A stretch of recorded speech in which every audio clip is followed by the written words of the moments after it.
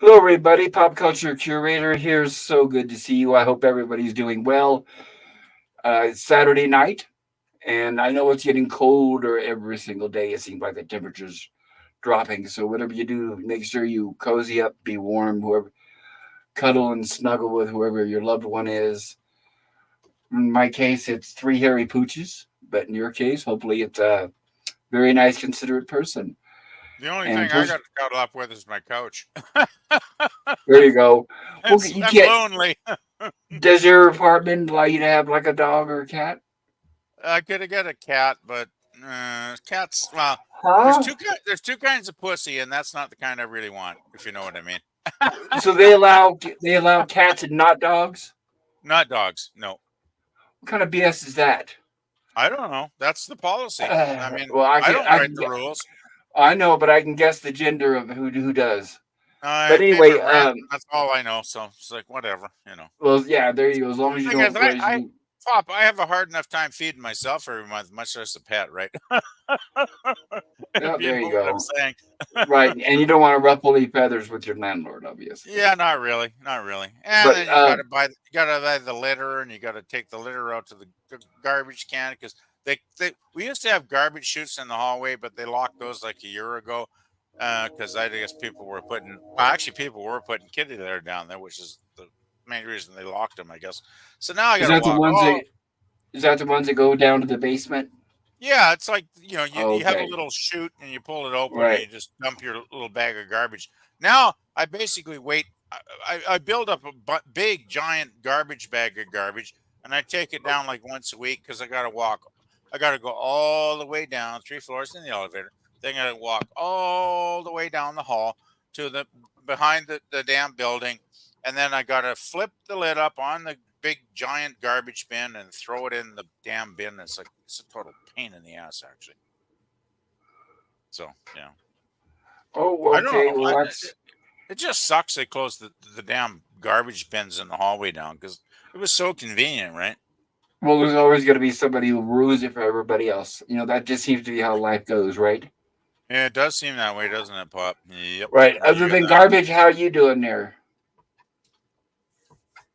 Oh, I'm just looking at the chat. It's like, hey, Gap, hello, and hello again, Suzanne. That's what I was going to do And next. I was going to say hello to the chat, actually, and yeah, I go know for the chat. Go for the chat. some of you guys came in early, and you've been patiently waiting, and I really do appreciate that. And it's so good to see you all. And it looks like we Yeah, start off with LDG. Hello, LDG. So good to see you. Very LDG. good friend, and it looks like he's applauding and says, Nice. "Can't wait." Wow, you were waiting here a long time. I apologize for that. Suzanne Eckstein says, "Hello, Pop." Hello, Suzanne. Sweet Suzanne, it is so good to see you as well. And I hope you're avoiding that certain person's channel, Suzanne. You don't need any more stress. Suzanne says, LDG, hello. And PvP says, what does PvP say? You want to read that for me? Uh, LDG. Hello. Oh, hey there. There we go. And Suzanne, anything helps. Thank you. And thank you, Suzanne, for dropping that link, everybody. Suzanne's got a little fundraiser going there. She's very sweet and sincere, and she needs a little bit of help. We all need that sometimes. So if anything you can give is widely and greatly appreciated. So, and I'm glad you're putting that link back in there again, Suzanne. Yeah, Yeah, don't let some bully drive you away from our chats, Suzanne. Do not allow it. right. Or from doing anything. It Yeah, is your do not life. allow You live that it. that that jerk to bully you. We all know Right. he's a jerk. So yeah. Right. Considering you have all of us on your side, don't worry about that one thing. And like I said, just tune that out. It's not worth the stress. And I'm gonna add that if it's okay with you, Suzanne, unless it's not, I'm gonna re-add that link to my Stream Element spot. Suzanne says, PvP, hello, dear. And Hey Suzanne dear. drops a link. Yep. And she drops a link to PvP's channel. Check out PvP's channel, everyone. And Yeah. thank you for doing that, Suzanne. I appreciate it. She Thank you. also drops a link out to the wonderful LDG's channel, which is the background there. No, am I calling it right? Yeah. Uh, freethenet.org/background. I think that's it. If I'm not LDG, please feel free to correct me, and I'll post it up here. And what does PvP have to say here? I said, "Hi, Suzanne. Hope you're doing well." Absolutely. And Suzanne says PvP still have not slept yet. Well, that's not good, Suzanne. Uh-oh, you got to sleep sometime. Definitely get at least like a little nap or something. Maybe if we're really boring tonight, we'll put you to sleep. That is very likely, yeah, especially with my monotone voice. And Damn, Gorilla can't join us. That's not my cool. good friend and co-host Gorilla's Random Thoughts says, "Hey everyone, can't hop on tonight. My daughter is a light sleeper and sleeping 5 feet away from the computer on the other side of the archway." Well, Understandable, Gorilla. why don't you put the daughter in bed like where she belongs, not next to your computer? Like seriously, Gorilla. She must have been doing something on the computer and then she just dozed off in mid search or something. Suzanne says, "Gorilla, hello." And hello, Phantom Boomer. Good to see you, buddy. Glad you could join us. Hello, Pop, Oh, Gorilla, hi, Phantom. Suzanne, and PvP. Yeah, it's great to Hi, see you. Phantom. Hello. And thank you, Suzanne. She drops a link to to Gorilla's channel. And definitely check out my good buddy Gorilla. He's got a lot of great, hilarious stuff on his channel. Suzanne says, Phantom Boomer, hello. And Gorilla says, hey, Suzanne. And Gorilla says, hey, Boomer. And hello, says Resolute Germ. Hello, Germ. Good to see you there. And hello, Gap After Dark. Great to see you as well. Hello, Pops, Gorilla, and Resolute, and Suzanne. Hi, And Germ. Suzanne says, Germ, hello. And Gap says, hello, all. Looks like a good turnout here. Resolute Germ says, hi, Gap. And Gap says, hey, LDG. And Resolute Germ says, hi, Suzanne. That's great. Everybody's saying hello to each other. Suzanne says, check out Resolute Germ's channel. And she drops a link to Resolute Germ's channel. You're so kind doing that for us, Suzanne. I appreciate it. And I'm sure all these people do as well. Suzanne says, Gap, hello. And Suzanne says, check out and sub to Gap After Dark channel. Yes, I second that. Definitely check out Gap After Dark. Gap After Dark says, thanks you, Suzanne. And Gorilla says, hey, Gap. And PvP says, hey, everyone. Gap says, hey, PvP. And Phantom Boomer says, hello, Germ and Gap. And Gap says, my cuddle buddies are 3 cats and my pillow. Well, mine are 3 dogs and my pillow. So I Well, understand at that. least I have a pillow. Yep, there you go. I should name it Lucille or something, I guess. It's like, hey, baby. Oh, yeah. Just don't go too far with it, right? Oh, yeah. Gap Well, After Dark. you never Right. know, right? Yeah. Yeah, you don't want to wake up with it sticking to your face. Gap After Dark says, hello, Phantom. Boomer explores. Oh, God. And Gorilla says, I did ask to cuddle up, and all I got was, who are you and what are you doing in my house? Yeah, be careful there with who you cuddle up with. I That'd agree, be more Gorilla. luck than I ever have, Gorilla. Yeah, exactly. And Suzanne says, prayers are always welcomed, darling PvP. Yes, they are, Suzanne. Prayers don't hurt. I'm not really religious, but if anybody wants to pray for me, I'm perfectly okay with that. So it's That's all always a cool. good thing because that means they're always thinking about you. Well, So that's a my very, yeah. cousin and his wife are actually fairly religious, but they're really cool religious people because they never shove it down anybody's throat. Yeah, that's the good kind. They just have their own beliefs, and they're actually very moderate Christians. Like they hardly ever mention it really when we get together and just have fun, right? So it's cool. Yep. Dark After Dark says an apartment building I used to live in, we had garbage chutes and people would put their kitty litter down the chute and the dust would set off the fire alarm. Yeah, that sounds Mm, about, yeah, don't think probably it did likely. that, but they just used that as an excuse. I think they wanted to close them anyway. Actually, At least, you know what? At least they picked up after their cats. I've had neighbors who don't do that. Believe it or not, I had these yeah, neighbors. that I would had not these neighbors. smell good. Yeah, I had these neighbors. Their believe it or not, their bathtub was their litter box. I'll put it that way. Oh, fuck! Yikes! Yes, I guess they you could took like smell them. sponge. You could. They took You like could. sponge baths. I'm guessing then. Right. It was a duplex, and you could smell Ugh, their apartment or whatever you want to call it for a block away. that's fucking gross, man. That's very The fucking gross. landlord felt sorry for them because they were Holocaust survivors. I Because don't I care if remember, I know, but they would come. They had tattoos on their arms. They were old. They were an old couple. Obviously, this was early '90s, late '80s, all and I right. remember the wife would come out and like work on the lawn. with his really short dresses with no underwear. It was not pretty. Oh, sounds charming. Yeah, but If she was nobody like wanted to do it. if she's like 50 years younger, it might have been exciting, right? Probably not. Oh, she was okay. She was not attractive. Well, I never knew her when she was young, but all I remember is the stench and of course That's the living conditions. gross. They weren't clean. That's So very like, gross. and I mean, you wouldn't want to. It got to the point where I mean, on a nice like let's say a nice spring, fall, or a summer night, you want to open your doors, get the fresh air, and all you do is you smell cat shit. That's So disgusting. yeah, it got to the point where yeah, I loathed them. Phantom Boomer Yeah, says LDG, and Gorilla says freethenet.org. That's it /underground. Appreciate that, Gorilla. Check that out. That's LDG's underground there. It's usually when he's not sleeping or working. He's usually got a lot of people on there.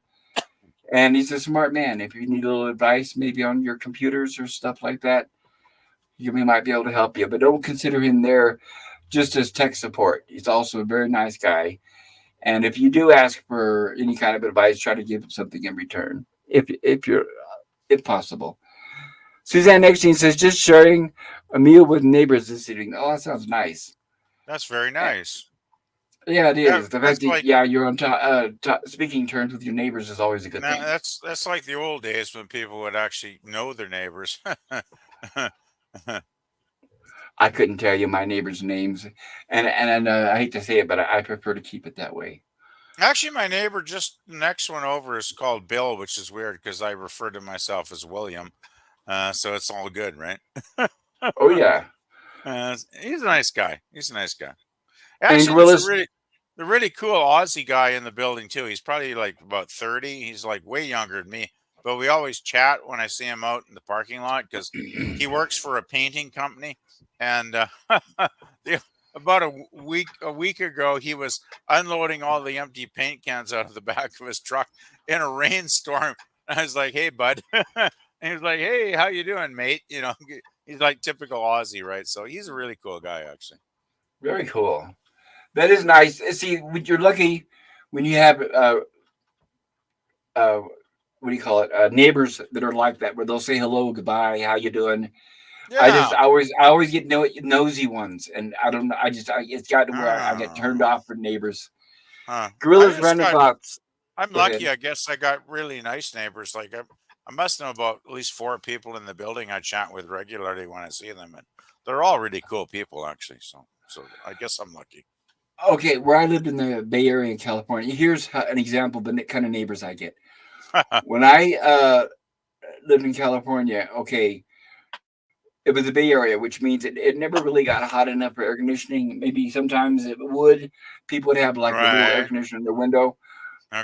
But the house I lived in, they also had a swamp cooler for when it was not that hot. So like if it got to where like the 90s, upper 80s, whatever, a little uncomfortable, we had a swamp cooler. Uh-huh. Okay, they had a neighbor that complained who said, we can't sleep at night when we hear your swamp cooler going on. So yeah, that's the kind of neighbors I always end up getting. Okay. So I prefer not ever talking to my neighbors ever because they don't minding business is something they don't know anything about. Their own business. Gorilla's random thought says she's in her bed, but she's too young to sleep in her room in the porch, and it's too cold out there. Well, that makes sense. Oh, okay. That makes sense. Yeah. PvP says, yeah, what you got to worry about is when they get too old and they're sleeping in your bed and they don't want to sleep in their own. That's when you start having a problem. PvP says, no worries, Gorilla. I did help raise my nephew, so I do know the rules, what to do and not to do when it comes to kids. The Phantom Boomer explores hail at Stream Elements. There you go. All hail the AI. Resolute Germ says, I know my neighbors better, but most of them don't speak good English. When I lived in California, I do have to admit, whenever I had Hispanic neighbors, I loved them. I never had problems with Hispanic neighbors. They're usually very quiet. They would have their parties, their music, but that never ever bothered me. I didn't care. You guys have even heard where I've had streams when I was in California and doing streams from there. You guys heard the fireworks going off and the partying whenever I had my rumblings, and they never bothered me. I don't care. It's the ones that complain about every little noise they hear, and they're constantly calling the police out on everyone. Those are the ones I have issues with. And You know Suzanne the says, wor- "Go No, ahead." go ahead. Go ahead. Read the chat there. Suzanne says, "Germ, we only know the one neighbor, and they are a real blessing to us." Well, that's definitely a good thing. It's good you got a nice neighbor, Suzanne. That's awesome. Gorilla says, "Germ, just tell them La migra. We will learn English damn fast." They will learn English damn fast. Sorry, were we gonna say their PvP? By the way, you She's guys, never. there's a link in the chat. Anybody, if you guys want to join us, feel free to. This is an open topic, open mic. Yeah, I hope we'll Go get ahead. at least one or two more people on here because I'm going to have to read motor mouth to Well, keep and them some of like entertaining. right, and when one of us has to step away for a moment, then it uh, just leaves the other one by themselves with like, well, what am I supposed to do? yeah, I Right? probably will step away occasionally to refresh my drink here, but yeah, it's like I was hoping we'd get maybe Gorilla, but obviously he's unavailable tonight. So Maybe so we'll much get for that somebody. thought. Oh well. Phantom Boomer says, "I have great neighbors. You're lucky, Phantom Boomer." No, for me, uh, nosy neighbors and retired neighbors. Those are the two I will not live next to anymore ever, especially the retired ones. You know the I've never worst, found retired neighbors who aren't nosy, who don't complain. the very worst neighbors are when you're in a condo. Because I rented a condo like 10, 12 years ago, and those people are fucking assholes, like complete Oh assholes. yeah. Well, they think just because they can afford a 300 grand fucking condo unit, they're special, right? Which they are not. Because So if you could, so some of the condos were owned and some were rented out. we rented it. Yeah, actually, that's when Oh my mom was God. still alive, and I was living with my mother, and we were sharing the rent, and the lady that rented that to us was really sweet, but the neighbors were fucking jerks, man. They were absolute assholes. I hated their guts. I was so glad to get the fuck out of there when I eventually moved to where I am now. So it's like, Yeah, I remember I had this nice apartment when I was in Clovis, California. They called them apartment homes because they were like kind of big, and but I right, had these old neighbors that constantly complained about every single thing. right. So I remember the day that I moved out, and I gave the manager my notice. I said, "Hey, I'm moving out. Here's my 30 notice." He goes, "But you're the best tenant I've ever had. You're never late with your rent. You never make any noise. You never complain." I said, "Well," I said, "this is what," I said, "I'm moving out because of those people next door to me that keep complaining to you." Because he would show up like at least once every couple of weeks, saying the usual, saying, "I know you're not really making any noise, but they wanted me to talk to you about the noise." And it's like, I lived by myself. It was just me, and my dog never barked. But they always, what would happen is I would have neighbors over during the day. For example, let's say I had my stepsister Donna and her kids would come over during the day, and they would come over and the kids are hanging out, and I'd have the TV on. They'd be watching, I don't know, the Cartoon Network, whatever. And Donna and I would just be sitting there talking, and then you wouldn't hear anything. But then next thing you know, the next day the landlord would show up, the manager of the apartment complex, and say that the old people told him that her and her kids were there all night long making noise and raising hell. When actually, in reality, they left probably at 4 or 5 p.m. the day before. But the neighbors Wow, would lie and exaggerate because they knew that if they didn't, they wouldn't get any attention. So they always had to man, make up stuff and exaggerate and go way over the top and lie about it just to get the manager to do anything. that I had a sucks. right, and her brother Mike, he had a Harley, and I remember once he said, "Hey, you want me to come over and stop and pick you up?" I said, "No, Mike. Honestly, I can't have you over here because even if you come over during the day," I told him, I said, "the neighbors are going to take it and use it against me and tell the manager that you came over in the middle of the night." And I remember I had to tell him that there were certain people I couldn't have them over because I knew the old people would lie and complain about it. Yeah, it And sounds finally, like I moved out. you had the kind of crap neighbors that I had. Yeah. Right, and since they were so-called apartment homes, all the walls were supposedly double insulated, but they were the type that it's not if they heard loud noise. If they heard anything, any noise, they would call the manager at all. The Oh manager, any fuck yeah. noise at all, like why move into an apartment complex if you're going to complain about noise around you? What the hell do you think an apartment complex is? Yeah, you But should move they out didn't have up that to conception. Get a home out in the country if you want peace and quiet, right? Like, fuck. No, It was yeah, like it was like my experience of pop. Get this. I would have I had my bedroom and I had my computer and I had my little speakers, which I still have, and I'd put some music on my little speakers, not that loud, and I hear the bitch next door pounding on the wall after a oh while. It's like, yes, and then get this though, this is even worse. She would actually go to my door, ring the doorbell, ding ding ding ding ding ding ding, and then she'd fuck off and run and hide back in her next door apartment because she didn't have the guts to face me, right? oh yeah, Oh I know, man, I just wanted to fucking kick that bitch and kick her where it hurts. It was like, oh man, god damn, I got to hate on her after a while. It's I like, know, oh yeah, yeah. And at least yep. right now where I'm at, I'm blessed because it's a house, and there's at least I'm guessing probably at least 25 feet in between the houses. So yeah, I don't have Mhm. to worry about that at all. And it's on a nice, good piece of land, which is something that's rare in California That's as nice. far as size. Yeah. Fat and Boomer, I have great neighbors. That's right. Lucky man. Resolute Germ says that's a good idea for the Yeah, Mexicans, good but there's good nothing neighbors for are the Asians and Slovaks around here. Is that good because they neighbors are good. complain? Well, I'm wondering, is it Germ? Is that because noise, or is it are they complaining about you? Because for me, like I said, noise never bothers me. I don't have a problem with it. It's when they complain about people around them. That's the only issue I've ever had. I don't care what race they are. I've never had Hispanics complain. It's now that I think about it, I narrow it down. It seems to be the white people, the Karens, male or female. Those are the ones I always got that I had issues with. Well, get this. Another one that lived across the hallway. I was in that building for like 9 years, right?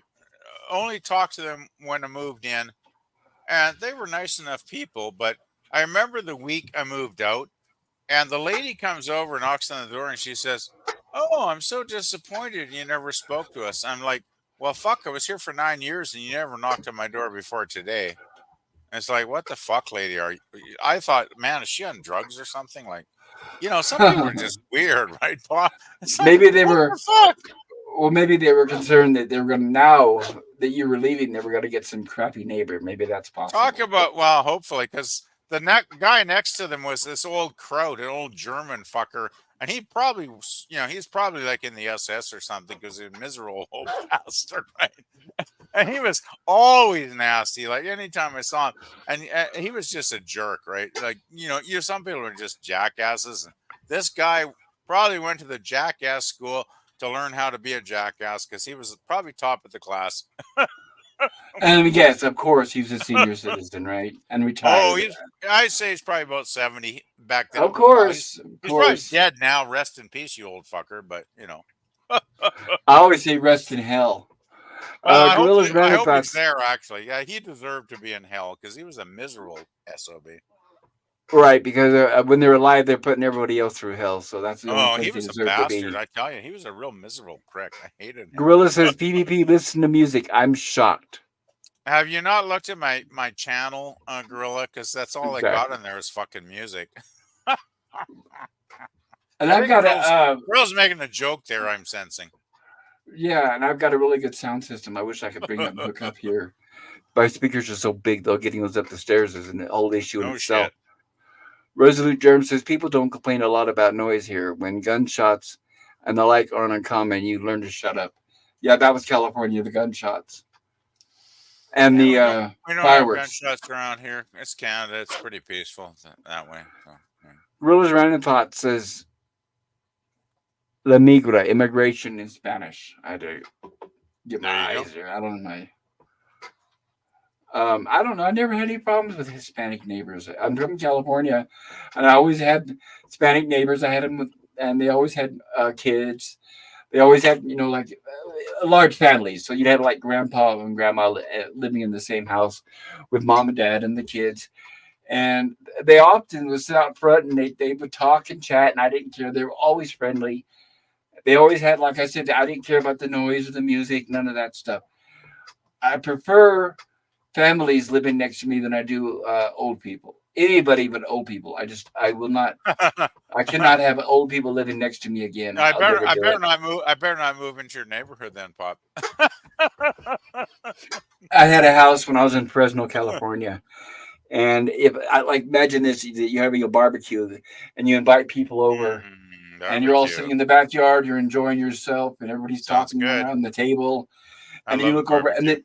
then, but the two neighbors, the retired couple, would stand at the fence and stare over the fence and just stare at us and stare at us and stare at us.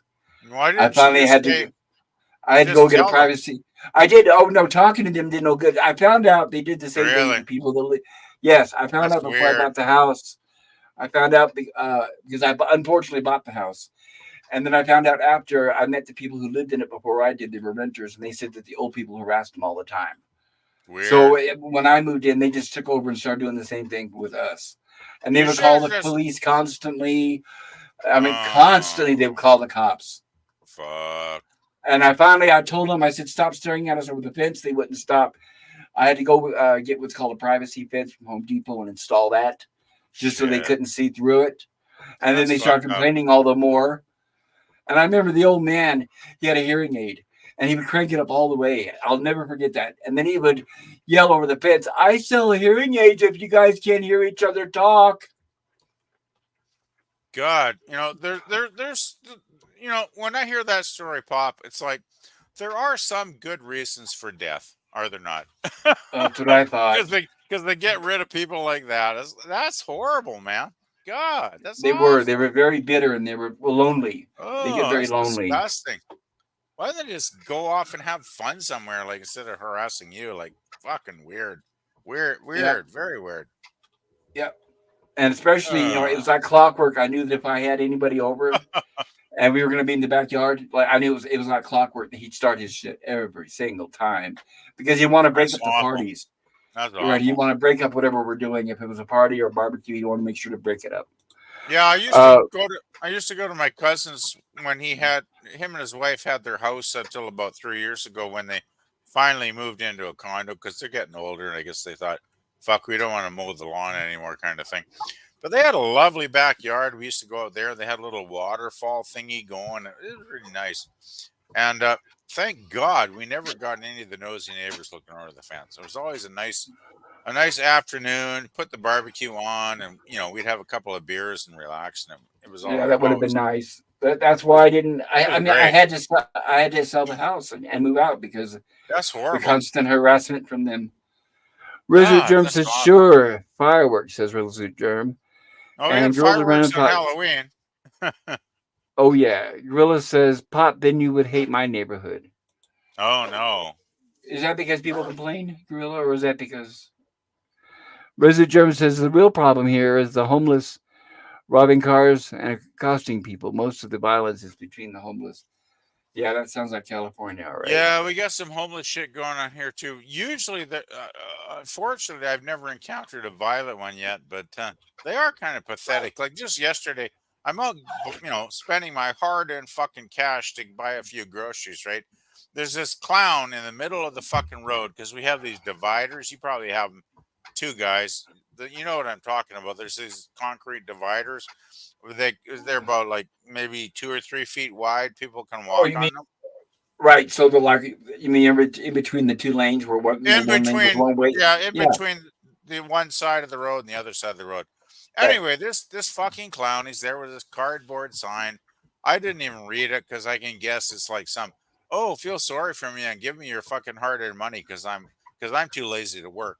That's what he should put on the sign because that's basically the meaning, right?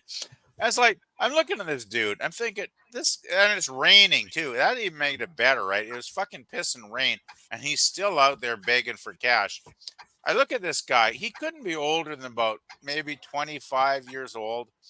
And I'm looking at this guy and I'm thinking to myself, you know what, dude? I've been alive probably 40 years before you arrived on this fucking planet. I worked my ass off to fucking pay my rent. You're standing here like a dumb fuck in a rainstorm, hoping someone will throw $1 in your fucking pocket. I'm like, is this really the way you want to spend the rest of your fucking life? It's like you are fucking pathetic. And I just drove away after that when the light turned green. I almost felt bad for him, but I don't because I think he's a schmuck.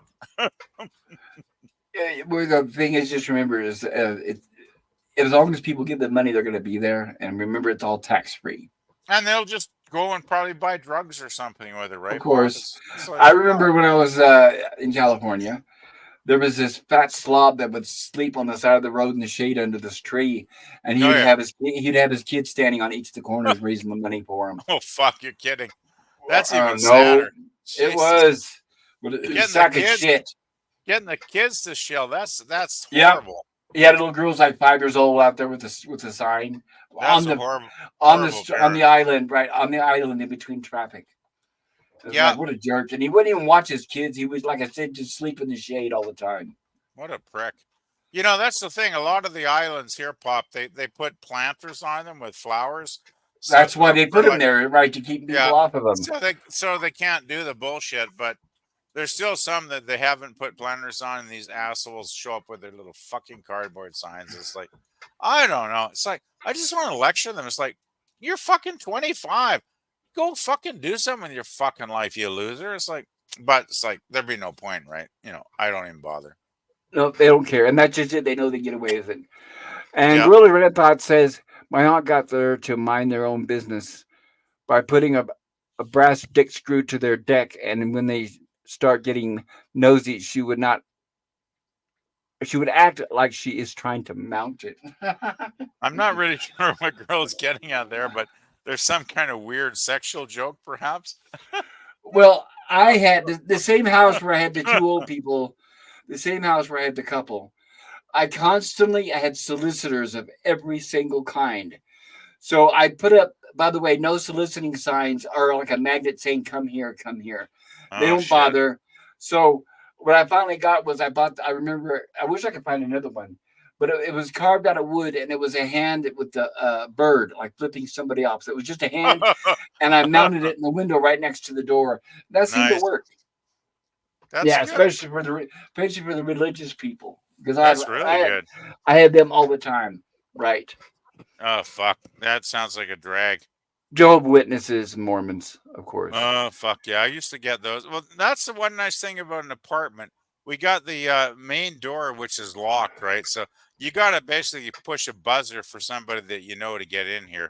And if you don't know nobody, it's like you're probably fucked, right? So, Well, it's 50-50 because just like people live in gated communities, if somebody wants to get into them, what they do is they just wait by the door, and then when somebody oh walks in, yeah, they follow them in. So it's pretty that's simple. true. But Yeah, it still, makes them. it cuts down. It cuts it down to a certain extent. That's what I'm saying, right, Pop? Like, Oh yeah, Gorilla's Ranthought says a lot of old people, and Gorilla says that's some dedication right there. Yes, it is. Resolute term. I'd rather give money to someone like Suzanne who deserves it than those bums. Yeah, that reminds me. Did you guys exactly. did you hear in California they don't call them homeless anymore? No, no, no. That's not good. So it's houseless now. It's houseless. God, I hate euphemisms. Well, it's I like know. when did dying turn into passing on, right, Pop? Yeah, did you guys hear that Wu Ping or whatever the hell that asshole, the leader of China, is coming to visit San Francisco? They're going to have Fuck. a liberal social. Obviously, out of all the cities in the country, Oh, that's the biggest. fuck. That's the heart of the communist socialism revolution is in San Francisco. So they're actually trying to clean up the city for once. Can you imagine that? For the So they're first time since they're I don't remember. they're cleaning up the city to please a socialist communist Yes, fuckwad. right. Nice. Millions of dollars for a 1 week conference, right? It shows them Uh, actually, there are shows them hosing down the streets and yeah, everything, to right? please a commie dictator as opposed to giving money Yes, to people that actually need the fucking money. Oh, ain't that yes, that's perfect, isn't it, Pop? That sums up our world these days. You know, that's one thing I don't get. It's like people bitch about Russia and they bitch about, other things. It's like, what the fuck about China? China's like the worst. It's a yeah. huge economy. It's fucking us over and over again. You go to any store, I don't care what you're buying. It's like made in China, made in China, made in China. We're making those millions every month for those bastards. Every week, actually, we're making millions sending it to China with the crap they got in our store shelves. And it's like, does nobody even give a fuck that this guy's No, probably they know probably they know what's you going on. he's one of the most evil dictators ever. I Because know. I have Right. read about him. He's a very nasty man, as far He as I is. know. He is. And of course he is, but Biden loves him. But Yeah. here's a good example. Like when I'm not watching YouTube on my, like right now I'm on the laptop. And when I'm Right. not on my laptop, I'm watching it on my phone. And have you noticed what the two biggest advertisers are? TMU, and TikTok, both owned by Chinese companies. They're both Oh, owned by chick. China, and those are the two biggest advertisers on motherfucking YouTube. That's one reason I will never use TikTok is because it's like commie land, commie land. It is, but yeah, but the fact that I mean, that's how despicable Google and YouTube is. That they sell ad space to China. There's plenty of American companies I'm sure who'd be willing to pay to advertise on YouTube and Google. But no, they those two companies, YouTube and well, it's owned by Google, but they prefer to sell the time slots to Chinese companies over American companies. So that's about the most despicable thing of all. It's all about the dollars, isn't it, Pop? They don't give a fuck. It's like it's all No, about the no, if dollars. no, no, no. If it was about the dollar, they would sell it to anybody. That's my point. Is they're selling it to Chinese companies over American companies, so it's not about the dollar at all. Oh, that's weird. Okay, I No, it's was not about because aware of that. it's to support socialism and communism. No, that's pretty fucked up. I did not realize that. Yeah, especially when they admit that they're socialist and communist. Suzanne says, "Oh, thanks, Jerem." And Gorilla says, I taught my kid to respect the no soliciting sign." There you go. I wish all people were as respectful as that, Gorilla. Unless it's to do with popcorn, right, Gorilla? Herc130 says, "Hey, panel and the usual suspects. Hello, Herc. Good to see you. Okay, you guys are going to hate me for this, but okay. When I had the no soliciting, this is before I got the the hand that was flipping off the finger. I had no sales and no soliciting sign in my window. And of course, they would come up and bang on the door anyway. And honestly, if I could pick and choose, the only people I would have supported would be like Boy Scouts and Girl Scouts, or the newspaper boy. People come selling newspapers. Those are the only people I respected. But it got to where you'd have somebody wants to come and tell you about aluminum siding for your house, and then like an hour later, if somebody's knocking at your door because they want to sell you wood paneling. That's the kind of crap I got. Okay, so that's why I put the no soliciting signs. Oh, and plus, like I said, the Jehovah Witnesses and all of them constantly. Anyway, I remember one time it pissed me off so much because I was busy and I can hear the door go off. And I go and answer the door. And what it was the Jehovah Witnesses. And what they did, they stood out way in front of my house on the sidewalk. And they sent their little girl up to knock on the door because they figure I'm going to be nice to the little girl with the no soliciting sign. And the little girl comes up, and you know how you can always tell the religious soliciting. You can always tell them a mile away.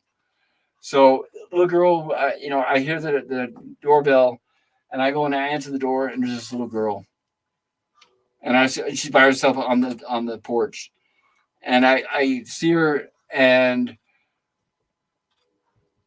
I'm really like, wait a minute, what is this little girl doing by herself? Because she couldn't have been more than 6, maybe I'm guessing.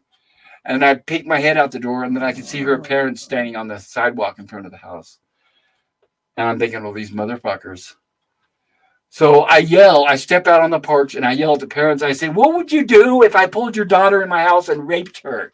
How would you feel if I fucking did that? How despicable can you be to send your daughter by herself up to strangers' houses? Are you that? Anyway, I don't want to keep going. I already said enough. I was so upset. So when I do that, when I see parents do crap like that, I make sure to put them on the spot and embarrass them in front of their kids. I was so mad. And then that's when I decided, I said, okay, they don't give a shit about having a sign that says no sales, no soliciting, no anything. It didn't matter. So that's when I finally got the hand flipping off the bird. And I put that on the window next to my door. I was so mad. I was so mad. And especially then sending the little kid up to the door because they didn't have the guts. Oh my goodness. Poor girl. I think I missed something good here, but that's okay because I just stepped away for a minute, and You, it ended with flipping the bird, and I think it began with flipping the bird. So well, it's like bookends. you missed a nasty part. So, which I apologize for you guys out there for me having to repeat that story. But when I saw that, I was shocked slashed extremely upset.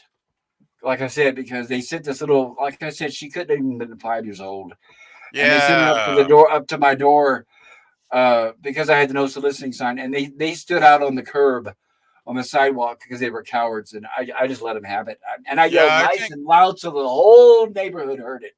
I think to exploit children is probably one of the lowest things to like.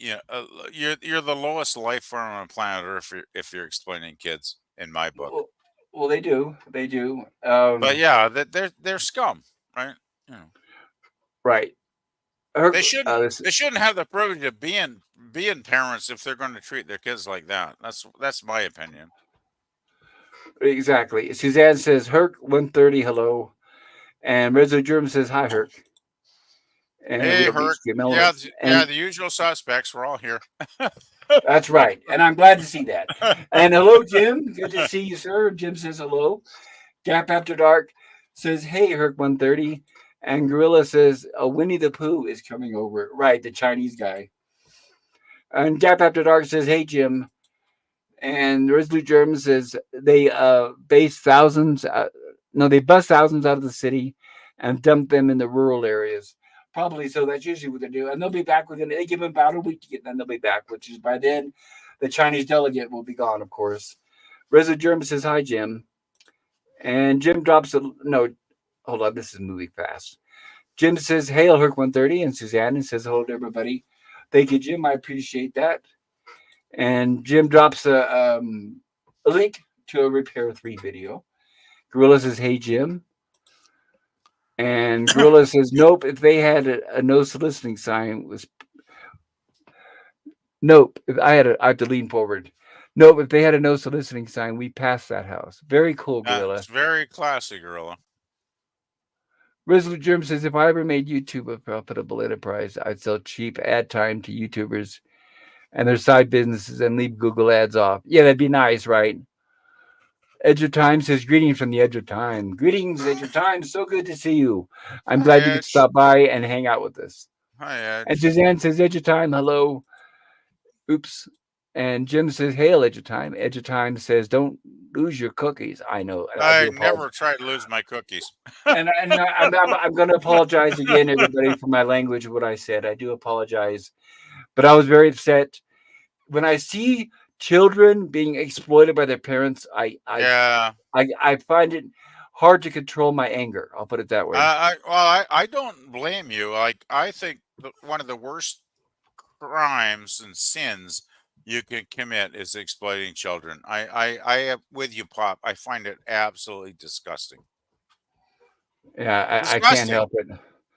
I Gap get after emotional too. It's like, you know, uh, you know, one of the few times in our lives is when we're young and we're kids and we're innocent and we haven't been exposed to all the bullshit of the world yet, and we haven't realized how fucked up it all really is.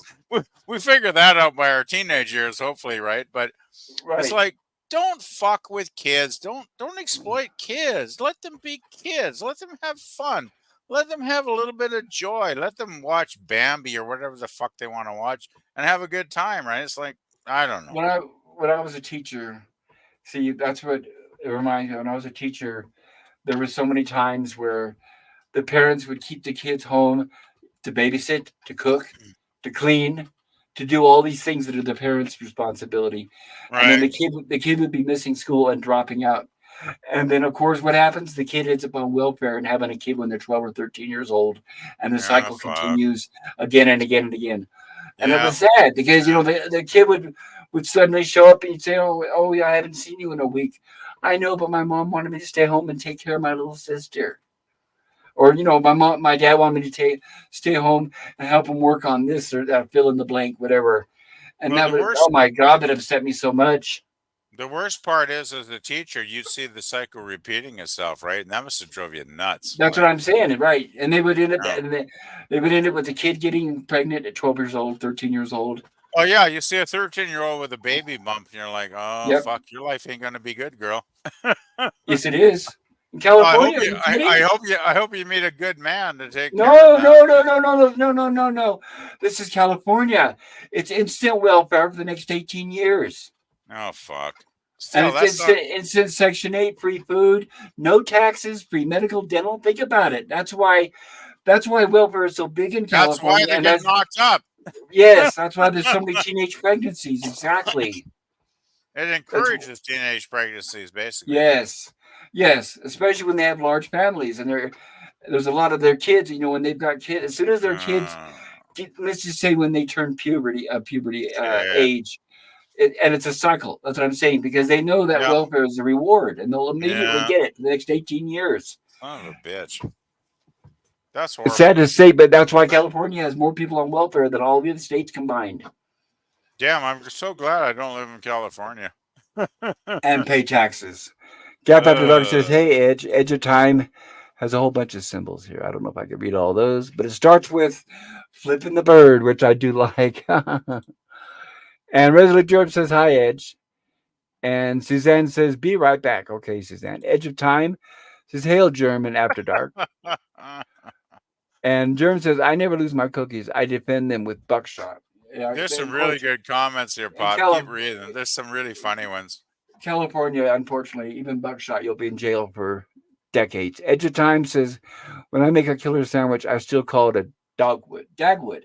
There you Dagwood. go. He's talking about Blondie and Dagwood. Blondie. Remember that? Yeah. I Yeah, it's used to. interesting how he actually named a sandwich after him. Yeah, you remember the old cereals that were black and white and they'd be like, I don't know, maybe 20 minutes long with Blondie and Dagwood? Those were kind of fun to watch, actually. Yep. Edge of Time says, "Hi, Pops. Good to see you, Edge of Time." And Suzanne says, "Okay, I'm back, gents." Oh, I just want to mention Suzanne's avatar has the poppies in it, which is very cool because it's officially November 11th here in Canada, which is our Remembrance Day holiday, which is like since it's on a weekend, I actually get Monday off and I don't have to work because we always have a stat, on the Monday if we get one on the weekend. So What that's kind very of cool. remembrance? Is that like our Veterans Day or what? I know it's It's Armistice. exactly like Veterans Day. It's like we remember our fallen heroes, right? Gotcha. Gap says, "I'm moving to California to get knocked up." There you go. That's the way to do it. That There was people, and believe me, there were people that were on welfare making more money than me. All you got to do is have enough kids. And I mean, they sucks. were they were making upwards. Remember, this is all tax free. They were getting their free housing, their free medical and dental, their food. Plus, they were making thousands every month, and I'm not exaggerating. So you would see them like when our school had free giveaway, where they would have canned food drives, and they would ask people, can you donate any canned food, dried food, that kind of stuff for needy families and so forth. Then you see them pull up in these like $30,000, $40,000 cars or these big old fancy vans, and you're thinking, Shit. oh my God, they can afford better cars than I can too. But Yeah, like, it's like I go to the food bank once a month to get food, right? Because I do. That's what I need to do to eat.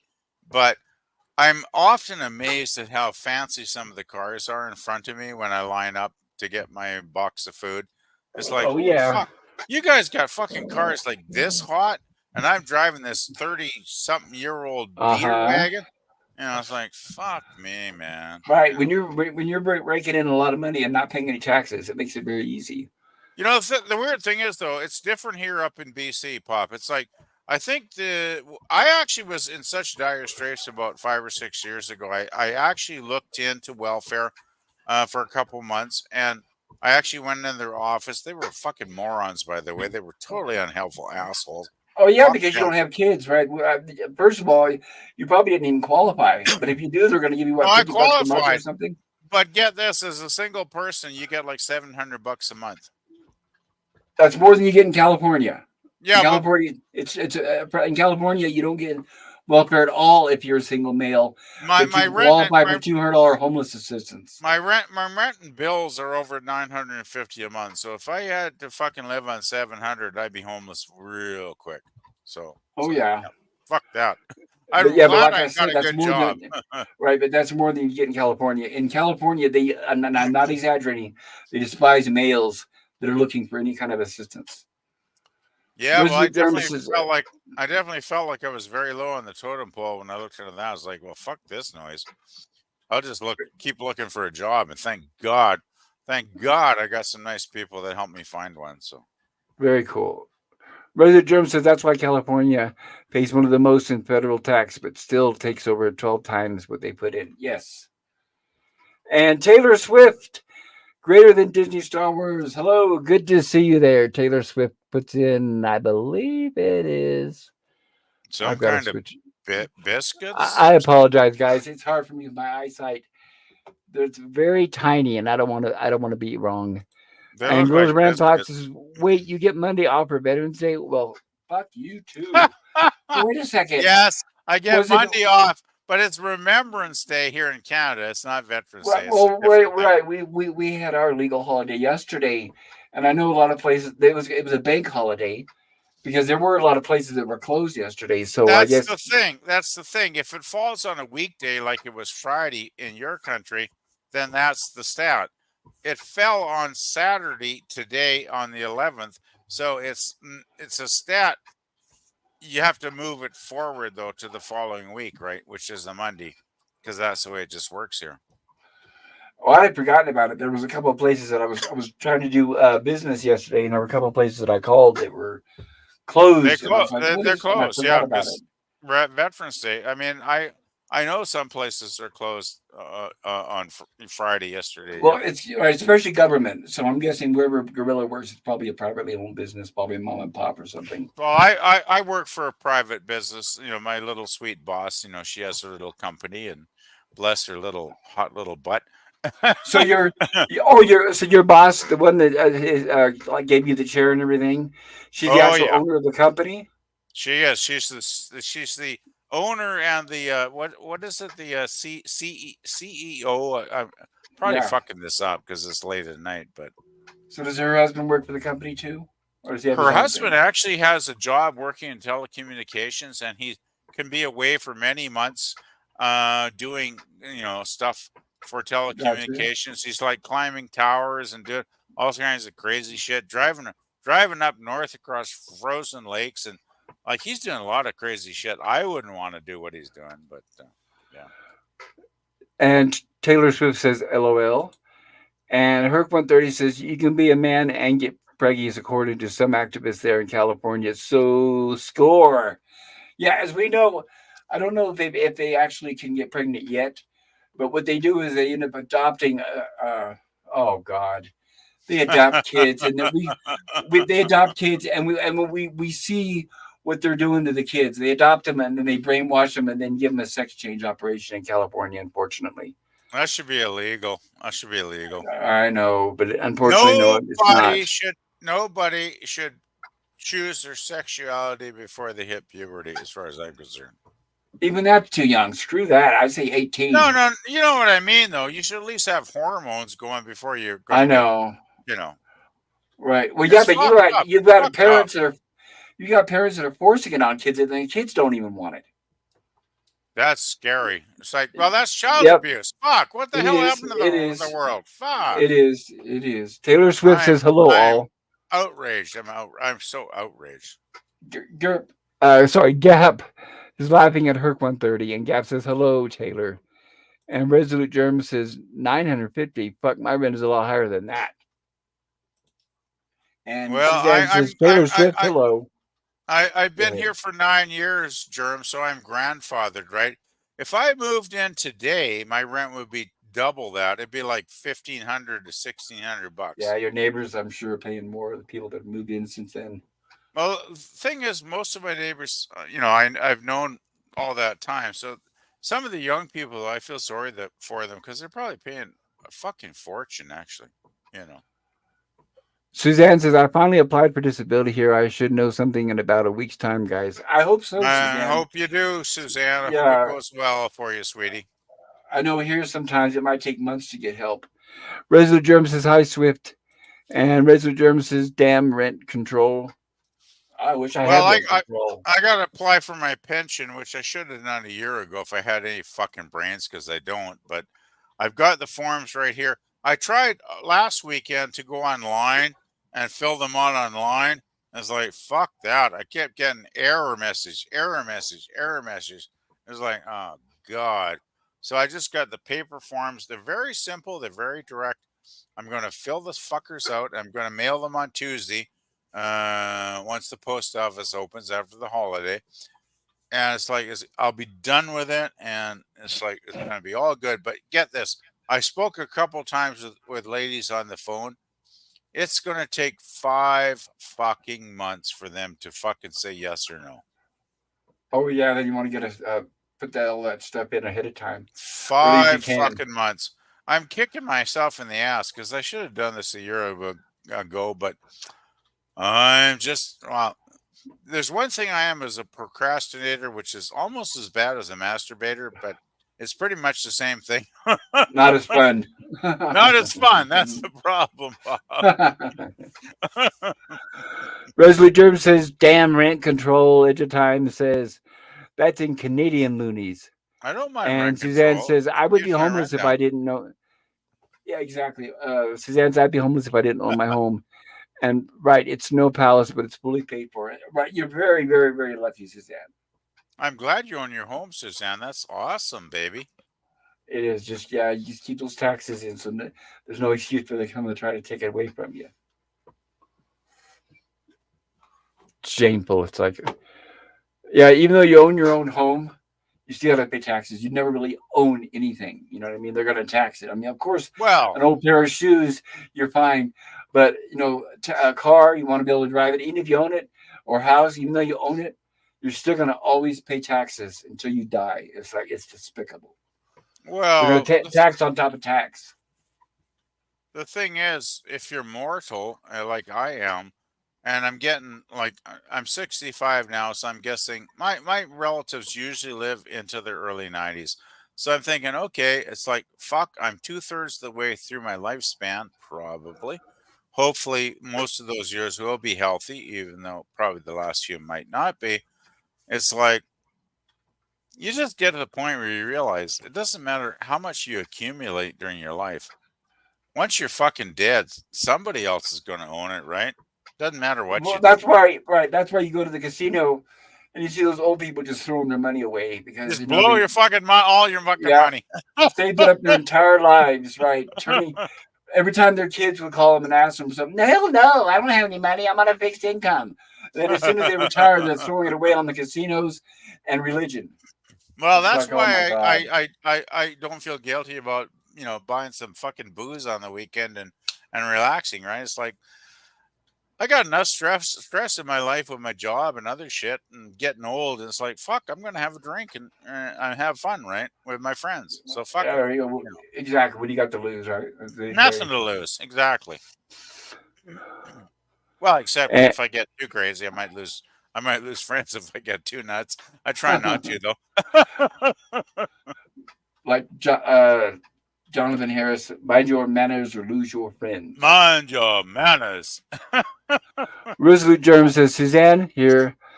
Susanna, wait, Resolute Germ says, Suzanne here, that's when the surprise property tax bill shows up. Yeah, when she's talking about when you own your home. And Suzanne says, Germ, 2 years behind already. Ooh, I'm sorry to hear that. Yeah, but Canada's different, Germ. You know. Resolute, yeah, but wherever you are, if you're behind on taxes, you got to be careful. Resolute Germ says, Suzanne, in Washington State, you'd be foreclosed on and in prison, being that. Yeah, exactly. Yeah, but she's not in Washington State. That's the thing, right? It's like, don't It's just apply one set of rules to another set of rules because they often are different. You know. yeah, but I'm sure there's a point where they're going to come wanting those back Oh, I taxes. like Suzanne's comment. You got to read this one. Read this one, Bob. This is funny. Suzanne says, PvP, procrastination and masturbation are the same with both of you end up screwing yourself. And Gab's laughing. There's a lot of truth in that. Only one is much more fun than the other one. I gotta say, Yes, exactly. and it does pay off a lot quicker. Whereas masturbation, you can pay off like in half an hour. Procrastination could go on for years. So there is a difference, Suzanne. Yeah, that's true. And Suzanne says, Germ, nope, they'd have to shoot me. So over my dead body, are you going to take my house? No, fuck that. Don't let them shoot you, Suzanne. Fuck. You know what's bad is when they do being from California. I'm sure everybody heard about that fiasco that was supposed to have been high speed rail, and they using eminent domain, they took so much property away from so many people, including Really? Did a they? lot of farmlands Wow. and everything. Yeah, and like I said, they never completed it. They took all these people's homes away from them, and then we all knew that they would never get anywhere, and they never did. They never completed it. That sucks. But it was just they lost billions. A lot of companies got rich off of that. It's the only thing that happened. A lot of people got rich off of it. You know, the weird thing with high speed rail is like the Japanese system is fucking awesome. I've seen videos of it. It's like very cool, right? It's like we just can't get our shit together over here in North America, can we? It's like we could have high speed rail if we had It's the fucking leaders corruption, with brains. right? It's There's too much corruption here because Yeah. all you have is you immediately have a bunch of people that are just their only intent is to get rich off of it and leave. Well, the thing Their intent is never to actually complete it. well the thing is in Canada we have the rail system. We got the CN, Canadian National Railway, right? Railway, and it's got this lovely train that goes through the Rocky Mountains with the big giant windows, and people can view the sights. And so it's really sweet. But it's like takes like 6 days to get across the other side of Canada, right? Because Canada is very big. And it's Right. like, why the fuck don't we just put in a high speed railway system? Because that would be fucking awesome. But of course, we never do. Technology's been around for decades. Right. Yeah, and we never do, of course, because we Nope. never do. I don't fucking know. It's like silly. Edge of Time says not professional financial advice. Consultant advisor about your best interest. True, true. There's your uh,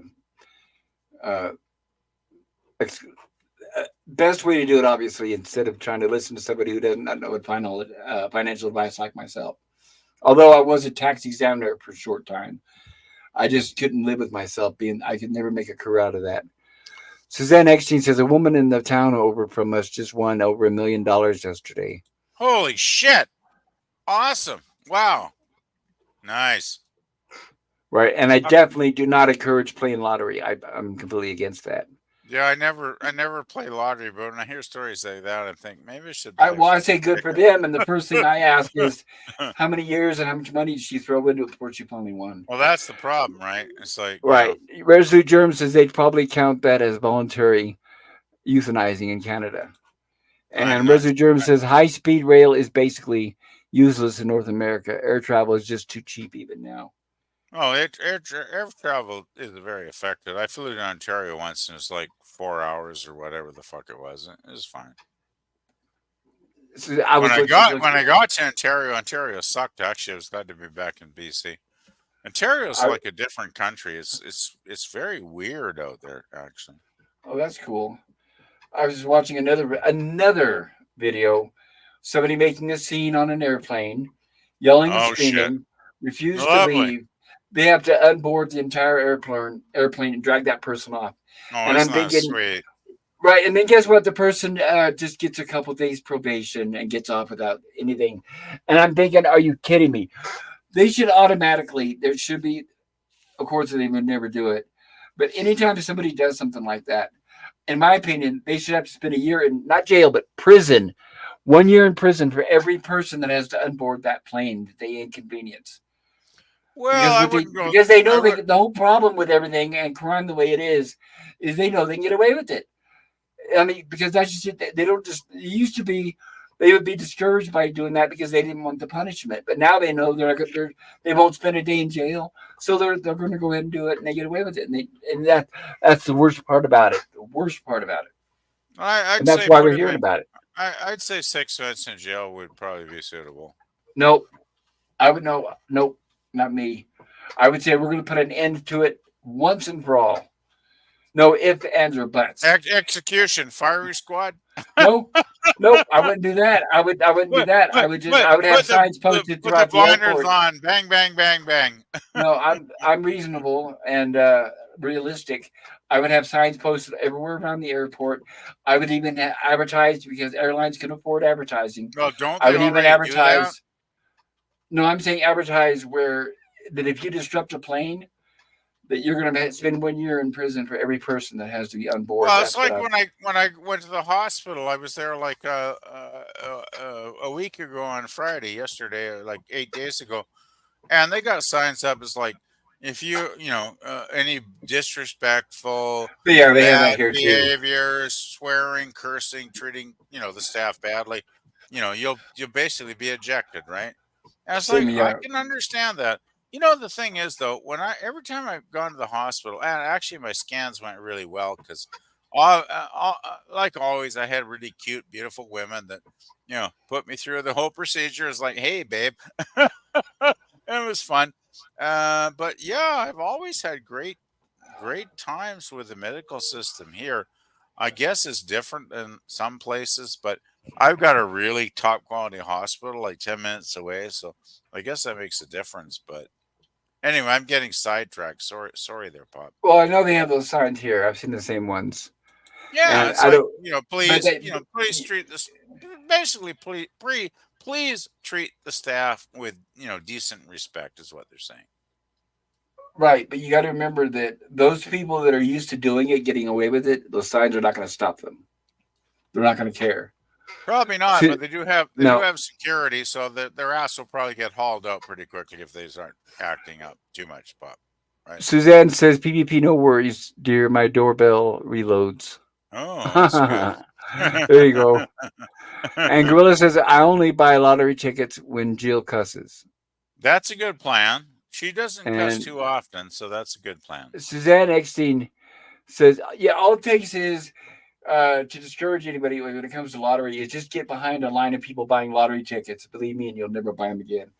Oh, And it makes Suzanne says, "Thank you so much, Germ. Bless you." Go ahead. what makes me really sad, Pop, is when I see like someone my age and they've got like 20 lottery tickets they're buying, and it's like, you're so desperate, aren't you? Like, you're spending like $30 on this crap. You're not going to win a goddamn penny. Well, maybe you'll win a few dollars back, but you're not going to get your $30 back. It's I know. like I feel sad for you, but it's like, oh well, it's free choice, free will. It's like, go for it, and have fun. But it's not me. What about the ones that are on public assistance and they use that money to buy lottery tickets? They're probably, on a pension, like I hope to be soon. No, I said public assistance. Well, if I'm talking about welfare, disability, that kind of thing. Could be disability. Yeah, Suzanne Eckstein, thank you so much, Germ. Bless you. And Suzanne Epstein says she wanted on Vault Breaker on the VLT machine. interesting. Tell I us have no about idea that. what that is, but it doesn't really Okay. matter because I VLT generally don't machine. gamble anyway. I I figure definitely do not. my vice is alcohol, and that's the one I fucking fuel. So it's like, you know, I can only afford so much vice in my life. Well, at least with alcohol, you're getting something out of it, unlike lottery. Yeah, at least with alcohol, I'm having the fun for a couple Right. hours Because before I, lottery, you might as well be wiping your ass with the money because, no, even then you're getting something out of it. Lottery is literally like just throwing it out the window it's because like you're not flushing getting it down anything the out of it. toilet. Exactly. It's like, Right. goodbye, flush, flush, flush. Yeah. Resolute Germs, our hospital doesn't even need a sign. It has a couple of 300 plus pounds.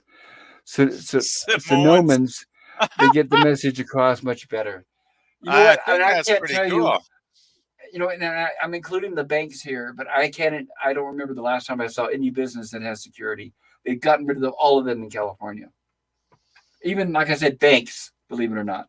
The weird thing is, Pop, I don't see security anywhere except there's a grocery store like 3 blocks away from here that I shop every week. That's the one. It isn't a mall though, but even though it's a little crappy mall, that's the only place I ever see security. Usually, I see a couple of East Indian dudes walking around in their uniforms.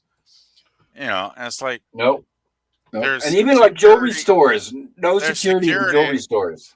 but there's security in this crappy little grocery store, right? And it's like, I don't even know why you guys are here. Well, like I know, like a big chain is Walmart, and they have security that drive around the parking lot.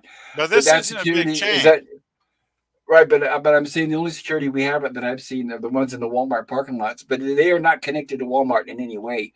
So if you're like a Yeah, shoplifter and you come running out with yeah, stuff in your hands, they don't stop you. So I don't understand why yeah. Walmart has It, them. it seems pretty bogus because these boys are, they'll walk around in the independent grocer, which is the name of the store 3 blocks away, which is a decent store. I just buy shit on sale because the regular prices are horrendous, but they have a great card program which I use. I've actually saved up $10 worth of free goods now because you can save like 50% on shit just having the card. It's nuts. So they're really good that way. It's a really good store, but I don't get why they get these security bozos to walk around because it's not like they ever fucking do anything. Then it must be just hoping they will intimidate. I'm guessing. I guess, but I don't know. They just seem like a couple of bozos every time I've Well, seen them. it sounds like an easy paycheck. Must be a Eh, fucking very easy paycheck. Yeah. yeah. Edge of Time says some say the lottery is a tax on the poor and stupid. Well, a tax is something you don't have any choice over that you've got to pay no matter what. Lottery does take advantage of the poor and stupid, but they do it voluntarily, which means they're even doubly stupid. And Jim says, I'm on a Commodore 69. That's the upgraded Wow. Commodore 64, I guess. You have my respect if you make that fucker work. Gorilla's Random Thought says, I've won on every lottery ticket since I started this system. What's your system? Suzanne X says, hey there, PPP. I look pretty amazing in scrubs, lol. Suzanne, you're turning me on something fierce. You know that, right? It's like you are turning me on, lady. Damn, quit teasing me. Shit, you're in Saskatchewan. I'm in BC. I'm not gonna drive that far to get laid. Resolute Germ says, last year, someone who buys their tickets at the same store I do won Mega Millions. Basically, zero chance another winner is from the state for a couple of decades. Yes, that's true. The odds are very, very slim. Yeah, they always hold up that guy that wins 20 million, right? It's like, yeah, like I'm gonna win 20. Well, You know, it's a smart tactic because all the dumb people say, "Ooh, wow, I'm next," and they get in line. well, then you think I just have to buy one ticket and I'm gonna win. And it's like, no, you're not gonna win. You could buy 100 tickets and you probably won't win. It's like, What's worse is when they have families and they're somebody asks them for help financially. Oh yeah, no, I don't have the money. feed I your don't have the money. kids, Right? feed your They don't. kids.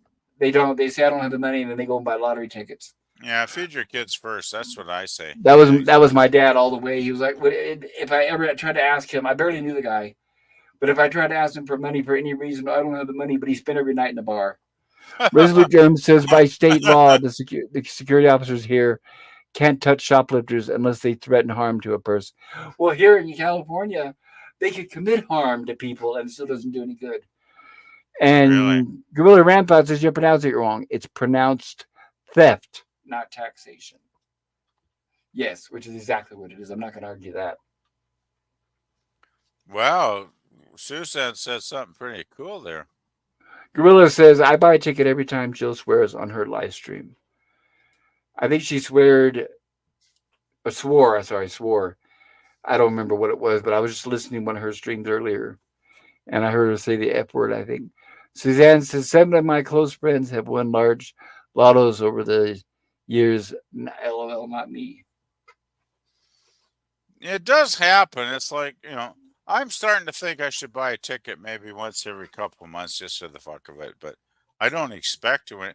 I actually won $1,400 one time on a lotto ticket, so you can make some money once in a while, but usually you're just probably throwing the money.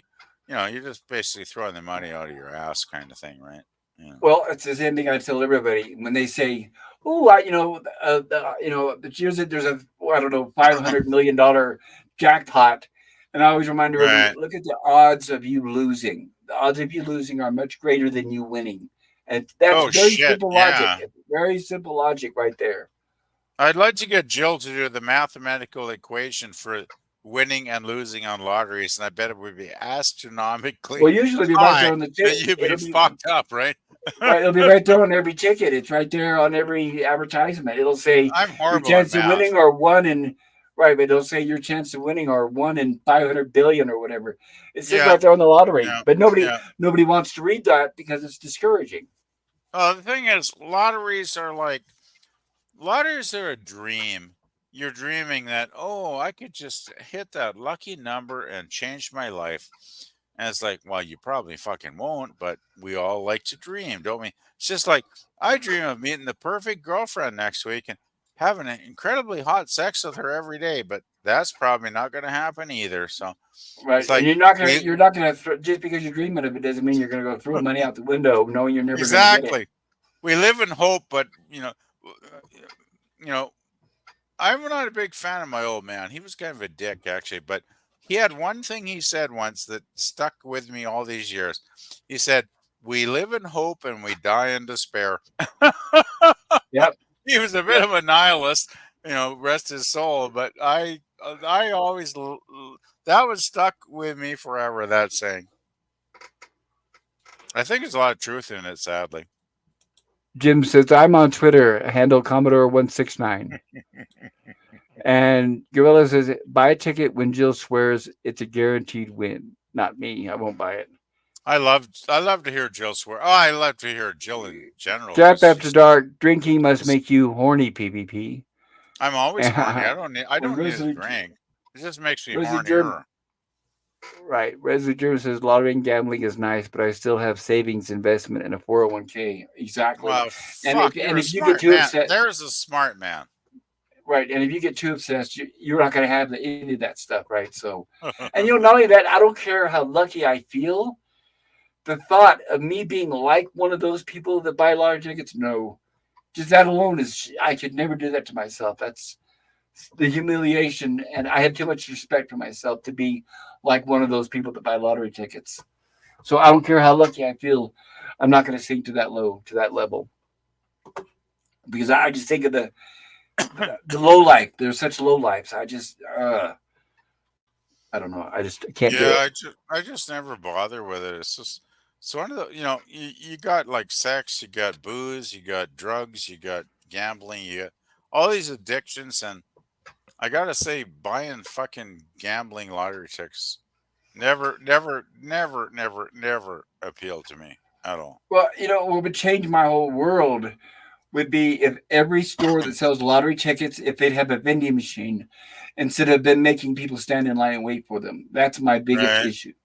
That's my Okay. biggest issue because they'll stand there even with they don't care if there's a line behind them. Oh, let's see, what ticket do I get next? Oh, Maybe it's a I'll take pain. that one there. Let me think. What about that one there? How's that one there? Is that a lucky one? They'll actually ask the You know cashier. what Is that a pisses lucky me one? off? It's like, oh my god. What pisses me off, Pop, is when I got like $1 worth of empties, like fucking water bottles or something to get the refund for. So I'm standing in line patiently at customer service because that's where you get them to give you a refund. And there's some asshole in front doing the lottery ticket shtick, and they're like, "Oh, let me see. I'll have one of those. Oh, maybe I won't. Maybe I'll have one of those instead. Oh, Yeah. maybe I won't. Maybe I'll just do this." And it's like 5 minutes later, they're like, maybe I'll Uh get that one." huh. It's like you want to fucking kick them in the ass after a while and say, "Get the fuck, wake the fuck up and go away," because there's other people in the fucking line, dude. You I know. know. I know. Yeah. It's like, oh well. Well, Resident it's a Germ good. says the seven gluttony has always been my personal favorite. I guess he means greed. He's Gorilla talking about. says we Is have that the those up 12 here. sins? Sorry, what's that? Is that the 12 deadly sins Germ's talking Seven. about? Seven deadly. Is it only seven? Oh fuck! I've Yeah. lost track. I'd say no. He says the seven gluttony has always been my personal favorite. Says Resolute. I'm glad he's okay. I don't mind a good feed once in a while. Nah, I'd say greed and gluttony are my least favorites. I hate greed. Greed sucks. Look what greed does to everybody. That's the world revolves around, and that's why. I mean, look what it divides people. I mean, look at us, and they're taking everything all Oh, over. And they're taking all of our personal rights. So no, greed is one of the most awful things in the world because it totally does fuck everybody up. Yeah. Unfortunately, it's not worth it. Yeah. And we never fucking learn, do we, Pop? Well, because it's you got to remember the people in charge that are rich and powerful. They've been that way for their families for generations, and they don't have that way of of thinking about things. They think that greed is a very good thing, and their lives revolve around it. That's why in Gilligan's Island you have the parody of the millionaires with the howls, The because house. that's how right, because they're over the top the way they act with their money, and which is actually realistic. That's actually how rich people are. Like that last Who? episode that we were covering, where Mister Howell tears $100 bill in half, and then he's desperately trying to piece it back together, even though he's a millionaire. That's how they really are. So, Who was the person that said greed is good? There was somebody who said greed is good some years back. well, any rich person, I don't I know. can't remember the fucker, but somebody actually said greed is good. It's like, really? You know You what ever I see? find crazy is when you have those families that are poor and they do win the lottery, millions of dollars, and then they waste it in like in a year or so they're in debt. Mhm. That's the ones I never figured out. It's like how stupid can you be, right? That's the tragic, right? When you hear those stories about the guy won 20 million bucks and a year later he's broke. It's like, what the Or in fuck, debt, dude? right? And Resolute Germ says greed is as Canadian. Wait, greed is as Gordon Gecko said good. Gordon Gecko. Oh, Is that a rich Gordon person? Gecko, like, yeah, that's the second movie, right? Yeah. Movie? Yeah, there was a couple of movies. Fuck, I wish I could remember that. I'm drawing a blank, but there I was never a heard of couple it. of movies. Oh, I think that's a character in a movie. Yes. Okay, thank you. It's been a lot. Last time, now that I think about it, the last time they made a movie that was so good, Oh, I could not oh, wait to okay. get to the theaters to see it. It's from Wall Street, 1987, which is a fucking awesome film. That's with Michael Douglas. Michael Douglas, one of his best performances, I think. That's I a don't know. My really good favorite was movie. Falling Down. My favorite is Falling Down. Oh, It's got Falling a Down is special fucking. place in my heart. Oh, I love Falling Down. I think it's a masterpiece. But Wall Street's damn good too. You should check that one out if you haven't seen it, girl. It's definitely worth a watch. I know Michael they made a Douglas is sequel great in eventually. it. He's great in it. Yeah, I like Michael Douglas, and I know they made a sequel eventually. He plays Gordon Gecko. That's the Yeah, I know what it was character. about. That's the character that says greed is good, but he's really fun. He's really fun in that movie. That's a good movie. You should, if you haven't seen it, it's definitely worth watching. Gorilla says Quark from DS9. And Resolute Germ says the movie is Wall Street. There you go. Thank you, Resolute. Wall Street, yeah, it's a good film. It's a damn good The movie. Color of Money, wasn't that the name of the sequel? Or no, that was the sequel to the pool I don't remember movie. the We were sequel. talking about that on the last somebody's stream about the movie where Paul Newman played a pool hustler, and I think the sequel to that was Color of Money. I can't remember what the sequel to the Wolf of Wall Street or whatever that Wall Street movie was, but I know they made a sequel.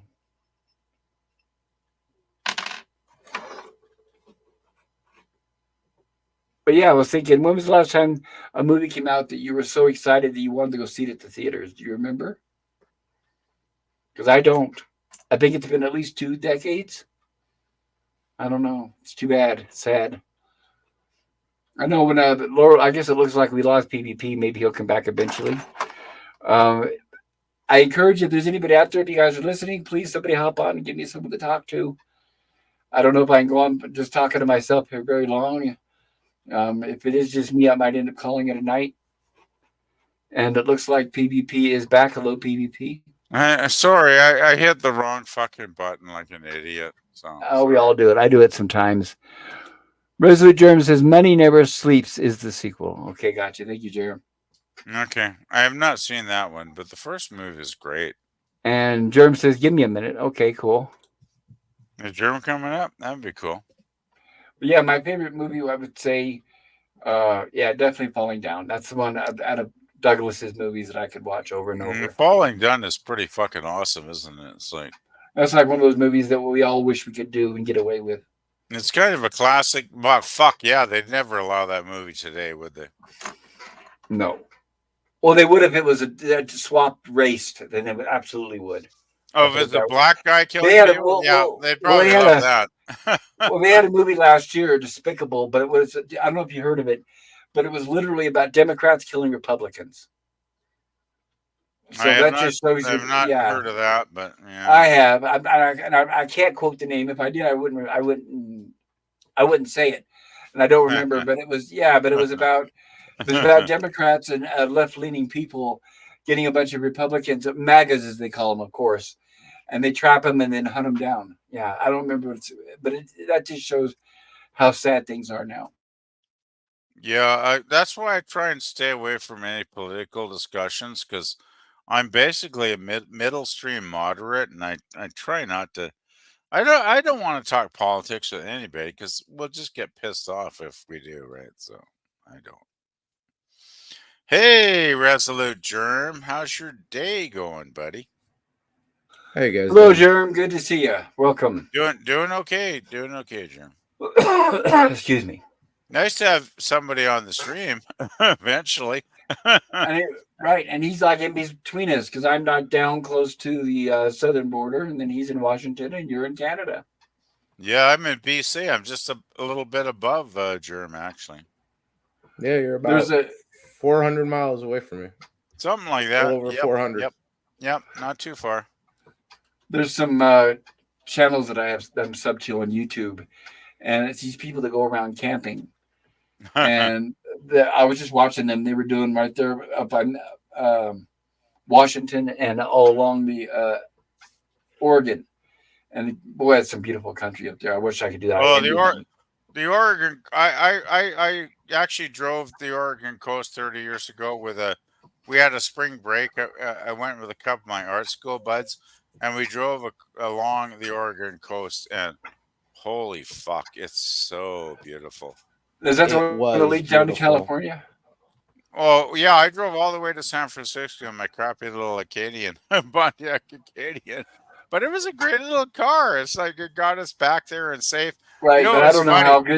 I don't know how good that looks now though. I You think know, what Germ's was right. I very don't think it. what was very funny though, Pop. It's like we were gone for 6 days on our little driving adventure. You know, smoking, drinking, having a good time. You know, wherever every night we stopped. I got home and there's a message on my answering machine. My mother's like freaking out, right? She's like, "Where are you? You haven't talked to me in over a week." It's like, "Are you still alive?" She's like totally freaking out. I love it. Oh God, that's a fun memory of my mom. It really, I laughed so hard when I heard that message. It's like, Entry yeah, machine. What's that? yeah, exactly. But that's what I had. I still have that fucking same old landline machine. It served me well. Now It's like fuck. that's not one of the ones that use tape, was it? I mean, those things are always getting tangled up. No, it's just got some messaging system. I think it does like a A hundred chip. messages. Yeah, some Yeah, chip. Yeah, exactly. Yeah. yeah, because they had the tapes. I'm sure we all remember. Us old people remember they Oh, I had used tapes. to have those. They I were used to never have them too. reliable. Yeah. Right, the tapes sucked, and then they eventually replaced them with a chip that would had so much memory in it that would hold so many. Yeah. I It's had a just. brother. I had a brother, Kerry, and it reminds me. He was so irritating. He would call my mother. I'd go over to mom's house, and I'd be with her. We'd be out around town, like I don't know, having lunch, shopping, doing whatever. And my brother Kerry had this annoying habit of the way he would speak. Is he would call her, and the messages were limited to like 30 seconds. And she would go to check her entry machine, and he'd be like, "Hi, mom. This is me. I was gonna ask, beep," and then because the message would end, and then next message, and him saying, "Oh yeah, this is me again. I was gonna ask you, do you mind if beep," and it would end, and then with the next message, and it's him again. Hi, this is me again. I was just gonna I was gonna oh my god! Drive me crazy. So the operative words were Right to this day, I cannot because of him cannot stand people that that's all they That's do. that's that's That's totally Oh, hilarious. I totally get what you're saying, Pop. Because right. That's when their mouth is I, moving faster than their brain because I their brain try is so not to be slow. guilty of that when I'm on any live streams. It's like I try not to ever use the word "oh." Oh no, the worst part is when you're listening to like something professional, like an interview on TV or on the radio, and they're saying, we're interviewing Professor So and So from this university about, like, let's say the new eclipse, and he's on the and then Saturn and I'm thinking, what the hell are they doing getting these people on the air? Well, I Some don't that's the know. people best are you got some in people those are just not good situations. on the air, I guess. Yeah. Yeah. I You will. want the expert or do you want someone who's media trained? Yeah, just Well, if you because get they're an expert doesn't mean they know how the fuck to talk, right? Oh, in California, in the Bay Area, it was worse. They say, okay, we have this weather expert from so and so, always Stanford or Berkeley, because they always wanted liberals, and they'd say we have a weather expert here talking about the next upcoming um, like eclipse, for example, and then it would be somebody. She sounded like she's 18 years old, and yeah, like literally, the moon would literally and then rotate around like literally, and I'm thinking, oh my god, and this is a professor. It's like, oh no, So no. she was misusing the word literally, I'm guessing. Like and literally, those are the two. Like Oh and fuck. literally. That's It's like kind literally, literally, like of literally. that's a bit sad. Yeah. Yeah. We're just And gonna I'm step talking. away for a Yep. I think he's heading back to the refrigerator. How you doing there, Germ? Okay, how you doing, Pop? Doing nice. Is it getting cold there? Pretty cold, yeah. Yeah, this is going to be my first winter in the snow. So I'm making my investment now, buying clothing, all warm stuff. I got me a nice parka and all that kind of good, boring stuff. Snow pants. I don't know if you're supposed to wear them outside your pants, or else, yeah, like I don't know if you put your pants on and then these, but I figure that'll be something you're going to use too. But either way, I'm glad to get out of California, so it's worth it. Yeah, definitely. So how close are you to like Mount St. Helen? Mount St. Helen, I believe that's about 60 or so miles south of me. Well, that's I'm not bad at closer all. to That's just like. Rainier. But have you ever heard of Camp Eseti? Camp ESETI. doesn't ring a bell offhand. Let me make sure I'm looking at the right name. I was just watching a story on YouTube about it, and it's in Washington State there, and I know it's not too far from Mount St. Helen. Yeah, ECETI. That's it. And it's owned by a guy named Gilliland. Um, but apparently they have a whole slew of UFO sightings right up there, because obviously it's out of the cities where it doesn't have all the light pollution, and they have mountains, some certain mountains. I don't remember the name of the mountains, but it's open to the public. People can pay to have. It's a big farm, and the guy gets a lot of a lot of people that actually rent campsites, and but they also it reminds me of kind of like a commune. I want to be careful with that slash cult. He gets a lot of people that seem kind of wacko from the video I saw. They're talking about, I don't know, this, I don't know, crazy psycho stuff. But Yeah. There used to be they a lot of places down there, especially in the central southern part of the state that would do long-term rentals on open camp land. They stopped that yeah. into a lot in the 2000s. It's cut down to virtually nothing now. Well, this one it still does, but he has the cabins for long term, and then people bring their tents for the short term. It's up by about Trout Lake in the base of Mount Adams in southwest Washington.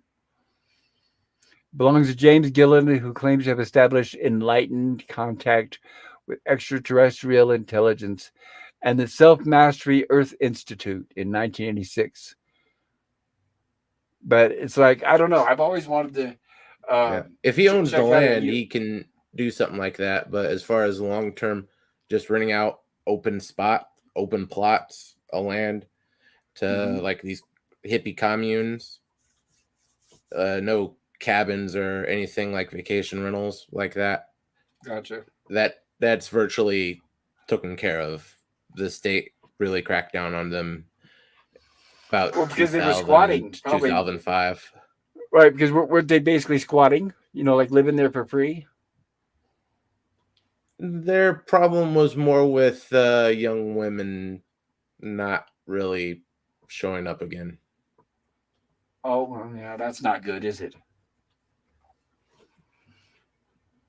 Okay, that's pretty sad. In fact, they were disappearing in mass. Trout Lake. It's interesting. I've been to Washington twice, and I hiked Mount St. Helens, and we did a lot of caving and spelunking, and they got a lot of lava tubes around there. And I've always wanted to go back. I don't know. I hope I do one of these days because I love that kind of stuff. Physically, right now, I wouldn't be able to do as much as I used to, but still, those lava caves were extremely fun. A And I lot of like to it's still go. open too. Oh yeah, especially the ones that are not. Um, they have okay. They have ones where they open and close at certain times of the day, and they have guided tours and stuff. But Yeah. they've got a lot that are not monitored, where you could just, if you follow the maps, you can find this cave that's open 24 hours a day because nobody monitors it. You just got to be careful not to get stuck down there, or nobody's going to know, obviously. Are you talking about like some kind of amusement things, or? I think we're No, being visited by. I think we're being visited by Calcutron, or is that my sound? I have no idea what you're talking about. Okay. It's breaking up PvP, unless it's my computer, but it sounds like you're. no, Oh, that's PvP. I think I'm sounding fine here as far as I can tell.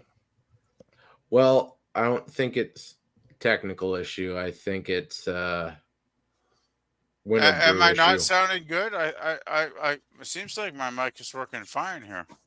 Your mic's working fine out. I think it's your mouth not working too well. You're slurring a lot. I think it's me. Oh, I'm gonna log out and back on, guys, because I'm roboting. But I know it's me because both of you guys sound like roboting, so it's you my you connection. So you sound okay to me, Pop. So now I hear you. I guess it was temporary. I don't know what happens. It'll start and it'll just stop. So you that's sounded good. fine. I don't know. But yeah, when you came back, I was roboting, and then Resolute was Oh talking, and shit, then he was that's roboting. weird. Well, I it was didn't my hear connection. I didn't It hear was any of that here. So maybe no, it was restart my or something. no. That's what I was saying is. It sounded like you were roboting, and I thought it was you. And then until Germ Hmm. spoke up, and then I heard him roboting, and then that's when I knew it was me. Okay. Well, Yeah, okay. whatever. You want to restart? That's cool. No, I don't have to now. It cleared up. Oh, Otherwise, okay. I wouldn't even be. Yeah. Otherwise, I wouldn't even be replying right now to what you're saying. Hey, I hope I'm not slurring too bad. Like, I only had a couple drinks tonight, Germ, so I don't think I'm that pissed yet. So That reminds me, I've got some beers I should have put in the You're on refrigerator. the. always You're put still those beers in the understandable, but you freezer. got a noticeable slur to it. Nah, But fuck you're me. still There's understandable. always a critic, isn't there? There's always a fucking critic. Well, as long as we can understand what you're saying, you're fine. Oh, Yeah. I can understand what I'm saying. It's when I don't understand what I'm saying that's when I'm really in trouble. Right? Yeah, exactly. There you go. Suzanne says, Germ, check out Marty up north. He has a great channel for hiking, camping, everything outdoors. Uh, I love Suzanne's poppies. That's very cool, Suzanne. and Jim says, PPP is sleep or hammer. No, he went to the refrigerator, I think. Yeah, I just Or go had to to the get bathroom. some. I don't know. I just had to get some cold pop out of the fridge. It's not pop. It's like soda. Gap After Dark says, hammered. And Gap is laughing. And Gap says, it's only 2 drinks always. Oh fuck. Okay. No, I have some. I bought some beer last week? And it's not in the fridge. And I keep every now and then thinking, oh, I need to put that in the fridge. That sounds good to have a couple of them. And I don't Yeah, do it. yeah. Cold beer is 10 times better than warm beer. Oh, Totally. yeah, I'm not going to do that. That's puke inducing. Warm beer sucks. That's British. You got to be desperate to be drinking warm beer, as far as I'm No, I knew concerned. this old guy. He was an alcoholic. And he drank Old English 500. And he didn't even bother with the refrigerator. Because he just drank it in mass. So he would just have it sitting there. And he went, I was like, ugh. Old English and this malt liquor. I'm thinking, ugh, yuck, yuck, yuck. Oh, I hate malt liquor too. Malt liquor is disgustingly gross. Fuck. I hate I that think it's shit. stronger than regular beer, but Oh, that's it's what they do. I stronger, think but it's to get drunker faster, Yes, it's like probably. 3 let's times put it this stronger way: if I'm going to minimum. get drunker faster, I'd rather just have hard stuff over that because Yeah, malt that's what I liquor is say. gross. God, it tastes horrible, man. No malt liquor for this boy. Yeah, I remember liquor stores, the people standing out front with their King Cobras and it's like stuff like that. I'm like, yeah. And you could smell it. The strong, even the smell in their breath was so strong compared to people that drink regular beer. Yeah, sorry, lost my headset. Damn. But yeah, malt liquor is horrible. I can't drink that shit. It's really bad. It's really bad. It tastes The, horrible. It smells horrible. It's just god awful. Like I don't get it, man. have any of you seen that guy on YouTube? He's putting together a model of the Enterprise, and he's doing it at 125th scale. Have you seen that? I think I might know the channel you're talking about because there is a channel I'm sub to that he does a lot of model kit stuff on No, yeah, this Star Trek. guy, I don't right? know currently. This I know guy. Cinnabon was doing that for a Could while, be a but that was could be a quite a different while No, ago. guy. but no. Let me look it up. I don't think you guys understand what I'm saying. Hold on. Yeah, just look up the channel if you want to put it in the private chat. Then I'll know exactly who you're talking about. Well, I want to share this with everybody though, if I can find it. That is. There's one guy sub to that has a lot of really cool Star Trek model kits that he's worked on, which is kind of fun. But Well, yeah. For that, I recommend could be a Sean. different guy, I guess. Well, I recommend when it comes Oh, to model building, obviously Sean Carter, the sci-fi model guy. But no, no. That's probably the guy I sub This to. one Yeah, is yeah. right, but no, the one that I'm talking about. Here Different. it is. Okay. No, you guys didn't hear what I said. 125th scale, 125. That's very tiny. No, it's huge. It's 125th of the size of the actual Enterprise. Isn't one That's on what I'm. one huge That's what I'm though? Or- saying. That's what I'm saying. Like for example, just the saucer alone is taking up almost his whole backyard, and he's building all the decks with all like little miniature people inside and everything. Well, power to him. I appreciate his you know his what the fuck um Dedication. dedication. That's it. Yeah. So All thank right, you, thank you. let me share this with you. Here's I'm going to give you guys. Here's a little taste of it, and because I highly recommend it. Don't get a Let's see. Let me copyright pull it claim. up here. Okay, but look at that. That's the engine. The second window you see down there. That's one of the warp engines. So what Okay. he's doing is Okay. it's not like he's not like buying a model kit and putting it together. That's what I'm saying. There's lots of channels like that. This guy from scratch is building this huge. I mean, look at the size of it. Let me.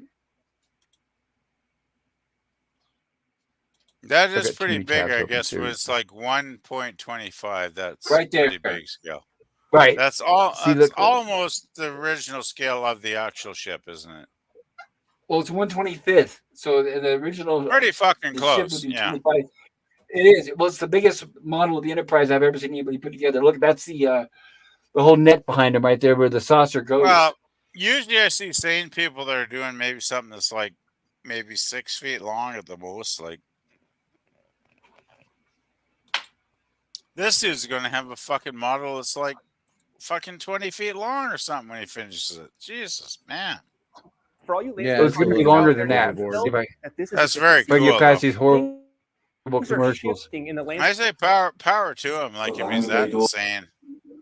I kind of do like crazy people that do Well, it shit looks like like this. this is the hangar deck, right?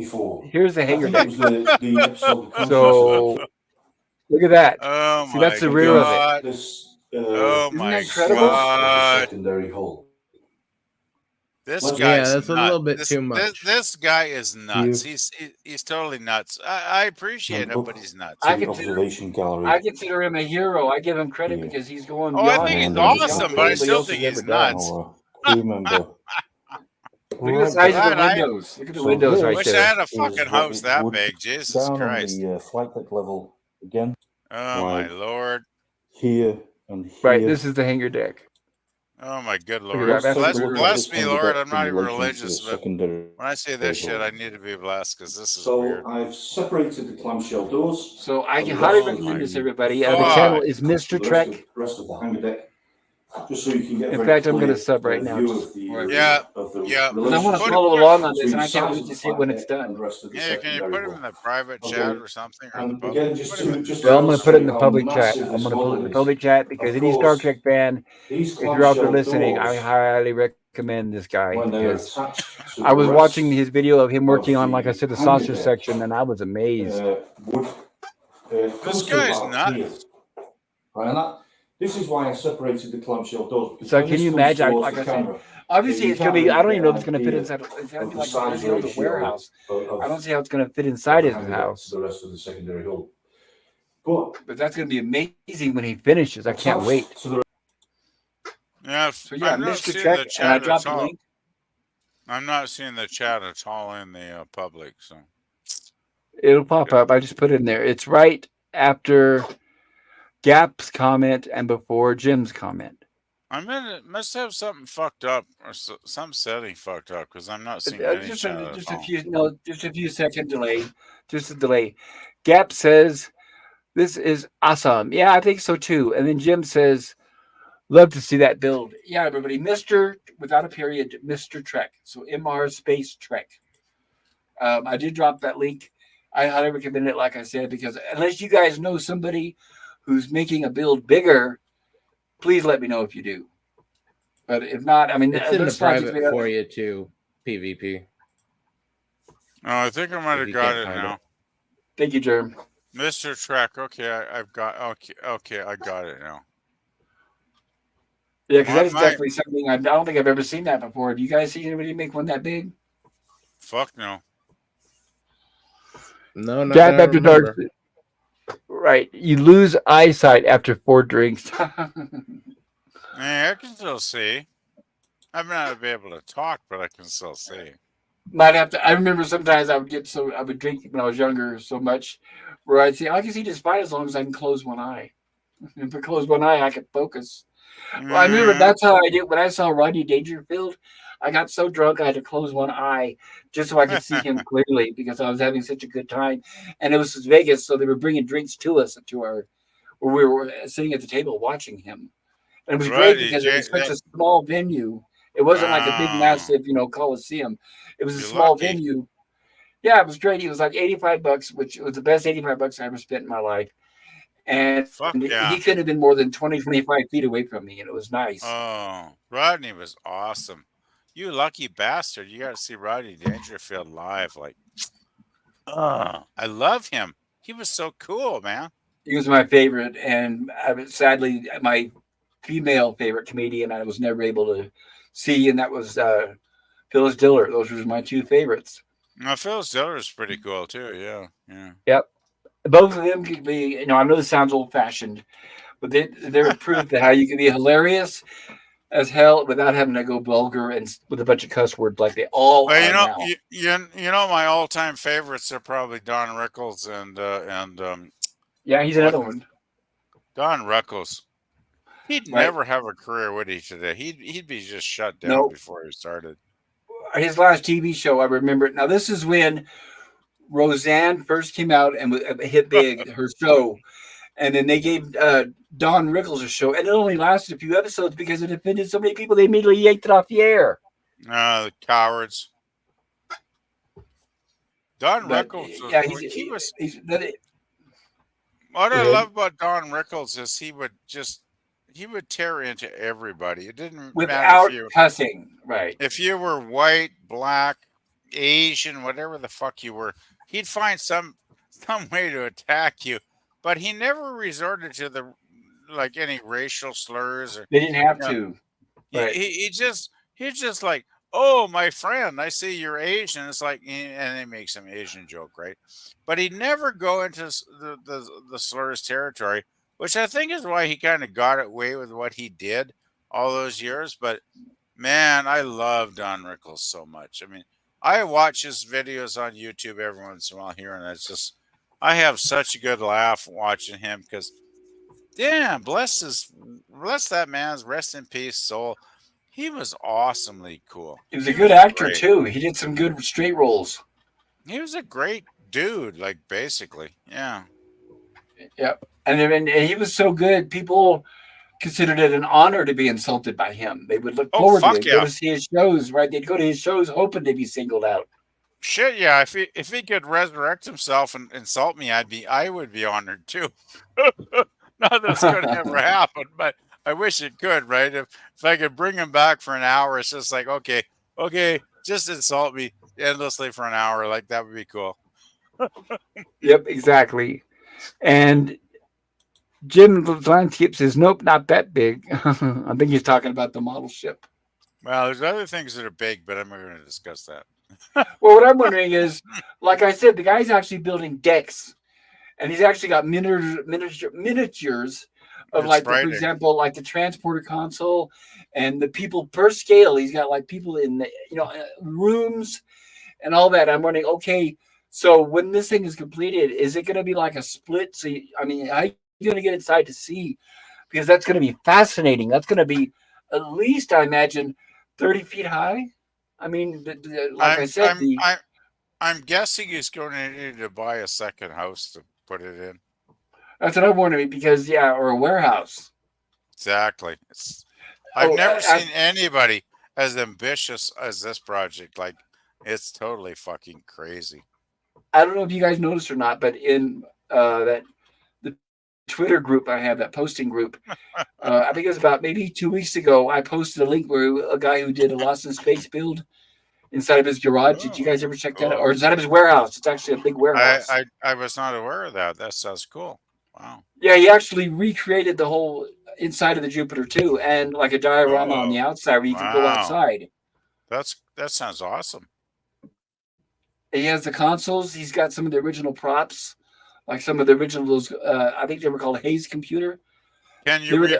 repost You that? guys, I'd have to find it, No shit. but Well, actually, it's probably easier just go back to the Twitter group and just scroll up, which I can do okay. that while we're talking. Yeah, hey, we got another. Can you believe it? We're almost at the end of season 2. We got like 2 episodes left. 2 episodes left, and like I said, I got the new book, and I'm all ready for season 2. Yeah, I should watch that one tonight. Fuck, I got that one to watch. Damn. And I like I gotta said say, the before, last episode kind of sucked though. Do you think the quality went down when they got towards the end of season 1? It seems like it did. yeah, well, yeah, it was like a roller coaster up and down. I Yeah. think we're gonna find the same with seasons. Well, with seasons 2 and 3, it's still they had their bad episodes, but they still had enough good ones to make it worth watching.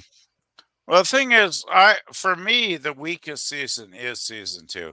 I think there were many more crappy episodes than good ones, but we still had great ones. Like the one where they went inside the robot was totally awesome. There were some really awesome episodes, but there were some really bad ones too. I like season 3 though. I think, you know, unlike Star Trek TOS, season 3 kind of bounced back and had a lot of really good episodes because the Jupiter 2 actually got to be traveling in space, and I think they landed on like 11 or 12 different planets during season 3, which is a lot of fun. It was really good actually. Yeah. In fact, I was reading as far as ratings, they weren't doing bad. They had pretty good ratings, but it was the fact they ran out of ideas, which pretty much ended it. The network said, you know what, you guys are running out of ideas. Plus, this is getting very expensive, so we're just going to go ahead and cancel the whole thing. And that's what they did. So Well, what basically started it was them running out of ideas, which gave the network an excuse to cancel it. I did hear another thing that I don't know if this is true or not, but I heard that the network basically told Irwin, it's like, we're not going to fucking give you any more money on the budget for the 4th season. So Irwin, he was like, well, fuck you then. I'm just going to kill the show. And that's exactly what he did, right? So who knows what's true? I don't, you know. Well, plus it was getting more expensive, like I said. Yeah. Every season, the casts were negotiating for more and more money. So, of course, that never helps the show when they're doing that. Maybe it was the Great Vegetable Rebellion that killed her, right, Pop? You remember that one? Yeah, that didn't help it much. That's probably that could be possibly my favorite episode on TV ever because it's just so fucked up. It's a work of genius. You got to admit, it makes Spock's brain look pale by comparison, right? It's so Yes, funny. exactly. I laugh. I'll never forget.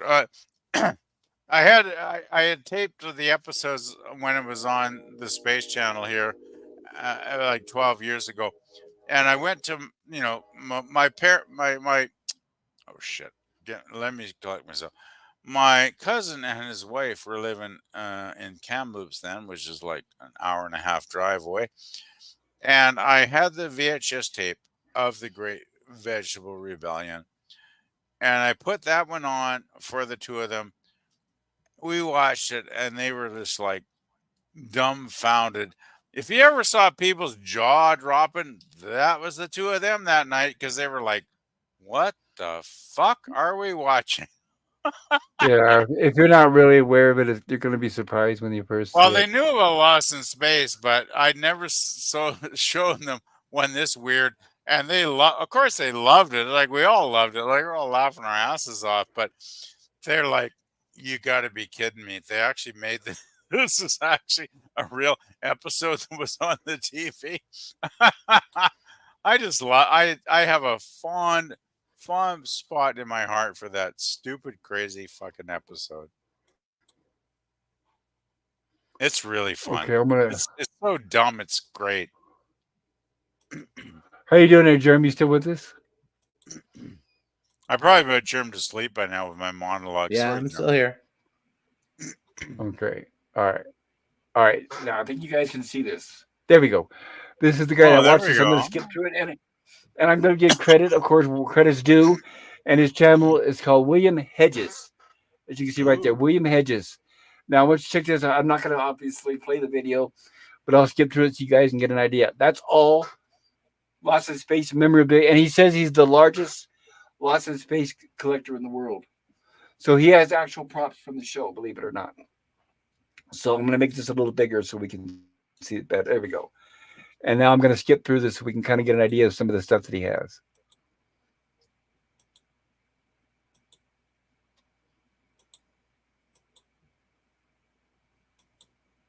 Look at this. Look at that. He actually reconstructed. Look at this interior. Like there's the galley.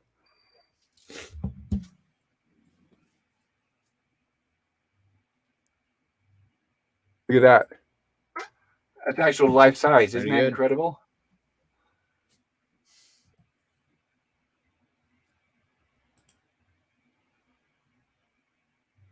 None of that's a miniature. He actually recreated even those panels there with all the circuit boards. There's the diorama outside. You can actually walk outside and walk around in that thing. Because first I thought it was just like a picture that he posted outside the window, but it's not. You can actually go outside the door and walk around. I was surprised. I could never put that much effort into something like he has. That's incredible. See, look at that. See outside. I would if Jesus I had the Christ. time and money and the big enough. Like I said, it's obviously it's got to be a warehouse because the No, door actually look at that. The door opens just like like the door on the show. it's insane. It's like having more money than CBS did back I in the know. day, I right? wish I had that. I know. Look, so look at this one. Look at the thing he's getting ready to pick up. Like look at this. Yeah. He had to pay a lot of money just for that. That's one of those original. Remember they used that in the show to supposedly. Yeah, he either won the lottery or inherited great wealth, I'm guessing. Like he's obviously rich. I can do that in my fucking budget. Wow. That's really cool though. Very impressive.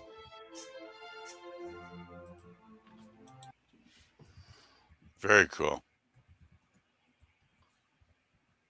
Man, that's so cool. That is very, very cool. Probably hanging out all the time right there. So yeah, he's got obviously. Yeah, it takes money to. Even remember those glass orbs they use there in a couple episodes right there. He's even got some of those. Here are some of my replica props. That I'm I've made. blown away by how cool this is. Light panel. Look at that. and This is the amazing. ubiquitous light domes. This is incredibly cool. This is beyond awesome. It's like And of course, he has some props to episodes that we have not gotten to yet. this is uber awesome, man. This is so cool. I get jealous when I see these people that pictures of them meeting all these And famous celebrities. he's even got a theater. Yes, That's fair. look at that. He's even got the alien. Look over on the left there. Remember that alien from that one episode there? Oh man. So yeah, I don't remember them ever selling those. Like they've sold models of the Chariot and the Jupiter too. But some of that stuff, I think he had to hand build. He even has the derelict from the second episode right there, but it's blue. Oh, that's yeah. I just know. Thank you for pointing that out. That's very cool. Look at that. Holy He's got that shit. staff from the keeper. Yep, and it even glows and turns on and off just like on the Son show. of a bitch. This is fucking cool. Damn, I'm so jealous.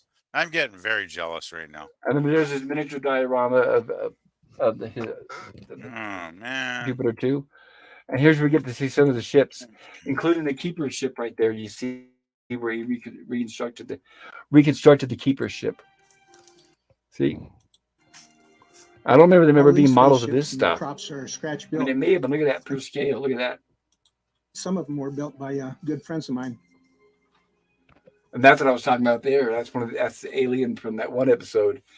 And I don't remember them ever selling those. So I think he built that from scratch. And we haven't gotten to that episode yet. Look at that. You did say something about friends. We got to the helping bird build scene. stuff. We had that. What's that? He did mention something back there about friends helping him build stuff. So Yes. Yes, he did. And there's the bird from the pirate episode with Albert Salmi. And we're going to get behind that. That's where we get to that department store. Remember that was a portable ordering device where they ordered people. What was her name? Mina? I don't know. We'll get to that episode. And then we got His Majesty Smith, the crown, from when Dr. Smith put the crown on and became a. That's quite a collection, I gotta say. See, that right there. He did not rebuild. He actually bought that stuff, and that's actual stuff from the 1960s, like the same stuff they used for the props for the show. That's why you see it so dusty. That's crazy, man. That's him, and he ends it. Very So I cool. think, yeah, that's where. I think if his wife is ever looking for him, she knows where to find him, right? His wife was probably going, "Why the fuck are you spending so much time on this shit?" Well, it's going to be two things: either she's a fan of Lost Space 2, or he's single. Working And through a hello, divorce, Basil. Right, exactly. Welcome, Basil. Good to see you. Basil says, "How do you do, guys? Better late than never." Absolutely, haha. I hope everyone is well. We are doing good. Hey, Basil, we're often late. I'm usually late. My life is late. It's like, well, I will be late one of these days when I pass away. It'll be the late, The late, right? the late asshole. The late PvP. We knew him well. We didn't like him, but we knew him well. Resolute Germ says, "Howdy, Basil," and Gap says, "Hello, Basil," and Basil Yeah. says, "Hi, Resolute Germ," and Basil says, "Hello there, Gap. How are you?" It's a Very Basil cool. love fest happening here. I know we're covering Star Trek fans, right? I know it's an odd topic, but first we showed the guy building the Enterprise, and now with the full scale replica of the Jupiter 2. Gap After Dark says, "Good, you, Basil." But that'd be the next step. Imagine if somebody actually builds the Enterprise on a 1-to-1 scale, right? You get somebody rich enough who's a fanatic Oh enough. fuck, that would be Somebody awesome. like Elon Musk or somebody who can afford it, right? I'd love to build a 1-on-1 scale of the original Starship Enterprise. That would be fucking great.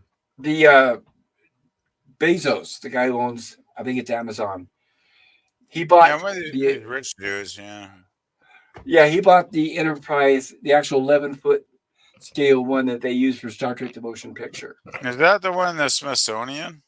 No. This is the one they use for the motion picture, the refit. Oh. And so I saw a picture of it online. He has like a lobby, one of his buildings, and it's just sitting in the lobby on top of it like a pedestal, Huh. and you can see the cables hanging out of it for the lights. Is that the I believe Enterprise that's the A? Blue Origin Is that the headquarters. Enterprise A then? You could be right, Resolute Germ. Yes, it's the one. It's the A NCC 101A. I remember Because obviously Scotty's. we all know, right? The TOS one. Obviously, we all know it's in the Smithsonian, but I'm talking about the one from Star Trek: The Motion Picture that they built, the refit. No, Okay. wait, maybe it's 22 feet long. I don't know. It's been so many years. I'd have to look it up again.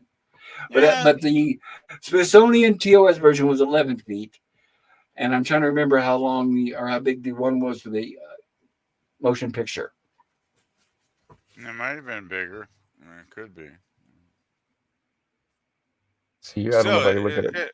it looks so cool. I mean, did you see it in a theater like I did, Pop, when it came out? Absolutely. Oh yeah, I couldn't wait. We were looking forward to it.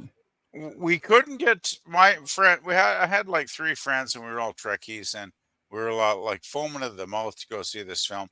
And of course, the first 7 o'clock was totally sold out, and we were fucked, right? So we got tickets to the 9 o'clock show. Thank goodness. Second showing on that preview night, we were so blessed. We got in to the theater and sat our asses down on the cushy seats, and the theater was, of course, it was fucking packed with Trekkie fans, right? And it's like when the film started, it was like, oh my god, oh my god, oh my god, we've been waiting 10, we've been fighting 10 years to get our favorite crew back, right? And oh, I gotta tell you, when Shatner and the crew pulled up to the Enterprise early in the film, and we saw the Enterprise in dry dock and all its glory. Fuck, man, tears were shed. Well, even now, I think we were all crying. I'm still crying. even right that sequence at the beginning there, when it shows God. Kirk and Scotty flying around it. I still to this day, I'm not sick of that. I could still watch that over and over and over. And I've heard people complain. Yeah. I've heard people complain, why do they do that? It takes so long. It's boring. I don't know. I can still watch it. It's emotional. It is. It's like going home. It was so emotional. Like all my friends, we're like dudes. We don't like, to admit we're going to sob, but I think all of us are probably sobbing when we saw the Enterprise in all its glory in the dry dock. It was just like, oh, we got our I ship wasn't back. born for another 6 years, so We got our ship not really. back. You had to be there, So, I guess, so in the Germ, theater that night. so Germ, what was your first exposure to Star Trek? Since you were born Watching 6 on years after the motion television picture. when I was about probably 2 or 3. So that was TOS when you were 2 or 3? Yeah, it was before even Next Gen came out. Well, Because my mother was a fan, and she had him on VHS tapes, and they played it on television quite regularly. At least you got exposed to TOS. That's the good stuff. Right, and you were right, Jerem. It says the reception area at Blue Origin. That's where it sits, as you guys can see right there in the middle. And I don't know. I would be afraid somebody would tip that thing over or steal it or something. But I know the thing weighs several hundred pounds, so it's not going to be too easy to steal. Well, if you want somebody bad enough or smart enough, they figure out a way. But it just shows a rich man and his toys. Or can you imagine showing that off to all your friends? No, this is the one they actually used in the movie. Yeah, he bought that off of the that big auction they had. I forget what year it was. And that's he bought that one. Paul Allen bought, I believe, 2 ships off of that he put in his museum. Now, are you talking about the smaller scale Enterprises? Or are you talking about like maybe the Reliant or one of those, or what? The film used ones that they had in that mega auction they had. Hello, Daniel. Hi, Pop. What's up? Chilling, hanging out with friends, sharing all these pictures and things we wish we had. Hey, Daniel. Yeah. How you doing, man? Hi, Resolute. Hey, Daniel. But it's like, that'd be another person that collects some really cool stuff is the director Guillermo del Toro. I don't know if you guys have seen. He's turned his entire house into a museum. Now his stuff that is mostly like famous horror stuff from horror movies. He's the And it's guy that did fascinating. the. Is the guy that did the Hellboy, right? Yes, the first one or two with Fuck, Ron Perlman. you know what really pissed me off is the first two with Ron Perlman are fucking awesome, and then he was, I think, wanting to do a third one, and the studio fucked him around, and so it never got made. And then they did Yes, some reboot, and everything yes. I've heard is total shit. So I never watched it because it was garbage. And it's like, fuck, why didn't they let him do a third one with Ron Perlman? Because that would have been a fucking awesome movie. It Before really Ron pissed me Perlman off. destroyed his career. Now Pissed me off though. in the reboot, it wasn't it the guy from Stranger Things, if I remember right. I never I'm not watched sure. it, so I have no fucking idea. It could be like, Joe the fucking homeless guy for all I know. I didn't care. I just didn't care after that. It's like, well, they fucked everybody over. It's like Yeah, I I didn't don't I see it. don't care. I take it you didn't see it, Daniel. The remake, whatever of Hellboy.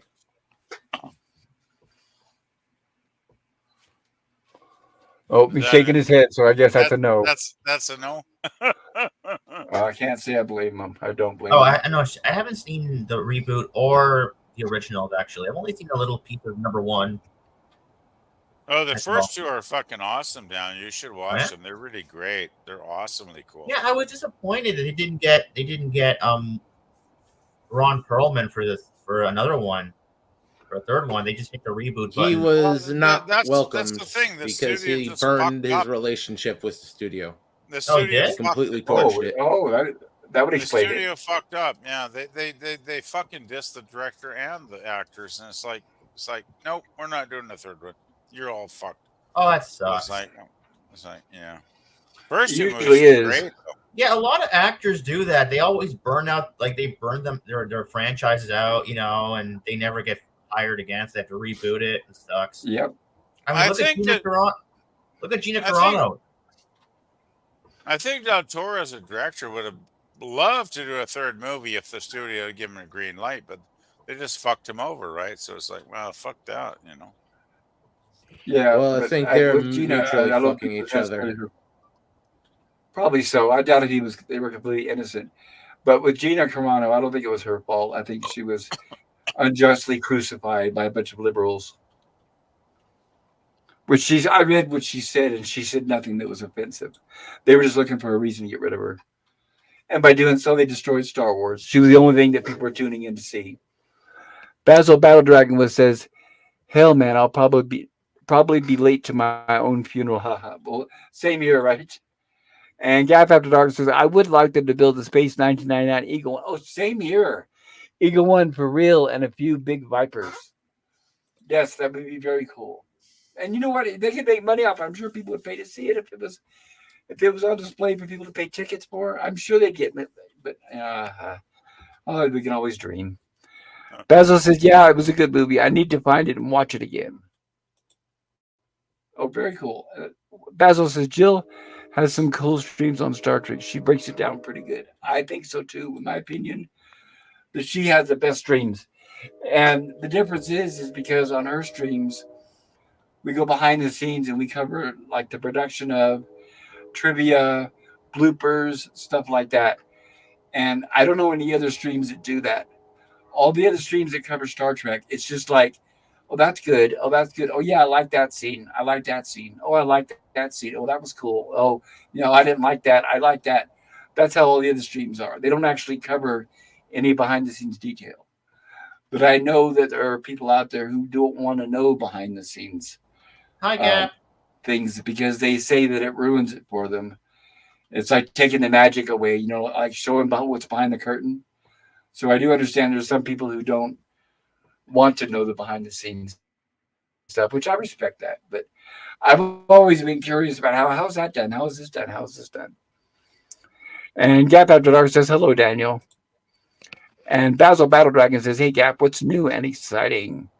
And Gap says, "Not much, Basil. You?" That's very cool.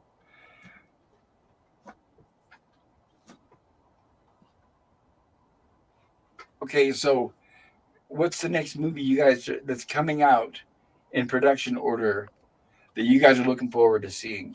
I know a I lot of movies have been postponed, but I'm yeah, not. I'm I'm not really looking. I'm not looking forward to anything. oh, not even Dune. It's Oon. probably going to be crap, no matter what they Dune put is out. the first one was overrated. The next one isn't going to be any better. yeah, I'm really happy that the writer's strike is over, and yeah, Deadpool 3 is going to start production before Thanksgiving. That's what I read. Actually, I Well, agree with wait, Daniel. you mean Deadpool 3 is complete? the only one I'm looking forward to. Well, they were It's gonna already be filming fun. it, so you mean they're going to continue production because they did start and they were Yeah, they halted did start. because Yeah, I just hope like hell they don't fuck up Deadpool because the first two films are fucking awesomely good. And okay, yeah. so if they turn it into some PG crap, if Oh no, Disney no, just it's going to turns be PG. it into R. crap, It's going to be rated R. I Okay, hope so. let me ask you guys this: do you honestly think that it coming from Disney that it's going to be woke? I mean, how do you think it's not I going to hope be? if it's woke, it will die because I'll watch it once, and if it's woke, it'll be the only time I ever Right, watch it. but that's never stopped Yeah. Disney up to now. So what makes you I guys think hope that it's not going to be woke? That they're not going to have their hand in it? What makes you guys I think hope that? that Ryan Reynolds has enough They'll have their pull. hand in it. He I hope has Ryan minimal Reynolds That's pull. has what I enough. say. That's what I agree with Germ. I hope Ryan Reynolds Look what has they did to enough the Orville when pull. they took it when they bought Fox. Look I what they did to hope the Orville. Anybody see the difference in what happened with season 3 compared to 1 and 2? I hope Ryan Reynolds has enough fucking pull and power to say fuck you. I'm going to do Deadpool the way I wanted to do Deadpool, and it's going to be good. Other than that, we're fucked. I agree. Well, I had faith in Sam Raimi until I saw he bent over and took it for Doctor Strange. Don't you hate? I never thought Don't you Sam Raimi hate? could sell out, but he did. Don't His you? role in Doctor Strange is highly exaggerated. He Doctor Strange was showed up great. to stitch First some movie scenes was great. together. Second movie, I not think so it's the other much. way around. I think he filmed a movie and then he said, "Okay, I'm done," and he left, and then they just took it and tore it apart and reshot the whole thing. I think is what happened. He was there at the beginning, but not the ending, in my opinion. It's always bad when your heroes bend over. Yeah, I think the way it's gotten in Hollywood is they figure you've got to either play the game or you'll never work again. I think So everybody that's in why they're all Hollywood slowing out now at this point. everybody in Hollywood now has a contract clause where they have to bend over at a certain point, right? But Or we see them making the videos where they're in their cars, oh right? my Saying, "I don't know what lord, all you oh my toxic men good are lord. doing, and you guys are all a bunch of istophobes and all that kind of stuff." Oh, And they don't realize that's ruining their careers, right? I'm happy to remain toxic, so fuck it. Anything they don't like, I'm all for. I'll put it that way. I'm toxic and I'm happy. But I don't know. I mean, I hope I'm wrong. I hope Deadpool 3 is not compromised. But I just consider who owns it. I hope it's as if it's anywhere as good as the first two, I'll be happy. Yeah. I'm I thinking about just now. hope that they're going to bring Cable back in the third one, are they not? I'm hoping. No, the TV. They haven't announced that. Because Cable was a fucking great character. No, What have you heard, Daniel? The TVA is going to send him back to his reality. Yeah, but I hope he's still in the third movie for a little bit. I think they had to get rid of him because Hugh Jackman wanted way too much money to come back. I'm sure, so they had to cut a few characters like Domino and. Well, we shall see, right? Because Cable was Josh Brolin, right? Rumors are not the same as reality, so we shall see. Yeah, but it makes sense. It makes sense. They have to do some cutbacks in order to get the more expensive actors, like Hugh Jackman, because I'm pretty sure he wanted way too much money to come back. Yeah, but maybe he won't be in the movie that much. You never know. Well, if they're going to pay a lot for him, they're going to make sure to use him as much as possible. You would think. Yeah, I will wait until I actually see the fucking movie, because you never know what it's just studio politics, right? You guys don't think that he's right, but you guys don't think that he's a little too old now to play Wolverine? I think he's way too old. No, he's in pretty good shape.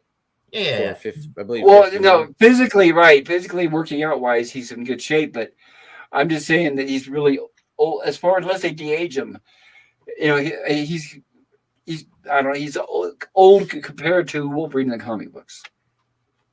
Wolverine I the think And they he's comic can't. getting books old. looks like a I think grizzly he's old getting old. bastard. Yeah. Well, I I guess think at some point he did, but he I guess he started out young and they eventually aged him in the comic books. I think Yeah. he's getting old in the tooth, personally. It But doesn't make any sense. You know, in the comics they say he's immortal. Well, then they don't explain why he aged in the comics. Right. They didn't say why he aged, but it took the movies to explain. Like, oh, They someone did took away. explain it in the comics. Old Man Logan. Well, Oh, they did? refresh my memory. How did they explain it in the movies? Well, Psychosomatic in the no. He went like comics. yeah. Well, in the movies, he went to see his old friend from World War II, and Uh-huh. and the guy from World War II was dying, and he was asking Wolverine, so to if he could absorb his healing factor, and Wolverine said no and just left him there, and then he wanted revenge. He took it by force, and he did take it by force, but then eventually he was killed, and Wolverine lost his healing, and that's how he started aging. Well, in the movies, wasn't he like when he was injured? Didn't he still heal? It just it took longer. Yeah, it took longer. Yeah. It was the adamantium poisoning in the last movie. You kind of feel Okay. sorry for him, but like he wanted to get rid of his immortality. Why did you do that? Who would do that? I wouldn't do that. I would keep it. Well, you said they stole it from him. Yeah, the Temporarily. Silver Samurai Then stole he it from him. stole it back. Yeah, but he wanted to get rid of it anyways. Well, they've always said I'm not with X-Men, but they've all from the legend. When I've heard when they've had people that are mortal, they've always regretted it, like in Highlander, because they see all their loved ones die around them, and they eventually regret being immortal, and they wish they could die. Is what I've seen. I've seen that a lot in literature. I guess you could say. That is a rather significant problem with almost endless life. well, Yeah, because it sounds good to us, of course, but if you actually had it face you in the face, where you don't have any choice and you're dying no matter what, or you're living no matter what, then maybe it might not be so pleasant after a while. well, I think Then there's Pop- just the boredom that sets in after a while.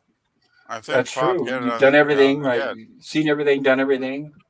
It's Well, I like guess Highlander, right? It's like I love that film. It's a great film, but I can imagine being alive for 1,000 years, 2,000 years, 3,000 years. Like Sean Connery was what? He was alive like for 90. 1,500 years or something when he popped onto the film. I love him. By the way, that's I think one of Connery's best performances ever. It's like a Spaniard playing an Egyptian, like with a Scottish accent. What's not to love about that, right? That was so good. I love that film, but it's like, yeah, if I was alive for 3 or 4,000 years, I might get bored after a while. I say, oh, fuck, is there any point to this? It's like, I think there is something to be said for a limited lifespan. It makes life more valuable. Does that make any sense, guys? I don't fucking know. That makes it more Yeah. precious, I guess. Okay, I'm hearing crickets now. I should shut No, I the mean, fuck up. I guess it depends on where you're coming from. Yeah, I guess, but I think a limitation on things does add value to something. I could be wrong, but what Yeah, what I is it do, with, like- like, yeah. Yeah, like anything, it's going to get old after a while, I guess.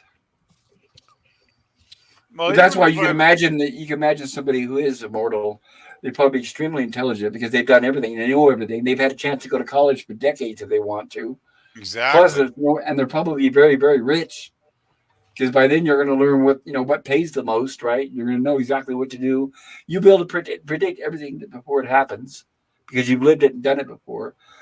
Basil Battle Dragon says what she does takes a lot of prep work for sure. And Gap says they just postponed Superman Legacy to 2025. Oh, Oh, cool. okay. As far as that's concerned, have you guys also heard that the only reason why they announced that movie is because they're propping up Warner Brothers to sell? Have you Yeah, guys heard I that? heard that. That's Yeah. always been the rumor, but they don't have anyone interested in buying at the moment. Yeah, that's what I was going to say next. What's the point if nobody wants to buy it? That's the thing is they want to suddenly, because like Marvel, they killed their franchise, but now they want to suddenly put polish on it and sell it and actually make somebody fall for it that's sellable. You're Yeah. talking no, I don't- polishing a turret, I'm guessing, Pop. Yeah, just like Yeah. Marvel, and just like Star Wars. They lost all their Disney does value. have a buyer. Disney does have someone salivating to get their jaws around their neck. Are you talking I about Apple? wouldn't buy it. I wouldn't Yes. buy it. I don't know. I heard that's just a rumor at this point. Apple keeps denying it. Apple legally has to deny it until they actually go through with it. Otherwise, know, it's major stock market manipulation. Right, but think about this. Let's say if we were Apple. Let's say we're on the board of Apple right now. We're sitting around talking about buying Disney. What do they have that's of value anymore? I can't think of anything. They Back catalog. shit and ruin on everything. That catalog, What about maybe. Star Wars? What They about have Star Wars? Back catalog, and that's all Apple TV needs right now. They Well, have yeah, some that catalog quality might help programs, us. but they if you go don't to their have streaming the content service to fill out the streaming service. Well, Does then they Apple- can make it. right They now. could, they could make a deal just to buy the back catalog, but not like I would say. I wouldn't buy Pixar or Marvel or Star Wars at this point. They're all dead. Does Apple have They have the back Beatles? catalog. Do they have the Beatles back catalog? Because that's worth a few billion. Sony. Probably. Sony has the Beatles. Sony has that. Oh, they sold it to Sony. Okay. Well, I know But if McCartney's you still want like the alive, so- '90s, if you want the '90s Marvel cartoons or the original Right, Star well, Wars okay. trilogy or anything Right, like well, that, okay, you all have right, to well, take let's say that. Marvel and Okay. Star Wars along with the huge hunk of Disney.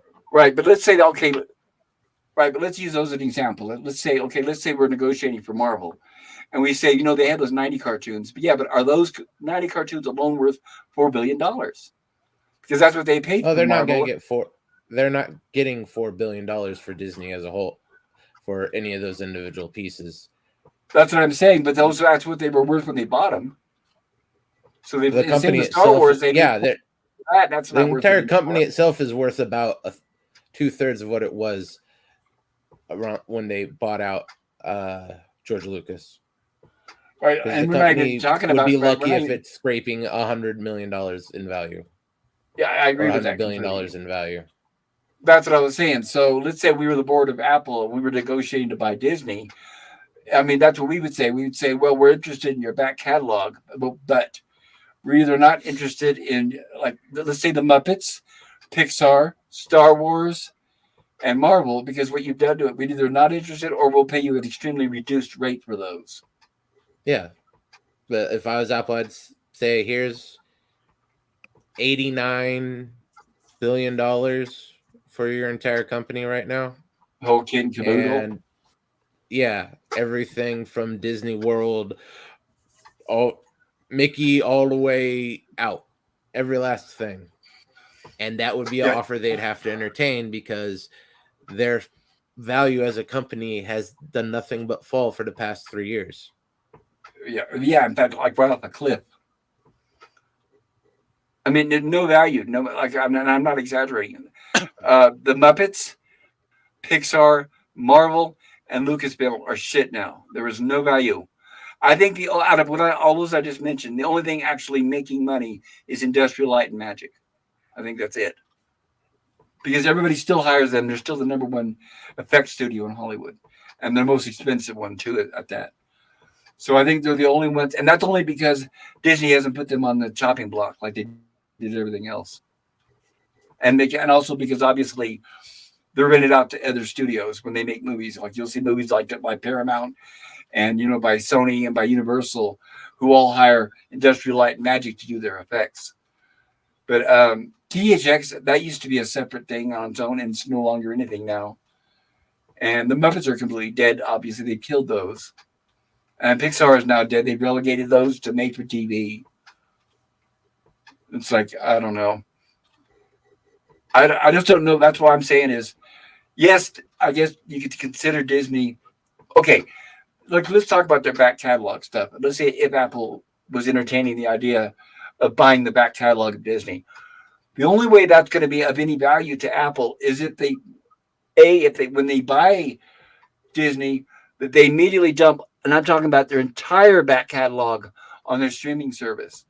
If they were to That's buy the that idea. catalog and not do that like Disney did, then that'd be a complete failure, wouldn't it? And not worth the money. Because that's what The Disney. I idea mean, Disney. is They have that. Go ahead. the idea is for the back catalog to fill out Apple TV. That's the prime value of Disney. Apple And that's it. may very likely end up closing much of the studio production and just scale it back to just wrap all the Pixar and Lucasfilm and everything all up into one greatly reduced bundle and just have them make some feature films and then original product for Apple TV. But do you think the like Star Wars and Marvel? Do you think there's any future in feature films anymore? Maybe 10 years from now. Even And if Apple they- has the resources to just sit on it for a decade. Usually, I can see that being the case if it was comic book fatigue. But I don't think people are tired of comic books. I think the people are just tired of bad comic book movies. Yeah. So I think a comic book movie could be successful tomorrow if it's done right. Probably could. I don't know, but I could But be wrong. Apple is in a position to just shut it down, think about what's going on, and take their time and make a product when they're ready. Disney Right, but is you not think in that that if they're position. right, but we usually when most companies think about it is when they spend a lot of money on a product, they want to exploit it as soon as possible. Usually, they want to get their money back as quick as they can. A lot of Spend that kind of companies money and then aren't worth letting it. 300 billion. A lot of companies aren't worth more than most of Southeast Asia. Well, not only that though, but Disney would have to humble themselves and admit that yeah, you're right. We're really not worth as much as we used Yeah, to be. there and wouldn't be that's any humbling. Disney would be dead. that's The what I was board going would to be say. gone. Right. Most of their, pretty much anyone at the management level would be laid off. That's what I'm thinking because Apple their bought current them out. attitude is right. The current attitude is they think they're worth a lot more than they actually are. They don't want to admit what they've done. So yeah, the only way they're going to ever do it is if they get rid of everybody that's in charge right now, currently. And that's exactly what would happen if they're bought out. Or, and there's always that very, very slim chance that what's his name, Perlmutter, or that rich guy who's trying to get in that keeps trying to force his way onto the board. There's that slim chance that he can get in there and then get rid of all the people that ruined it and turn it around. I mean, there's always that slim, very slim chance. I don't think it's going to happen, or I don't think it's even possible. Well, he's sort of in it with Apple. Is he on the board of Apple? He has major investments in Apple and related companies as well. Well, I know there's He's not- other companies out there. He's but I not don't know on that. the board, just like I don't believe he's on the board of Apple, just like he's not on the board of Disney, but his investment company has significant shares. At least what I normally know. people Again, I would know. I consider think I heard he's bought a whole significant bunch. shares. But didn't he just buy a bunch of more shares for Apple or for Disney? I think I heard. Yes, at severely discounted price to what he had before. Which is a smart way to do it, obviously. Hello, Cody Guy. Good to see you there. Cody Guy says, hey. And Jerome says, hey, Cody. And Gap After Dark says, hey, Cody.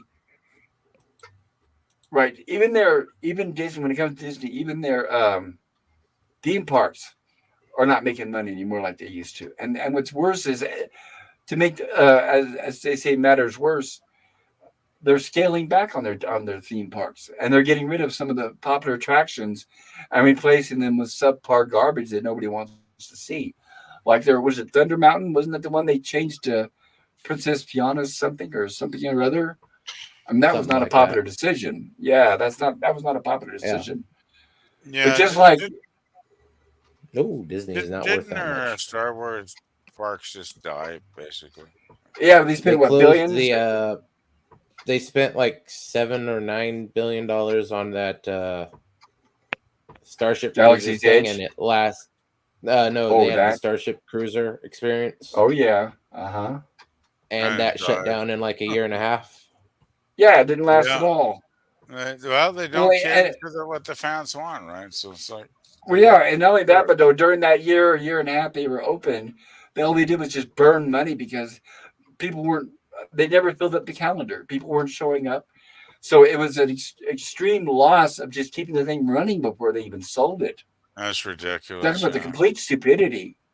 Well, if you don't Complete get stupidity. bookings, it's like there's no point in opening, right? It's like silly. No, right. Well, and obviously, And what just for everybody knows, comparison, Apple is worth 18 times what Disney is. and if anything, as Apple, their stocks are going up on a continuous basis, unlike Disney.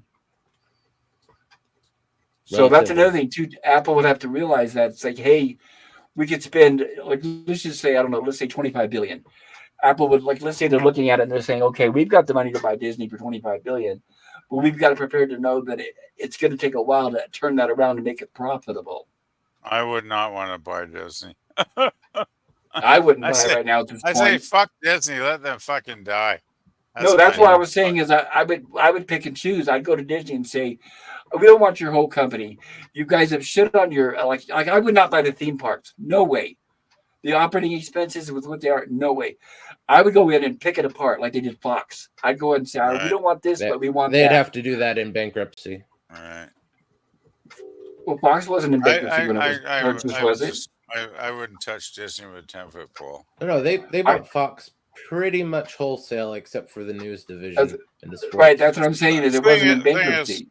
Once they die and go into bankruptcy, near. you can pick the bones clean at that point, right? So, Yeah. That's But what I they was saying. didn't go through and pick and really choose. They gave up what ended up being about 70% of the business. They kept the news, the core News Corp businesses from the Fox label. And what's interesting is the company that owns Fox News also owns CNN.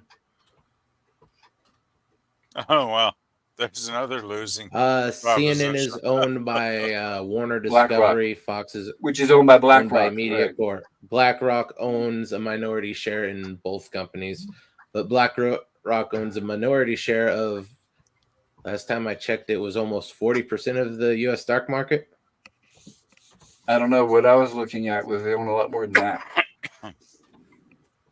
But like with Disney, what I'd say is I'd say here's a discounted rate. You know, I'll buy, let's say Marvel and maybe Lucasfilm, but I'm not going to buy the rest. That's what I would do. I'd say you either sell those or we're not interested. Like the Muppets. You guys, I mean, think about this. Like the Muppets. There's one thing, for example. Do you think there's a way of making that profitable again? Yeah. I mean, that's a dead franchise. It's been dead for a while. Muppets were really great at one time, but well, that's like, and I was thinking like with Star Trek. The only thing to make that profitable, if it's really, really done, if it's purchased by somebody who really cares and really does it right, but that money is that still possible in today's day and age? I don't know, because all they talk about now is focus groups and things being written by committee, and I just don't know if it's possible to not do that anymore. Well, yeah, if it was it's definitely possible. done by a showrunner with a vision that cared, it could be good, right? But it's not a person anymore. Everything's owned by a conglomerate. That probably won't happen. You're right. Right. There's no person out there that's got that kind of money. Unless it's like, like Elon Musk or something. If let's say he steps in and says, I'll buy Star Trek, but that's not going to happen. Wouldn't it be nice if some billionaire actually gave a fuck about a franchise and just step up? Well, Bezos, he's got the money on that, obviously. Right. Musk and Bezos, they've got the money. They could do what they want to do. They could step in and say, like, Paramount. Do they give a fuck about any franchise? Well, no, because they know it's a gamble. Because they're smart. That's why they're rich. You don't get. They're all money, man. They're smart. They're putting their money into making Star Trek real. Well, at least they've advanced rocket technology more in the last 50 years, in the last 10 years, than they did in the previous 50. I would say Musk has, but Bezos, I don't think so. He's just making a ride for rich people that goes up and down, up and down, up and down. He really doesn't have an outlook for the future. I've seen the Blue Origin rockets. Those Blue Origin rockets are a lot more economical than SpaceX and scalable than SpaceX. Right, but if you look at and compare what their future outlook is for, their entire goal, Musk wants to go to Mars, and Bezos is only interested in the moon. He wants to make the moon Bezos like a is hotel, and that's all he more cares about. interested in orbital hotel platforms and orbital construction. That's what That's I'm what saying. Bezos' stats are. Right. That's what I'm saying. And Musk wants to go to Mars. That's what I'm saying. He's got more of an outlook there, in my opinion. I'd say a hotel on the moon is more realistic. Well, they're both realistic eventually. But the thing is the hotel on the moon is only focused on rich people, Robert. Yeah, but you're gonna obviously start 90% of the right? population, 95% of the population will never go to the moon, even if there was a hotel up there, because we can't afford it. That would establish a moon base, which should be good, right? Yeah, yeah. Well, for the rich people, rich people, but for the still, rich a people, moon base is a moon base. Is a moon 90% of the entire planet never leaves more than 100 miles away from the place they were born anyway. Well, I've been even if they have the ability not to. Well, I've been thousands of miles. I do. I travel. I drove down to San Francisco in my car, so I guess I'm one of those weird people that's like the 1%. Me too. Yeah, I've traveled around too, and I agree with you, John. There's a lot of people who don't leave their hometown, but I was never like my family's like that. My family, where most of them are never left their hometown. It's like, I'm hey, from people, California. wake up. Right, I'm from California, and I can't think of anybody in my family who's ever even been to like the Golden Gate Bridge or any of that stuff. That's weird. So I agree with it. I But I have. drove over the Golden Gate Bridge in my car. Well, I've been there many times, obviously, but it was cool. But I'd be one of those. I get my age right now. I'm my age. I'm older. I'm old right now. But if I had the money, I'd go to the moon right now. And even if they say, well, you may not make it there, with today's technology, I'd still say, okay, I don't care. If I got money, I'd do it. Well, I'm just thinking the moon is for the mega rich right now. The moon's but in 100 years, 200 years, you'll have active participation of normal everyday people in orbit on the moon and Mars and stuff like that. It's going to take a very long time. None of us will live to see it, but it will progress to that point. I just think the moon is more attainable. It's more realistic. It's like we don't have too many thousands of miles to travel to the moon. We get there in like 6 days or whatever. I could see a hotel on the moon. Mars, I can see it on Mars eventually. I can see it on Mars. Oh, I have no desire to go to Mars because it's nasty, it's hot, it's horrible, and you'll die. Obviously, the atmosphere is not good right now. But of course, they would build domes just like they would on the moon. Who wants to live in a fucking dome, though? It's like boring enough in my apartment. I don't want to live in a fucking dome. You never know. It could be a city inside of a dome. Hey, if there was hot space babes making love to me all day, then I might go for it, Bob. You'll start off in a dome, but in, say, 300-400 years, terraforming, it's going to take generation upon generation. That's what I say. Yeah, they would eventually terraform. And good night, Gap. Good to see you. Gap says night off.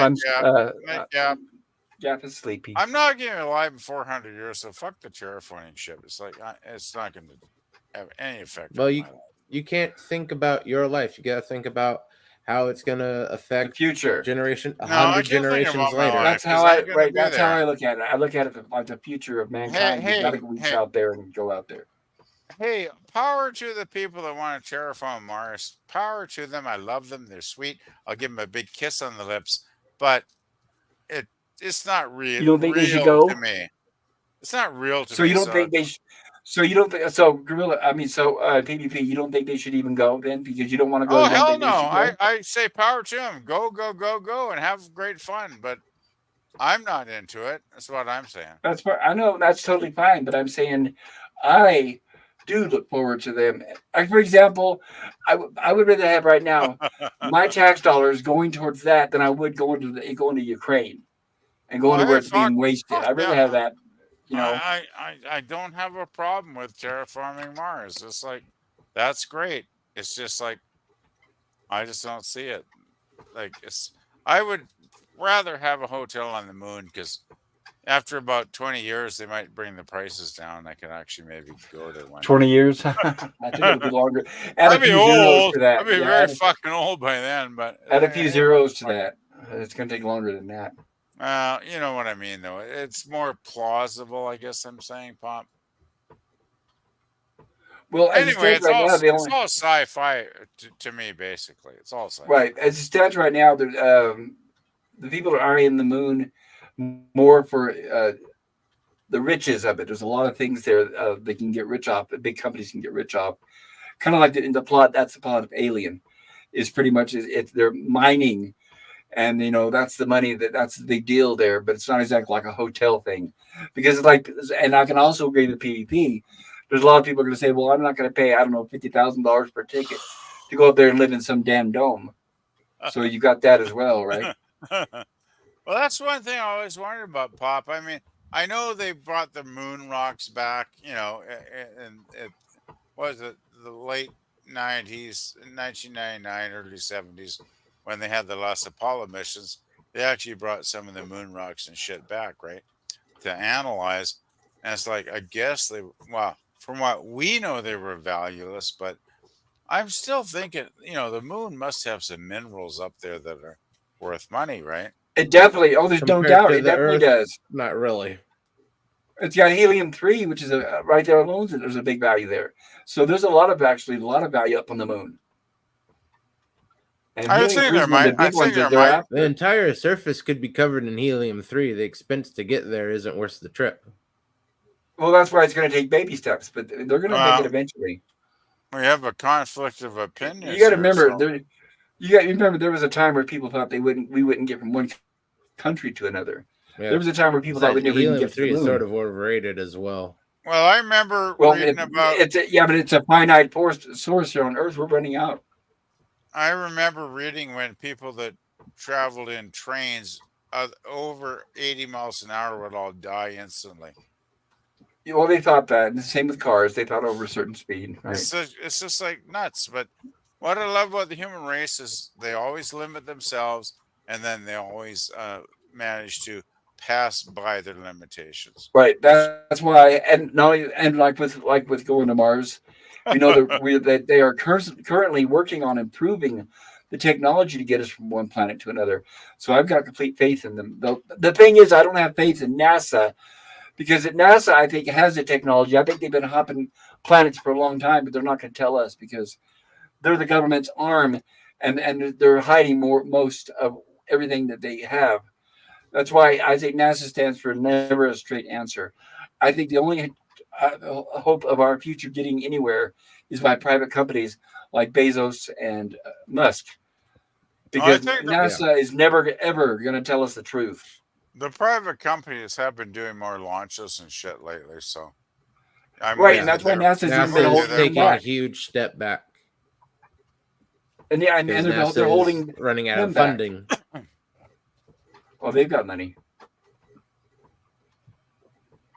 But But the fact it's that fully now believable that NASA has been running the same technologies for the last 40 years. well, that's what I was going to say. But now they're saying that they don't even have the same. All these years later, after the trip to the moon, and they're saying now we don't even have the technology to go to the moon. It's like, yeah, I'm supposed to believe everything they say, right? They threw everything away, all the technology, all the knowledge. They just got rid of it. And it just doesn't exist anymore. Yeah, right. They don't have the ability to build the rockets properly. It's not a they have the plans for all that stuff. They just don't have the logistical capability to build it again. How'd they get through the asteroid belt? The asteroid belt is not very densely packed. The way it's represented in movies is a vast overstatement. There are You have the fact, huge gaping spaces in between them. but remember this: it's constantly rotating around the Earth, so you're having to drive through that, and that's not something we had the technology to do back then. So I don't know. The asteroid belt is beyond Mars. No, we haven't built around Earth between Earth and the moon. Asteroid belt? Yes. But, There's a debris field is it in Kuiper Earth Belt? orbit. Yeah, I The know about Kuiper belt that. is beyond Pluto. Let me see here. The only thing in Earth's orbit is a bunch of debris we've been sticking up there since the 1950s. Right.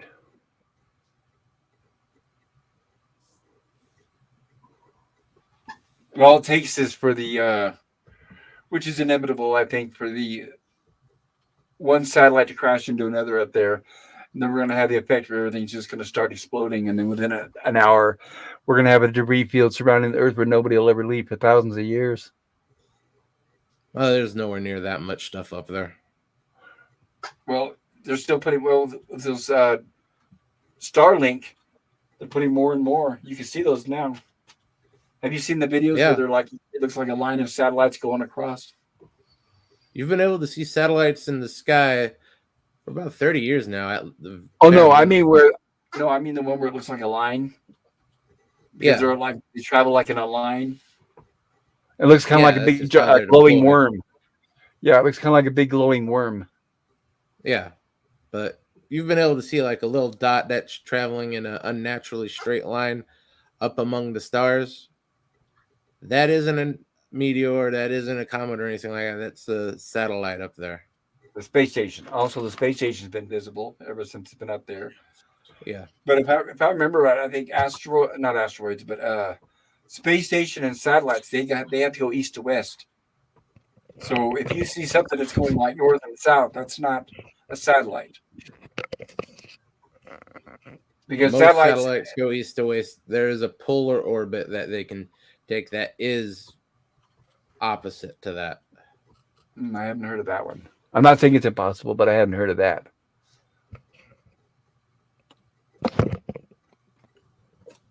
Oh, sounds like somebody's fumbling with their mic. You still Hey, there, Daniel? Lemon. You've been awfully quiet. Jeremy says, good night, Gap. And hello, Lemon Pie. Lemon Pie says, what's up, fruitcakes? Oh, we're just talking about random stuff. We're talking about satellites currently and the state of space travel, where we stand on the Earth right now, and where we might go. We don't know. Hopefully, we'll go. Some of us have hopes that we'll go. Hotels I'm on like the moon, terraforming Mars, etc., etc. Well, okay, PvP right now. Let's say they had hotels already on the moon right now, and Right. and let's say it's 10,000 for a ticket, but they're in domes. But let's say you had the 10,000. Would you do it? Is it worth it? Fuck no, because I don't have the money to do it. No, that's what I said. If you had the money, would you do it? Oh, if I was a millionaire, I probably would, just to have the experience. But I'm not a millionaire, so No, that's but I'm just saying, fantasy. would you enjoy the experience? I don't know if they included like blazingly hot hookers in your room. I Well, might go chances out for are it. slim. One thing you guys have to remember too. You have to remember too. Like let's say Mars, for example. Whoever makes it there first gets to make the rules. So whoever makes it there, like let's say Musk makes it to Mars first, he can make all the rules. So he doesn't have to necessarily live Musk on by. Mars. That sounds like a TV show. But I'm saying is that if he makes it there, he can make all the rules. He can be the president of Mars. Fucking rights. So he doesn't have to necessarily follow along with the rules that are going on here within Well, it's not what America. that's what rich guys always do, don't they? Make the rules. I would. If I was the one, it was my money getting us there. Why not? I guess. Have you guys heard? There's a famous explorer here on Earth, and he's like one of the most famous explorers. But he goes like down in these caverns that are like miles below the Earth, and he's like really fit. I saw him in an interview. He's an older man, but he's like really fit, and he's been like a world record breaker, where he goes down on these missions down below Earth, and they're saying that people like him are going to be the best ones that do take that trip to Mars because they can handle isolation and being what do you call it? No claustrophobia, and without cabin fever and all the other crazy stuff that all of us are susceptible to. Because that's another point. And by the way, you guys know that there is one point of the year with the rotation of the planets. There's one part in the year where Mars is not that far from the Earth. So yeah, there's a rotation where sure it's like way far from us, but there's also a rotation where it's really close to us, much closer, like just a few months. And that's what they would use that. Now they're talking about slingshotting around the moon and then over to Mars. They've proven the slingshot works. Yeah, that's Slingshot one effect. possibility. Right, because even the Voyagers are using the slingshot effects to get around, to get out to where they are now. I'm gonna grab something to drink. I'll be right back. Getting thirsty.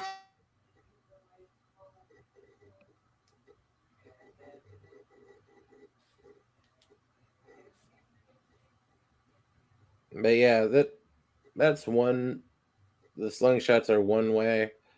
I think a better way would be just to max out speed, because eventually you're gonna want to have a way to travel that isn't gonna take the better part of a year just to get to your next closest planet.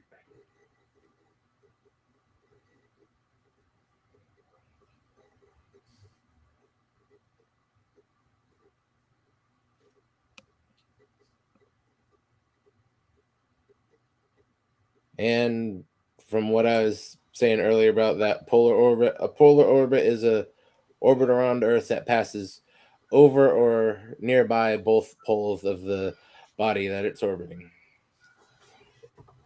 What do you guys think about the inner Earth theory? Do you guys believe there's anything in there besides just a core and a mantle? Well, if you're asking if I think there's lizardmen at the center of the Earth or savage lands or anything like that, no, I in no way, shape, or form believe that. Well, what do you think about Admiral Byrd expedition? Are you aware of that? Yeah, that's the one they based the Savage Land tales off, isn't it? I don't know what the Savage Land tales are, but I know what the Admiral Byrd expedition That's was after World War II. Antarctica, lush jungles, and whatnot. Did they use that for the X-Men Savage Lands? Comic book series. In the X-Men, yeah. So, okay, it's what they. I believe it's what they based the Savage Land and X-Men off of. well, when you think about it, they based a lot of things off of it.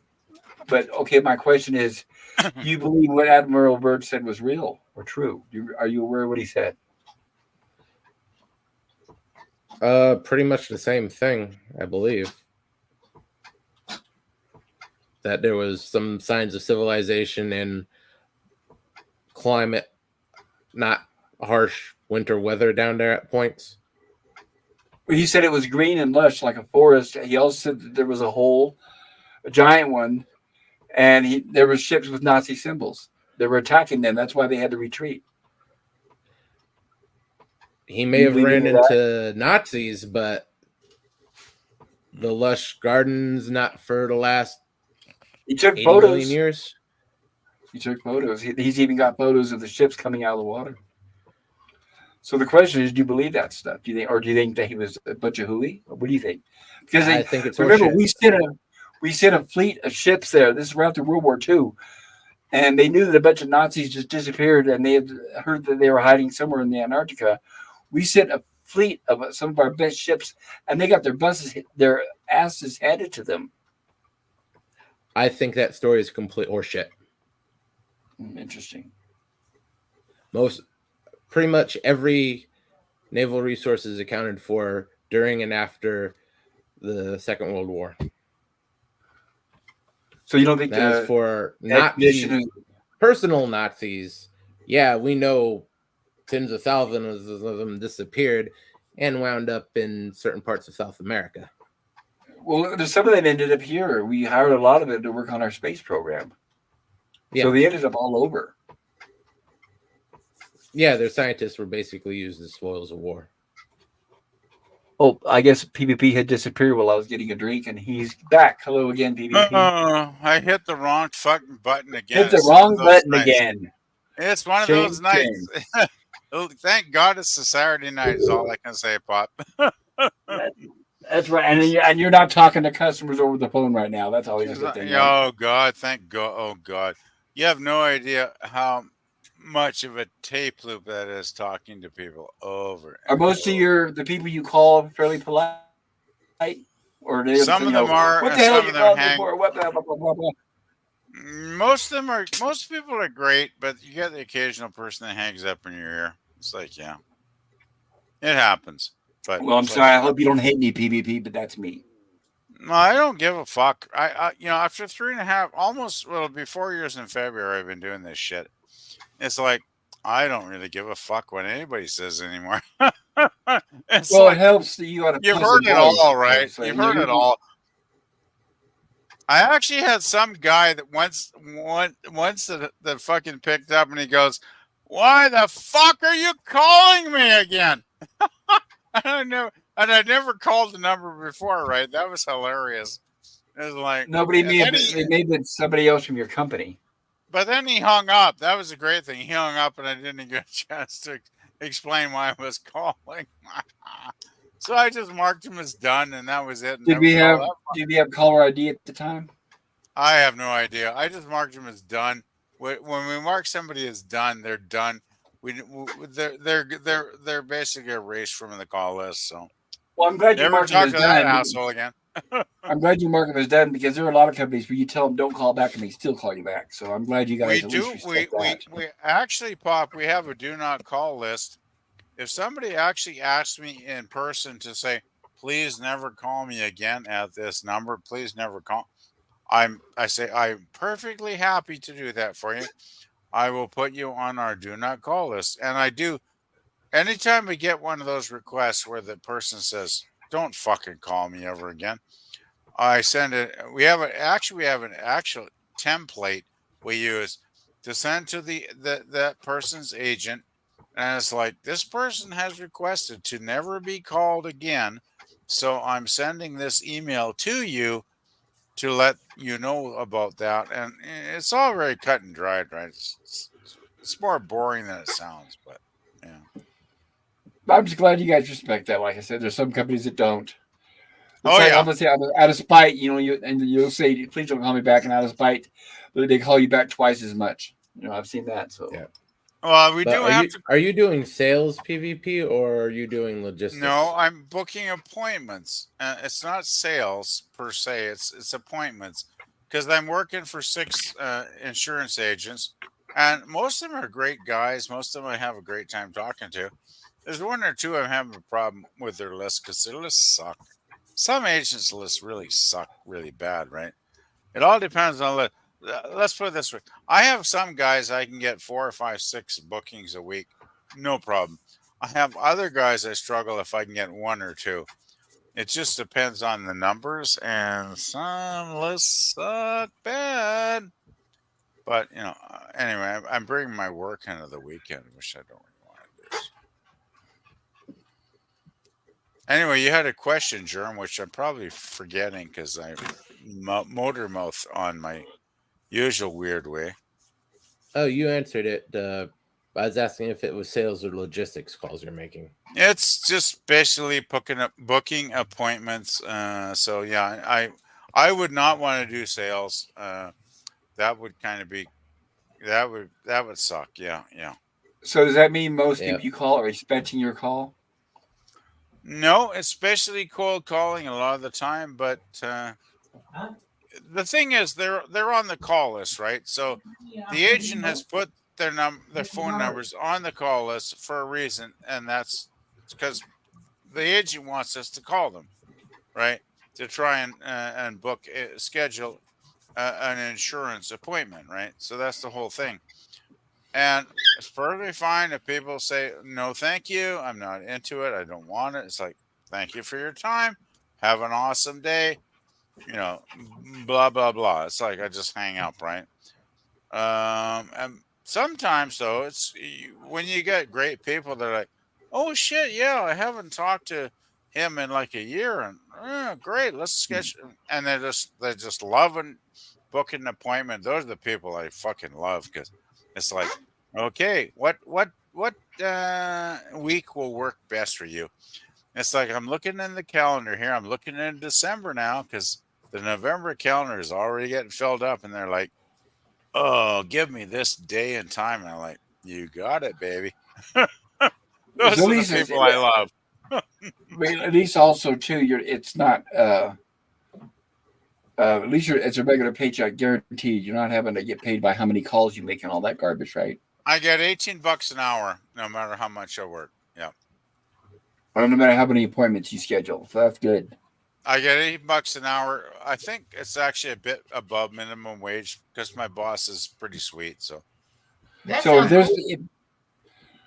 yes, it does. Now, if you have somebody, what if you guys have somebody there, be it their fault or not their fault, but they just can't seem to schedule appointments? Do you guys eventually fire them, or what happens? that's what I worry about because I got a one guy. I'm averaging maybe one appointment a week, and I'm really struggling. I actually got two guys. They got big lists, but trouble is, I call their numbers and I'm getting wrong numbers. I'm getting not in service numbers. I'm getting a lot of shit. And the people I do talk to are they're like, it's like, no, fuck that. I don't want to have a fucking appointment with that guy. And it's like, so it's sometimes it's really tough. It really can be hard, and I'm very worried that I'm going to lose. I mean, I'm already down 26 hours a week because I was once up to like 32 or some fucking thing. So that's a big problem in my job. The How hours many can calls a vary. day? Oh, I probably average at least 100. Oh, okay. Yeah, that's a lot of calls. Oh yeah, I can I've call my learned sweet little ass off.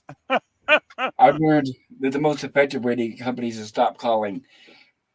First of all, I don't say don't call me anymore because that seems to be the last thing because that, like I said, they'll double down.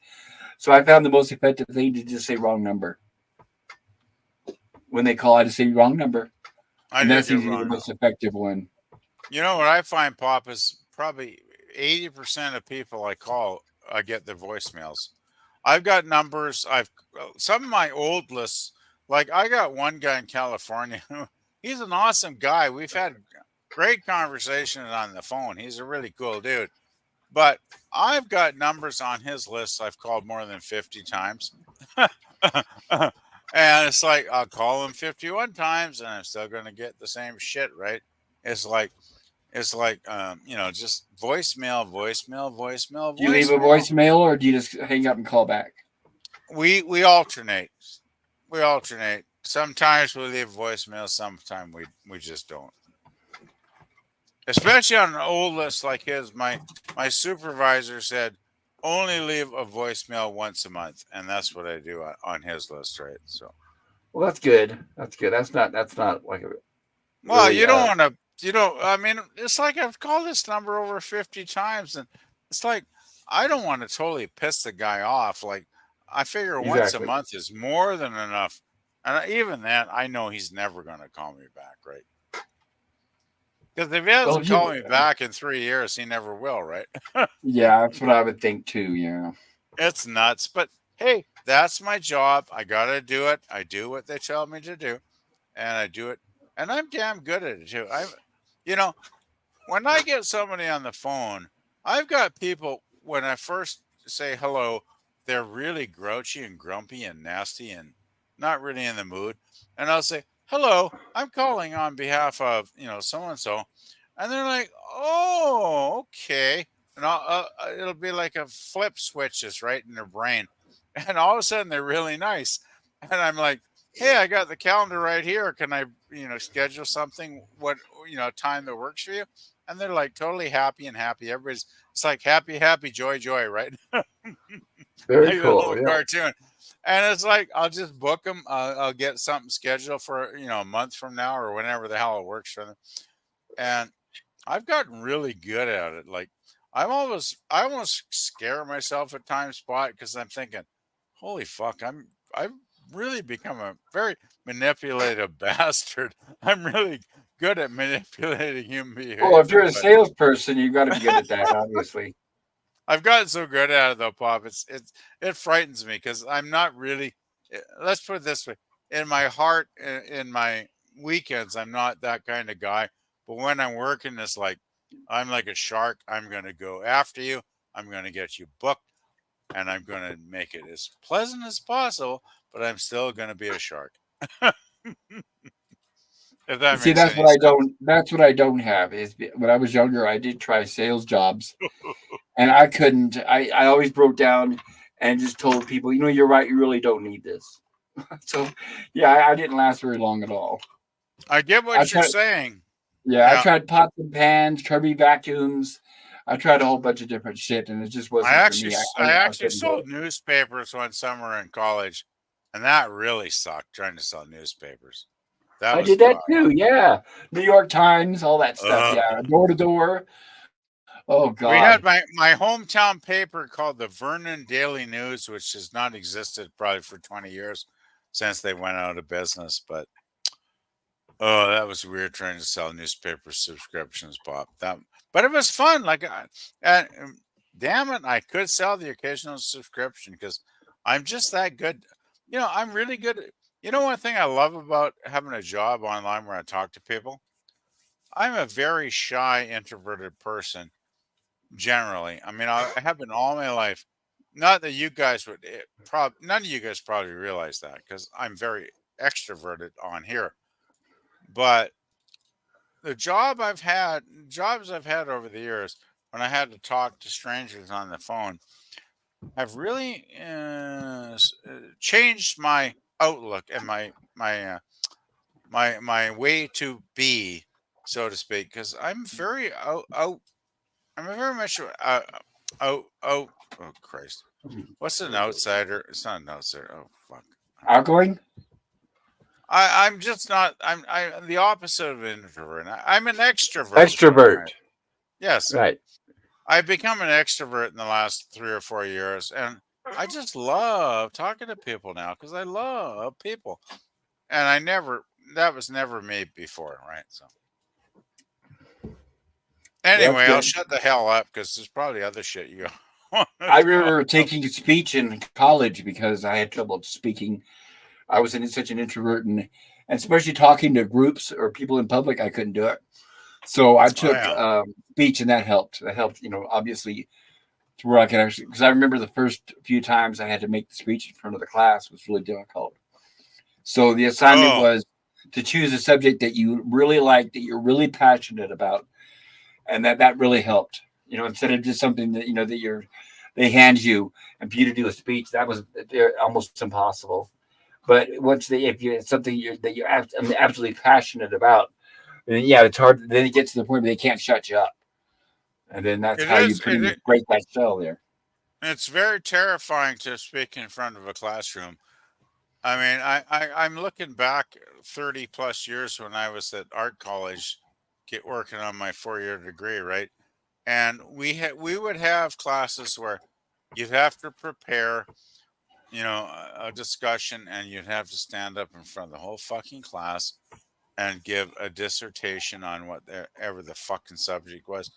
I remember, especially I had an awesomely cool professor on Friday afternoons. We would do a 3 hour class on surrealism, and he was a really cool guy, actually. Like, God love him. I don't know if he's still alive, but he was a really nice, cool guy. Really cool. It's always great when you get a cool professor, isn't it? Oh And yeah, this guy, he would still make us, once every couple of months, we'd have to do a dissertation on something we worked on in front of the class. And I remember I stood up and I did some shit on surrealism because it was basically that was what the fucking thing was about surrealist artists, right? So I right. did this shit, and it's like it went okay, and it was like I got through it, and it's like, oh fuck, thank God for that. And it's like, you know what I realized? It's like you the what you imagine in your mind as being horrifically awful is generally not that bad. It's like our imaginations are far worse than reality, is what I realized. Oh yeah, I can agree with that. And it was fun. Like, it was fun. I remember one of my girlfriends in the class. Oh God, she got up and she was like sweating bullets, and she had an awful time. And I was like, oh God, she's just losing it. When somebody gets up in front of a class and they start stumbling and stuttering, it's like, oh my God, you poor girl. Yeah, because any of us who have been there, it is not easy. Oh, I felt so bad for her. I actually should have taken her out and bought her a beer after that, but I don't remember if I did. Yeah, I remember the old line where my professor said, "Just picture everybody naked." I So I think guess PvP hit the wrong button again. yeah, I think PvP. If you're out there, it says devices not connected, so it shows him in the back room. But yeah, I think it probably hit the wrong button. And I'm Yeah. probably going to be closing this up in about 8 minutes or so. Um, I've got to take my dogs out to go potty, and I've got a few things I've got to do and prepare some dinner. So Yeah. yeah, how you As doing, far as Daniel? public speaking goes, Uh the best thing I've found is whoever you're speaking to, think of them as your subordinates or your lessers in some way. Well, It that's really true. I helps guess you. that would make sense. Yeah, because if you were thinking about, like, for example, if they were your superiors, I guess that'd be almost impossible. Yeah. You're not trying to impress them, you're trying to make them better than the scum they are. Oh, that's true. I remember when I was a teacher, I had no problem talking to students. That was great. It was wonderful. But then when I had classes where I had to teach teachers, it was like that was the toughest part. And it wasn't because I was intimidated. It was because they always would interrupt and talk over you. I never figured that out why. I guess they figured it was okay because they figured, well, it's just another fellow teacher. So they would just interrupt and just talk over you. And I never figured that out. Students would usually raise their hands. Students were always more, and I'm talking to even adult students. But it was teachers were very rude, and there were some of the worst classes I ever taught. I remember Yeah, one time there has to be about power dynamic balance there. I had one class that I was teaching. This is when I was teaching. It was an internet class, how to make web pages and get web your website on the internet. This was early days of internet, obviously, early 2000s. And this was for teachers. But basically, I was teaching the teachers so they could teach their students. And it was how to make web pages and get their web pages. By the way, this is how old I am. It was on GeoCities. Anyway, and there was a pregnant teacher, and I remember she got up and started rubbing her belly, and then holding the arch of her back, like making the indications and the signs that because she was pregnant, I guess sitting in the chair was giving her a backache. So she stood up and started rubbing her belly and the arch of her back in the back, and got up and goes, "Oh well, my back. I'm gonna take a break," and she leaves. And then all the teachers get up and leave, and I'm thinking, "Oh, of course, thanks, great, oh well." And of course, the project wasn't even halfway done, but I figured, oh well. And I just called the Yeah. end of the class She sh- because they all she shouldn't made it. even They all been made it there. look like, well, we'll come back when we're ready. Oh, I agree. I agree. But I know, yeah, that's what I thought. But I thought I was thinking, I'm not going to let these teachers just suddenly take a break in the middle of my class and they decide when they'll come back. And then when and if they come back, I'll resume. Screw that. I just said, okay, that's it. Class is over. And I'm sure they never finished or figured out how to publish their web pages because at the time we were right in the middle of making web pages. Like, here's how to put a web page together. But we didn't get as far as like actually publishing it. So I figured, screw them. And of course, this was during the transition period where schools were just getting internet and they were just getting internet knowledgeable and internet savvy. So we also had a lot of teachers that refused, like, they didn't want to touch computers. They weren't going to have anything to do with them, that kind of attitude. And that was sad. I felt sorry for the students. There were a lot of classes where I helped them. I started writing grants and I would help them get grants. They would buy technology. And there were classes where we'd install like 6 to 8 computers and put them on the internet. And that was for the students to learn. But then you have teachers saying, I'm not going to touch that thing. And I'm not going to make my kids use it. And then those computers would just sit there in the classroom and just sit there and not get used. And I hated those teachers. They were, ugh. It's like, well, what kind of example are you setting for your students you're, and I told them, I said, you're treating your students like they're dumb. I mean, you may not want to learn how to use the computer, or you may not want to use the internet. I said, but your students are the new generation. They need to learn that stuff. Yeah, So yeah, I'm duh. buddy my. Exactly. But All you got to do, I should have, and at the time, is carry like a little mini recorder and just sit inside the lunchroom with the teachers, and you just listen to them. All you do is one day and just listen to the teachers, and you realize how horrible they are and how a lot of them are very selfish and they don't really care about their kids. oh god, A lot of them, most of them are tired and they don't have any more ambition, and to them it's just a job and they can't wait to get out of it. And they can't wait to get I home, and it's just a daily grind. And that's sad when teachers look at it that way. That's horrible. I had one teacher who was so bad he actually did did terrible slurs in front of the classroom towards me, and it was so bad. I actually went to the guidance counselor with my parents the following week, and he got fired. That was the end of Well, you his should fucking have. I'm career. glad you did. Screw that. Oh, I got his ass fired. Like he was an asshole. Like the stuff he said was disgusting. And yep, What'd he got say? his ass fired. Yeah, give us the dirt, PvP. What did he say? He said something along. Well, he was a math instructor, and I was awfully. Math was my worst subject. I had math reminds me of Chinese to me because I did not understand math. I'm really great at day-to-day math when I'm buying groceries. I can add it up in my head. But anything complex like abstract algebra or something, oh, Jill would probably know what I'm talking about, right? It's like, yeah, if she was here. Oh, I understand what you're Uh, talking about. I was terrible with math. I was wonderful with English. For me, my brain I should. said it was one or the other. You can't do both. I don't know why my brain was like that. Well, the thing we were supposed to learn our times tables, and of course, my parents were too busy, fighting to ever fucking make me learn anything because they were like hating on each other. It was like, oh, thanks, parents.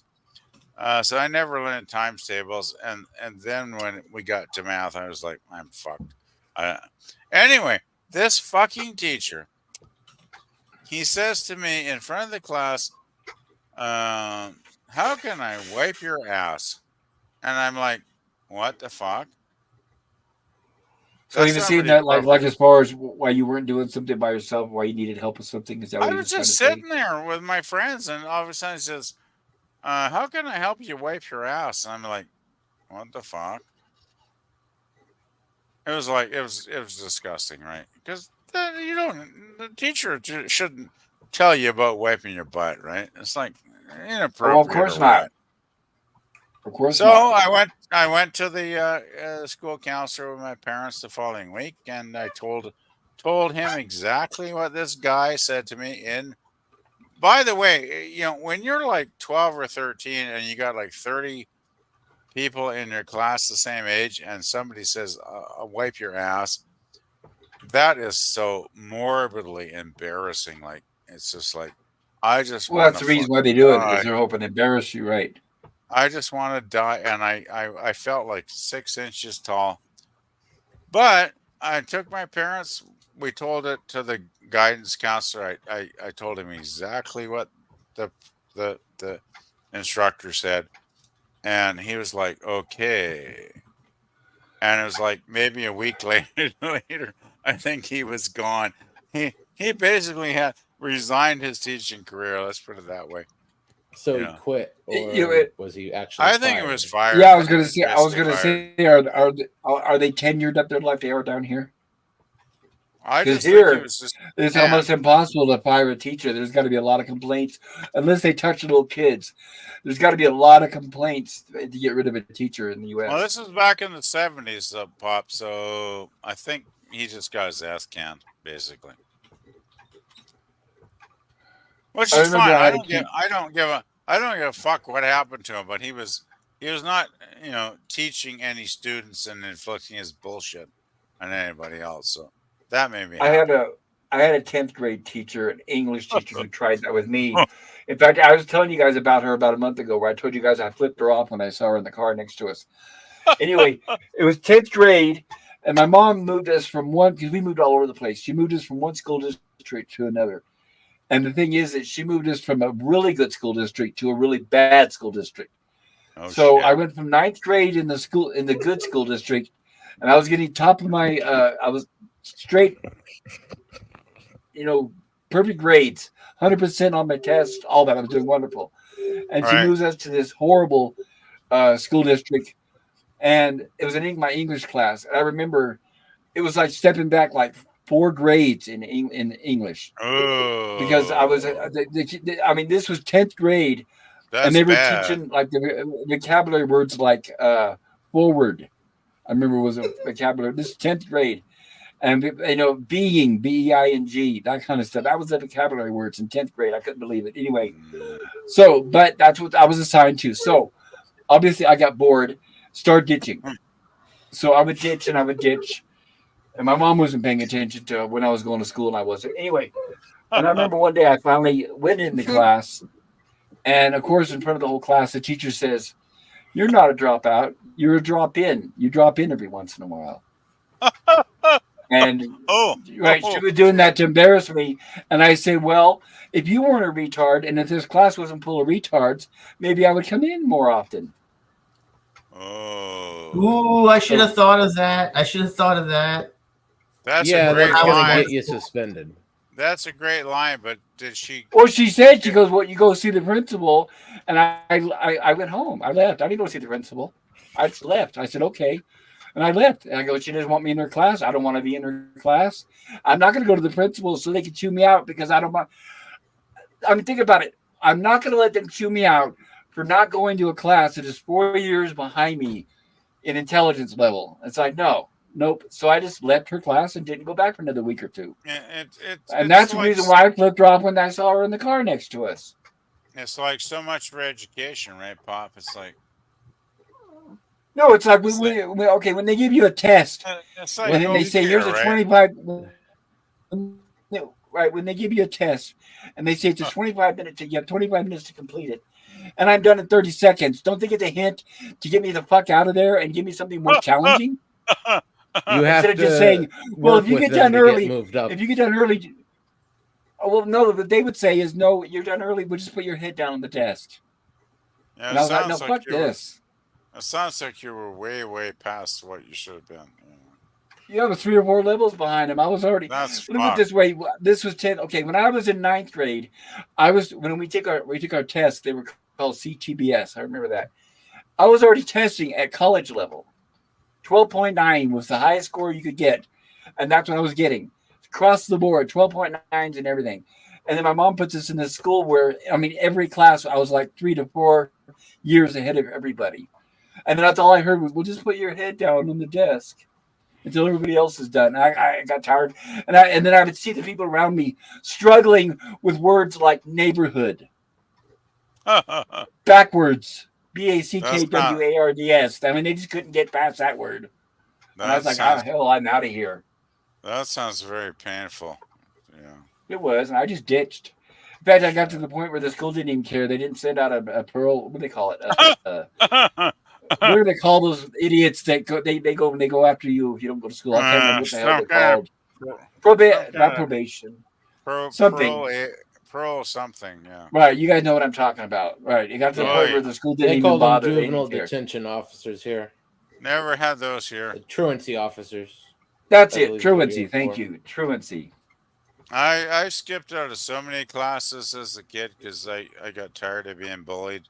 I was just like, fuck it, I'll just take the afternoon off and go walk around town and do what I do. I didn't feel good about it, by the way. I was like, wasn't fun, but Well, I was just like, I what I couldn't finally take the did is shit anymore. I finished that one year. I put up with it. Now I'm talking about ditching them most of the time.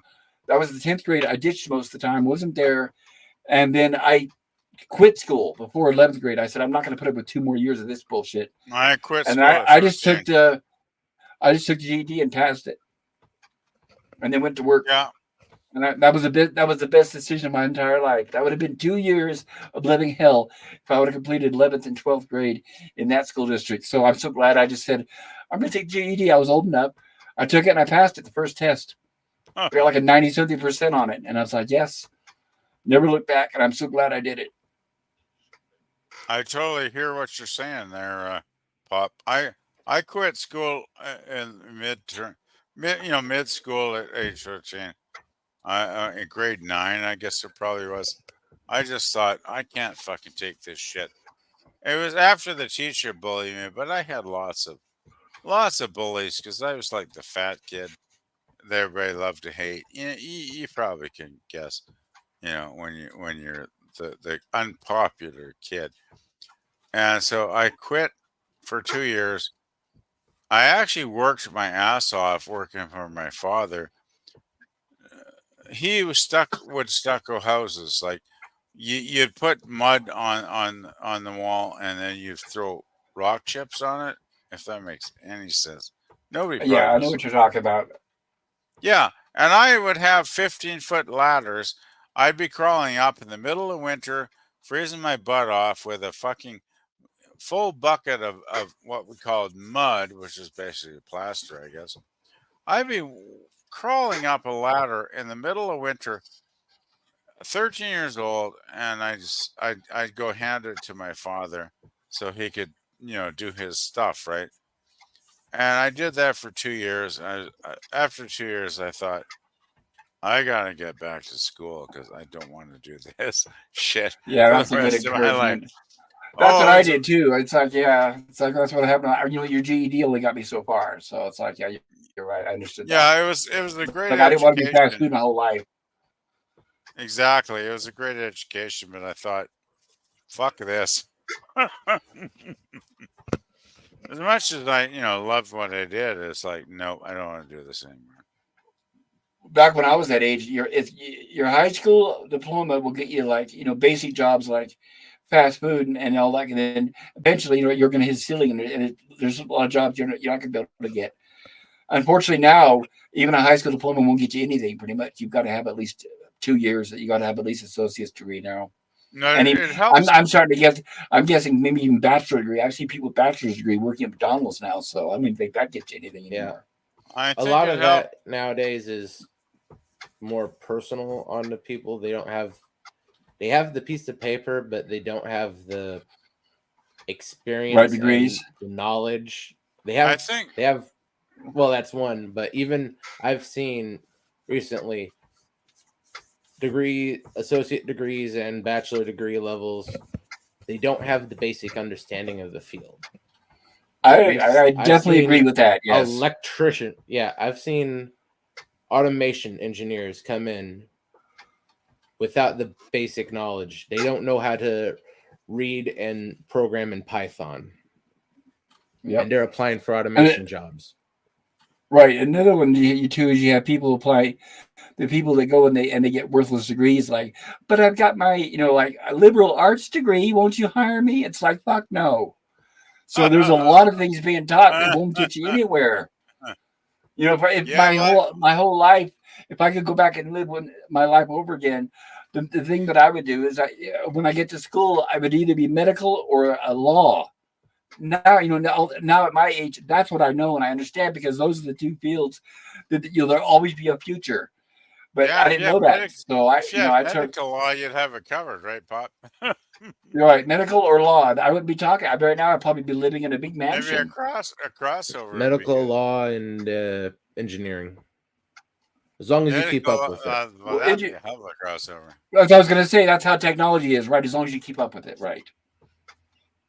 I made the mistake But it's of like, going for. I got a fine arts degree, which my friends even back then would joke, a bachelor of fine arts is a bachelor of fuck all degree. We all had a good laugh. Even back then, we knew it was kind of a joke, right? But well, it's like arts, you do unless what you're, you do. Well, Yeah. Hey, best 4 years of my life though, hanging out with friends doing fine arts. I mean, I met a lot of really cool, awesome people, and it was a great 4 years. I will not yeah, deny but those years what of my did it life. get you in the? What did those 4 years prepare you for a career? No, they in? didn't give me fuck all, Jerm, but it's not. That's not what I'm talking about. It's like but you I had a met. good time. That's all that matters. Yeah, I met some of the greatest people I will ever meet, and some of them were friends for many years afterwards. I think I lost touch with the last one maybe 8 or 9 years ago because people do move on with their lives, right? So, Of but course. I met a lot of fucking awesomely cool people at art school. I gotta say, it was a lot of fucking fun. Let's put that. And I'll never forget graduation night. I'm not really big into drugs, but we did snort a certain powder that night, and we drank a lot of alcohol. And holy shit, I got so wasted.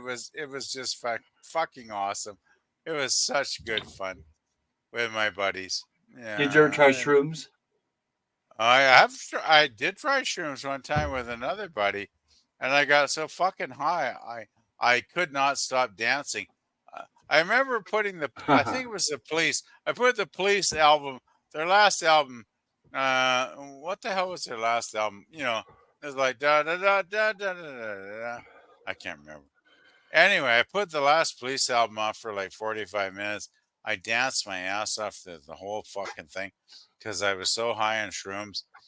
And my friends going, "Are you okay, man? Like, you're just dancing your ass off for like 45 minutes." I'm like, "I'm Yeah, the fine, music buddy." stopped like 40 minutes ago. Probably I was that high, but it was so good. It was so good. Well, you know the last, what the hell is the last Police album called? It's like Synchronicity. Yeah, that's the That was their album. last album? Yes, 1984, I believe. Oh, I didn't know that. But they stopped early. Yeah, because I remember when Oh that was yeah, they popular. only went for like 4 or 5 albums before they quit. Right? It was like Oh, I don't know. I wasn't a 78 to fan. 84. They didn't go very long, but they were very good. But yeah, I remember putting on Synchronicity, and it's like, I'm getting into this. I can't. I to this day I can't believe I danced that much. Because if I danced like that today, I'd probably have a heart attack and die. It is good exercise, though. So Oh my god, did I get exercise? you But burn I was calories. much Yeah. I was much younger then, so I could do that. Well, it's fun though. It was great fun. And let me cover this here. It looks like PvP is struggling to say Fuxinine meow ut. Okay, gotcha. I And have Limit no Pice is idea. here. I'll tell you what. Here's a challenge. PvP, can you read that for us? I actually can't. That's There's a okay. certain time at night when I should just not type anymore because I'm too tired or too wasted. I should just not type. Limit Pice says PvP what? And Lemon Pie says it sounds like that math teacher went off on tangents. Oh, I've had Yeah, those that's teachers, people. man. That's people. Yeah, yeah. Anybody who teaches their students like that should not be teachers. I always thought, because like I said, I was a teacher, and that's once I became a teacher, I learned what they were doing right, what they were doing wrong, and I think the two biggest mistakes a teacher can make is underestimating your kids, thinking they're stupid, and the other one is not giving a shit as a teacher. So and that was when I met teachers who would fall into those categories, I despised them, and there was no excuse, and I could not tolerate it. Especially with those, when I talk about like not giving a shit. There's a lot of teachers when they get to the last year or two, just before retirement, they would get to the point where they would just sit there in their desk and do nothing and let the kids just run around and do whatever they want. Oh my God! When I would run into teachers like that, I hated them. But then, of course, the whole school was very protective. But Mr. So and so's getting ready to retire. It's okay. And I hated that attitude where they would just let them get away with it. I hated it. But oh well, I don't have to worry about that anymore. I don't deal with it. Well, there are great teachers and bad teachers, right? So Oh yeah, like any job, right? Good actors, bad actors, right? my sister was actually a teacher for many years, and I might speak about that. I know you've mentioned it before. She was a really lovely lady. I miss her. Well, you're lucky. I don't miss my sisters. So hey, there you go, right? Well, she passed away like 20 years ago, so. Mine are still alive as far as I know. One of them, a tweaker, I don't know about, and I don't care. But hey, that's what happens. That's what being a tweaker does. And I think what I'm going to do is I'm going to call it a night because if my dogs are getting ready to kill me, I need to take them out to go potty. I fed them right before the stream started, and that was about a little over 3.5 hours ago, I think. Okay. So yeah, it's about that Yeah. time. I got to bundle up. It's cold outside, but the dogs do Yes. need to go potty. It's been a few hours. Yeah. But no, I think I've covered. I wanted to say thank you, first of all, everybody on the panel. I appreciate you guys coming in and chilling with us for a while and giving me good things to talk about. So I do appreciate it. I know, Dan, you Thank didn't you. say very much, but hopefully it was entertaining for you. And Daniel, I promise we are going to have that stream where we're going to talk about the paranormal and Oh more yeah, about yeah. UFOs and all that kind of good stuff. It's like we're always hinting and talking a little bit about it, but we've never really talked about the meat of it Yeah, and get so really much into fun. detail. It is. I think so Have you too. ever Right. seen And have you ever seen the X Files? Have you ever seen the X Files? The X I've seen a Files few is a great. episodes of the first season. The You X know, Files. That's a great show. I love the X Files, man. yeah, it was great. But it kind of ruined it when they said the Greys were from planet Earth. They were like from before humans took over. And I'm Yeah, I like, don't. that I don't remember sucks. that. That is a theory. I'm not saying if it's true, but that is a Ah, theory that from what I've heard, now like I said, this is just a theory, is they say that the Greys are either advanced forms of us or drones built and designed by people who are advanced forms of us. And the theory, the reason why they're drones and not living beings is because they don't eat and they don't have poo poo holes. So that's what they're Yeah. saying is that what they're But thinking they could be robots pretty much. but I like the idea that they come from another planet. Like, what we're talking, they come from a planet that they wiped themselves out, like they destroyed their planet in some kind of war, and Well, only one of the humans theories, survived. right? One of the theories is that they used to, some of them, at least one race. One of the theories is they used to live on Mars and they wiped themselves out, and that's why we got that big scar across Mars. They're saying that's from a blast, and that some of them made it here, and that's how we ended up with uh what's the name of that? What's that lost civilization? It's like a legend. It starts with A. You know what I'm talking about, right? You guys know what I'm talking about. Atlantis. Atlantis. That's it. That's why that's part of the rumors is that they were from Mars, and that's why they had advanced technology, and that's how we have cave drawings with people in spaceships. Because how else would cave dwellers? How would they know about spaceships and things flying in the sky, and ships rising on beams of light and all that kind of stuff? That's one of the rumors is that was a lost civilization from Mars. And like I said, that there was some sort of battle there, and that there used to be an atmosphere, but they're battled wiping out their atmosphere, which is not impossible. I mean, if we used our I mean, weapons what here, we kind could of end up wiping nuclear out the war? atmosphere on Earth. What kind of nuclear war would wipe out an atmosphere? There must be really powerful weapons they had if they could wipe out the atmosphere, like just disintegrate it. Well, you're talking about nuclear, which is where we are right now, technologically speaking. Right now is where we are at. But yeah, as everybody can guess, we're going to eventually have something more powerful. That's never enough, and we probably have weapons that are more powerful than nuclear. Right now, think about this: if we had a nuclear war with all the countries that have nuclear weapons, we would wipe out the atmosphere. I mean, there would be somewhat of an atmosphere, but it would be poisonous, similar to like Venus, if anything. Yeah, but I don't think it would vaporize the atmosphere and we would become like the moon or Mars or something. Well, if you Mars take a does look at have the a semblance of atmosphere. It's not right, well, they're like guess the moon. right. There is a bit of an atmosphere on Mars, but if you look at first of all through the perspective, if you look at Mars and images of Mars, you'll see what looks like huge scars across the planet. And I Yeah. can imagine if there was something big enough to do that, shooting from outer space towards the planet, causing a scar to go across the top of it. I can see that wiping out the atmosphere. I'm not A a particle scientist, gun but I could do see that being something like possible. that, That's what I'm but talking about. Something like the Death Star. the lack of strong magnetic field would point to something more natural. Or would it be thrown off its rotation? Right? That can cause ecological damage, but That's won't what I'm affect the saying. magnetosphere as much.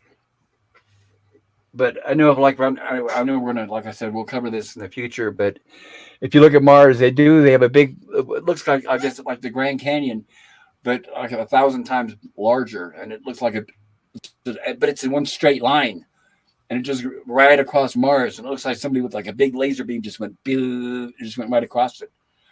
And I know us with our minds and our current technology, we'd be thinking, oh no, that's all science fiction. That can never happen. Well, believe me, that's what they thought back, let's say 200 years ago. They never thought we'd have nuclear weapons. So I don't see it as, and we know with the history of mankind, they're always working towards bigger and bigger and more powerful weapons. So I see it as very likely. But I'm not going to dismiss it. I'll put it that way. I'm not saying it's true. Yeah. But I'm not going to dismiss it. Like in the 1800s, they thought that, like, when Jules Verne wrote about going to the moon, everybody thought that was science fiction too. They were like, oh, we'll never go to the moon, Yep. They thought we'd never have a car. How about cars, horseless carriage? They never, for the longest time, they never dreamed we'd have something like that.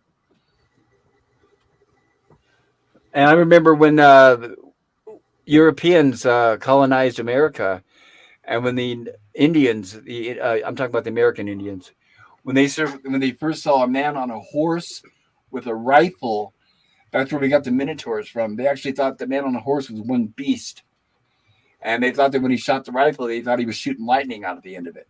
So it just shows the mentality. You never know. Yeah, and there are some tribes. Those two things didn't exist to them. Exactly, and it was like magic. As they say that any form of advanced technology is like magic. I can't remember the term, but you guys have all heard it. Yeah, any advanced technology is indistinguishable from magic. Yes, that's it. Thank you. And that's what like a lot of people are like when PvP was talking about Mars. I know, it's hard to believe now, but I can see it and maybe give them a couple generations. The fact that I think I'd say we're on the cusp of it right now. It's like we don't quite have the technology, but we're getting there. The only problem right now is our fuel supply. We're at the point now where we do have engines that are powerful enough. They're slow, but it's our fuel supply. We run out of fuel, so that's where they've got to get like either a solid fuel or something that runs off of, like they're talking now about solar sails, things like that, where it's just an unlimited amount of power, and we can just hop from planet to planet without having to worry about running out of fuel. But anyway, like I said, I do want to hold a whole conversation based on, because I could go off on all that stuff for hours, and also about the theories about where the different aliens come from. Because I've heard outer space, I've heard inner Earth, I've heard past generations of us of aliens. I've heard of reptile aliens. I've heard of aliens that are 10 feet tall, and I do want to talk about all that stuff. That'd be exciting. I look forward to it. But what I want to do is go ahead. Sorry. What about the theory that says like they're us from the future? Well, they're humans from the future.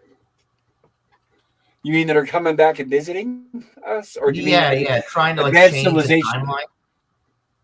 Well, let's just say this, okay? I don't think it's impossible that they're manipulating our genetic structure, because there have been people who've been abducted, and then after they're abducted, they're leaving scars behind. And they're going in and they're actually digging up those scars, and they're finding alien material that dissolves right in front of their very eyes. So that has been happening a lot. And it's been proven. It's not, I know it sounds like something a nutcase would say, but abductions have been somewhat proven. I know we don't have actually physical proof like a ghost. We don't have any photographs yet. But give us more time. I mean, we've got photographs of UFOs now, so that's more than we used to have, right? And as they're saying right now, we're going to find out if there's aliens before we find out who is visiting Epstein's Island. So, I wouldn't be surprised. So anyway, I want to thank everybody on the panel for chilling with us, like I said. And one of my rumblings here coming up soon, I do want to talk about all that stuff paranormal, because I could go on and on about that. But I want to make sure I do my homework, and I have pictures and stuff to back up what I'm talking about, so I'm not just totally making a fool of myself. And plus, I want to be reading verbatim instead of, I don't want to get the facts wrong, obviously. So I'd rather do that. But I also want to thank everybody in the chat I really appreciate you guys chilling with us.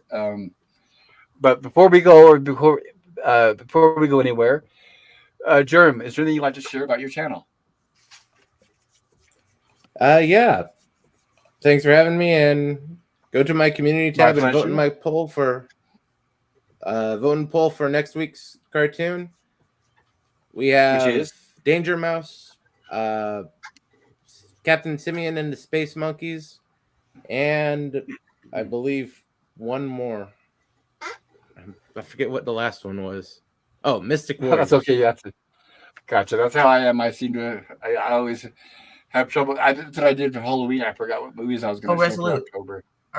Are you ever going to get around to doing the Marvel animated shows? At some point, when Disney is dead and gone. Yeah, like the Spider-Man animated series of the 90s and the Hulk one especially is really, really good. They were good. Yeah. Oh, that was like too? Prime Optimum Marvel.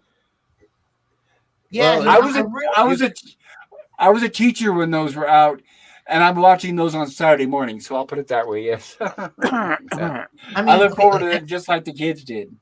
Yeah. But you know, Daniel, if you want to stop by sometime, I'll put on whatever cartoon you want. Awesome. Thanks, buddy. Yeah, that's cool. Daniel, is there anything you want to share about? Oh, sorry about that. What? Well, what I was going to say. Fuck. Sorry. I can't. Sorry, go ahead. Well, okay. What I was thinking was, so you saw them back in the 90s, right? I saw them when they were big. Fox Kids. They were on Fox Kids. Yeah. Oh, absolutely. They were so good. And it's so sad they were canceled. In the 90s, that was the way it was, though. They were canceling the shows. And they were right out of the comic books. Yeah, they were like done right out of the comic books. Yeah, it's just like, but now that they're doing X-Men 97 on Disney Plus, they're reviving that universe, right? That universe from the 90s, the animated universe from the 90s. With Disney in charge, yeah. So don't expect it to be like that. So like what I'm hoping for is they bring back, like they're gonna bring back X-Men. I'm hoping they're gonna bring back the Hulk, right? And like that same Hulk, that same Hulk. Maybe they can get the same version, the same actor, who played him. The guy who plays Damien Dark. He's still around. Yeah, the guy who plays Damien Dark on Arrow season 4. His name is Neil McDonough. Oh, I'm not sure who that is. Yeah. Well, he's a really good actor, and I really hope they bring him back. And they explain what happened to these characters and what they're doing nowadays. So he did the voice. Yeah. Okay, gotcha. Sadly, I don't think they can bring back Spider-Man, the animated series, because Sony owns Spider-Man. I don't know if they would let Disney continue that one. Well, Sony could bring it back if they do it right, but I don't know if that'll happen. Yeah. I'm surprised they haven't. I mean, Spider-Man's still profitable, but I don't know. Unlike Marvel. They did sort of end that Spider-Man one. Yeah, but Mary Jane was lost she was lost in time and space, and Spider-Man had to go after her, and then they just ended it right there when he was going to look for her. He wasn't going to look for her. Madam Web knew exactly where she was, and they're off to go pick her up. Well, they were going to make a season 6, and it sounded what I thought. Unlimited was what season 6 became. The next season became. Yeah, and but Unlimited is the same universe as Spider-Man the animated series. Yeah, but then Pokemon was so popular, it just canceled Unlimited. Oh, what a waste. Pokemon sort of dropped a nuke on the cartoons in the late 90s. Yeah, that's a waste. I know there's a lot of people like Pokemon, but it wasn't for me. Like season 2 would have explained Madam Web and Peter finding Mary Jane. Like they were going to do so many things. Like, for example, okay, let's go even back even further. Spider-Man the animated series, season 6, would have showed Madam Web and Peter going through the multiverse looking for Mary Jane. And then they found her in like colonial America. And it sounded so sad that she ended up in colonial America. Who would want to go there, right? It's like what do they got there? Nothing, right? So, and a lot of Yeah. disease. Nothing but disease, right? Right, pretty much poverty and disease, right? I mean, like, imagine if you woke up in colonial America, right, and there was like nothing. There was no internet, no TV, no nothing, and all people Do did you have a was portal to this place I can go hop right about now? like, Because I'd love it.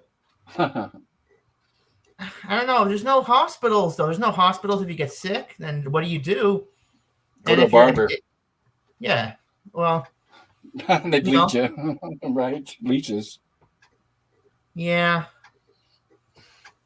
Yeah, no, definitely not fun. Or you've But got like an you said, infection in your arm, we'll cut that off. like Pop, like you said back then, like for example, when you remember talking about Mennonites or something, or like you were like those people don't have disease. Why? Because they don't have the stuff that we do because they don't eat the same food that we do with like lots of chemicals in them. Right, well, they don't create disease. I mean, they're actually physically creating diseases now, so they could unleash them upon the public. That's how we got COVID. Yeah, COVID. Yeah, COVID was man-made. Yeah. Where it was man-made and then intentionally spread because they knew all the money they'd be making off it. And so was autism, so was HIV. I mean, I can go on and on. They're all man-made. But that's controversial. I mean, there's a lot of people are going to disagree with me, and that's totally fine. I don't care. We didn't have those diseases before they were invented. They weren't around during the 1600s, 1700s, 1800s. Yeah, And then a autism, perfect they example didn't of really do anything. Autism no, is and a just perfect on example of paper. proof is well, but no, but a lot of kids are whatever they consider autism to be. We've got more and more kids being born with it than ever before, and more every year. But the one point is that the proof that they've proven is a lot of diseases that kids are being born with. For some reason, the Amish don't have any of that shit. Isn't that a surprise? They don't get any of the vaccinations, and they also don't have all the diseases we have too. So yeah, there's proof right there in the pudding, and they're healthy as hell. Yeah, definitely. They're also a lot more physically fit. They're more physically fit and Well, they're smart. physically fit too, right? We that's different things. That's obesity and diabetes and everything, right? Yeah, Right. But I'm talking about that takes specific care of stuff a like lot of like smallpox and like and malaria and all lot that. That has your physical health has a great deal of effect on if that really has a big effect on you or not. I agree, but when it comes to newborn diseases, autism, Down syndrome, they don't get any of that shit. Is what I'm talking about. It has nothing to do with whether they're physically fit because a baby hasn't had a chance to exercise yet. Now, like I The said, I know autism over and Down obesity. Yeah, autism Right. is an ever expanding spectrum because they keep expanding the definition. Because in around But- 1992, when I was going to school, they all of a sudden expanded the definition of autism and tried to get me back into special ed classes. It's probably just a way of just writing off a bunch of kids because they can't figure out what's wrong with them. It's like, oh, we don't know, we can't figure it out. Just put them in the autism group. That's how they do heart disease. Heart disease is actually encompasses a lot of different things. It's not one thing, but they take a lot of things and throw it in there. Somebody could die. One person could be from smoking, one could be from being obese, and they're going to throw both of them under heart disease. Autism's a spectrum, though, right? Well, with autism, you're on a spectrum, is how they say it, I believe. Well, let's put it this way. Back when I was at art school, I had a buddy, and his summer job was looking after autistic people. And he had this guy who was very autistic. Like, the guy had no fucking concept of reality, basically. And, so my buddy, he would, take the guy out for walks and whatever. He wasn't overly violent or anything. He was just like fucking clueless, right? He had no concept of anything. And I remember my friend was like, "Yeah, he's basically out to lunch, right?" The dude had no concept of anything going on around him. So I realized there was a spectrum because I've talked to people online that have mild autism, and they function quite well, and they actually function pretty much close to we do. Like they're very normal, right? And then you get a guy like this dude who's like on the extreme end of the spectrum, and he has no fucking idea of reality, right? So Yeah, it does that's more vary. along the lines of mental retardation than autism. Well, Yeah. Oh, I guess that's the end for PvP. That was his last closing statement. Let me see here. Yes, I am all cut up. So, but while I have the chance, thank you guys. I'm going to close this for the night. Now, it has now officially been 4 hours, which is totally fine.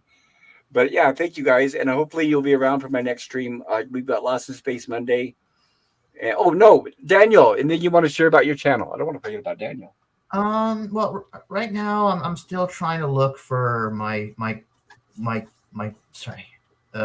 co-host. Well, actually, I'm the co-host, but I'm still looking for the guy who runs the show, so I can we can talk about current events and all kinds of stuff. We talk about whatever on that show. It's called The World's a Mess, and I just want to steampunk it.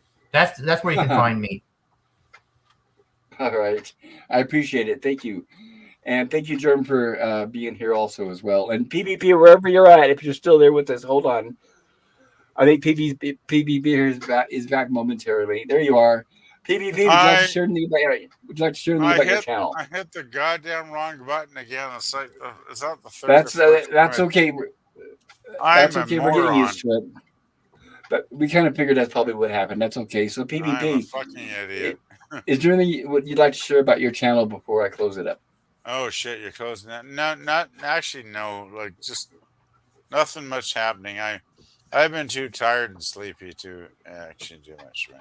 I'm Well, still working tomorrow's on Sunday, playlist. so tomorrow's Sunday. You get to sleep in, right? Oh, I'm going to sleep. Why am I ever going to fucking sleep? Okay. So yeah, if you guys get a chance, please, I encourage you try to join us Sunday for Lost in Space. We're getting ready to finish season 1, Oh and then yeah, Tuesday. we're close. Yep, and then Tuesday we're finally going to show Hatchet. Now that I have the movie on my hard drive, we won't have the technical difficulties, and we'll get that covered. It's a great Yeah, movie if you haven't seen it's it. about time we got watch Hatchet. Yeah, Yeah, I love Yeah. Lost in Space. Hatchet Remember was that last cool. episode you showed? They showed like a picture of like these malignant aliens who want to take over the Earth. Who were they? Oh, is that for Mondays, right? Yeah, for Lost in Space. The teaser, right? You're talking about the teaser for this Monday's episode, right? Yeah. Well, I don't want to give away too much. I don't want to give away Oh, spoilers. well, I don't know. It looks so cool. Like, we saw a picture on a wall. It was like a golden bird or something. Remember? It was like a golden bird, and it was like, oh, these aliens are trying to take over the Earth or something. Yes, right. And I don't want to give away too many spoilers. But that's what I like about the cliffhangers.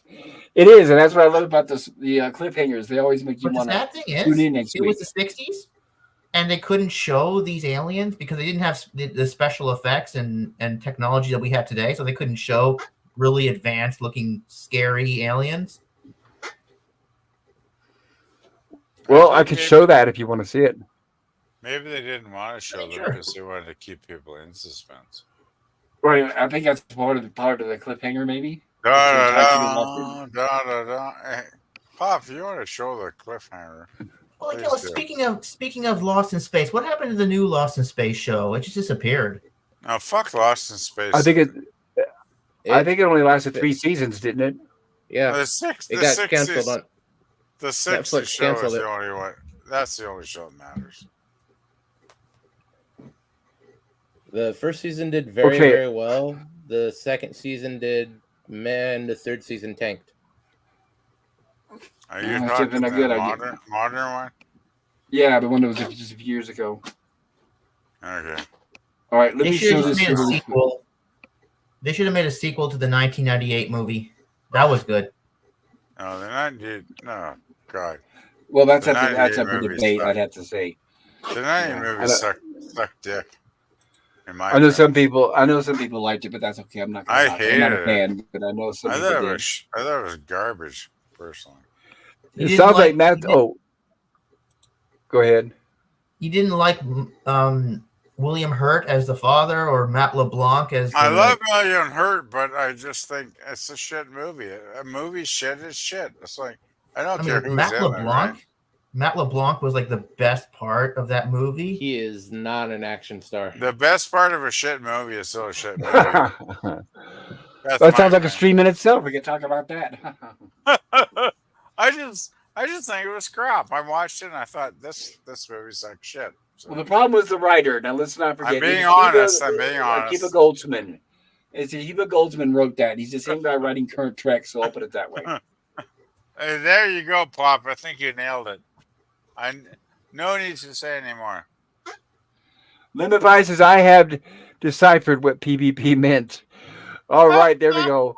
Fuck, it signed me out. There we go. There's the translation of what PvP was I just struggling to say. love Lemon. You're my man or my woman or who. I don't know your gender, but if you want to write a little booklet about PvP sayings, you have my blessing. I will endorse it. I will even sign copies if you have. If you Ola can- Greg says, hello, everyone, and good evening. Hello, Ola Greg. I'm sorry. Hey, I'm getting ready Ola. to close it up. Hello. Yeah, we've been on for about 4 hours, Ola Greg. I apologize. Lemon Pie, hey, you can always get Teacher Leeches cure anything. Leeches cure anything. Lemon Pie says, hey, Oiler. Ola Greg says, hi, Lemon. H is Lemon. Hi, Lemon. There it is. Ola Greg says, don't hit the ejection button, PvP. That's right. It's one button you want to stay away from. Cheers, says Ola Greg. Ola Greg says, I need fresh leeches. I have been And a bad button a few times. I know, tonight. Pooches. Hold on. Ola Greg says, my leeches are drinking my beer. Good, they're getting drunk. Shit. It's a leech rebellion. Leeches. But okay. Oh my God. Right, so we've got on my channel, we've got Lost in Space Monday. We're going to have Hatchet on Tuesday, and then Gilligan's Island on Wednesday. I'm hoping to complete Gilligan's Island if I don't get too many strikes by that stupid movie station in Louisiana or TV It should station. be just about over a season 2 soon, right? So. Yeah, we're about 3/4 of the way through season 2, and Nice. I did a stream Wednesday with Gorilla, and I did not get a complaint, so that's good. So I'm gonna forward with Gilligan's Island. I don't care what that That's station awesome. says. Man. Awesome. So Lemon Pie says leeches are from an alien world. So with that, like I said, once again, thank you all for spending your time with me and sharing time on the panel, giving me something to talk about. We had a lot of fascinating topics tonight. And I do want to cover paranormal. I swear, I promise, we're going to be covering paranormal soon. Now, I'm talking about like outer space stuff, aliens, not necessarily ghosts, because there's not a lot of material to talk about when it comes to ghosts or Bigfoot and stuff like that. We've had no evidence. We've got more evidence of UFOs. And if you're driving tomorrow, please drive safe and stay warm. I know it's getting cold where a lot of us are. And I appreciate it. You all have a great night. And everybody take care. Thank you. Especially everybody on the chat, by the way. Everyone in the chat, you guys are wonderful. And I wouldn't be here if it wasn't for you. I really do appreciate it. Take care, everyone.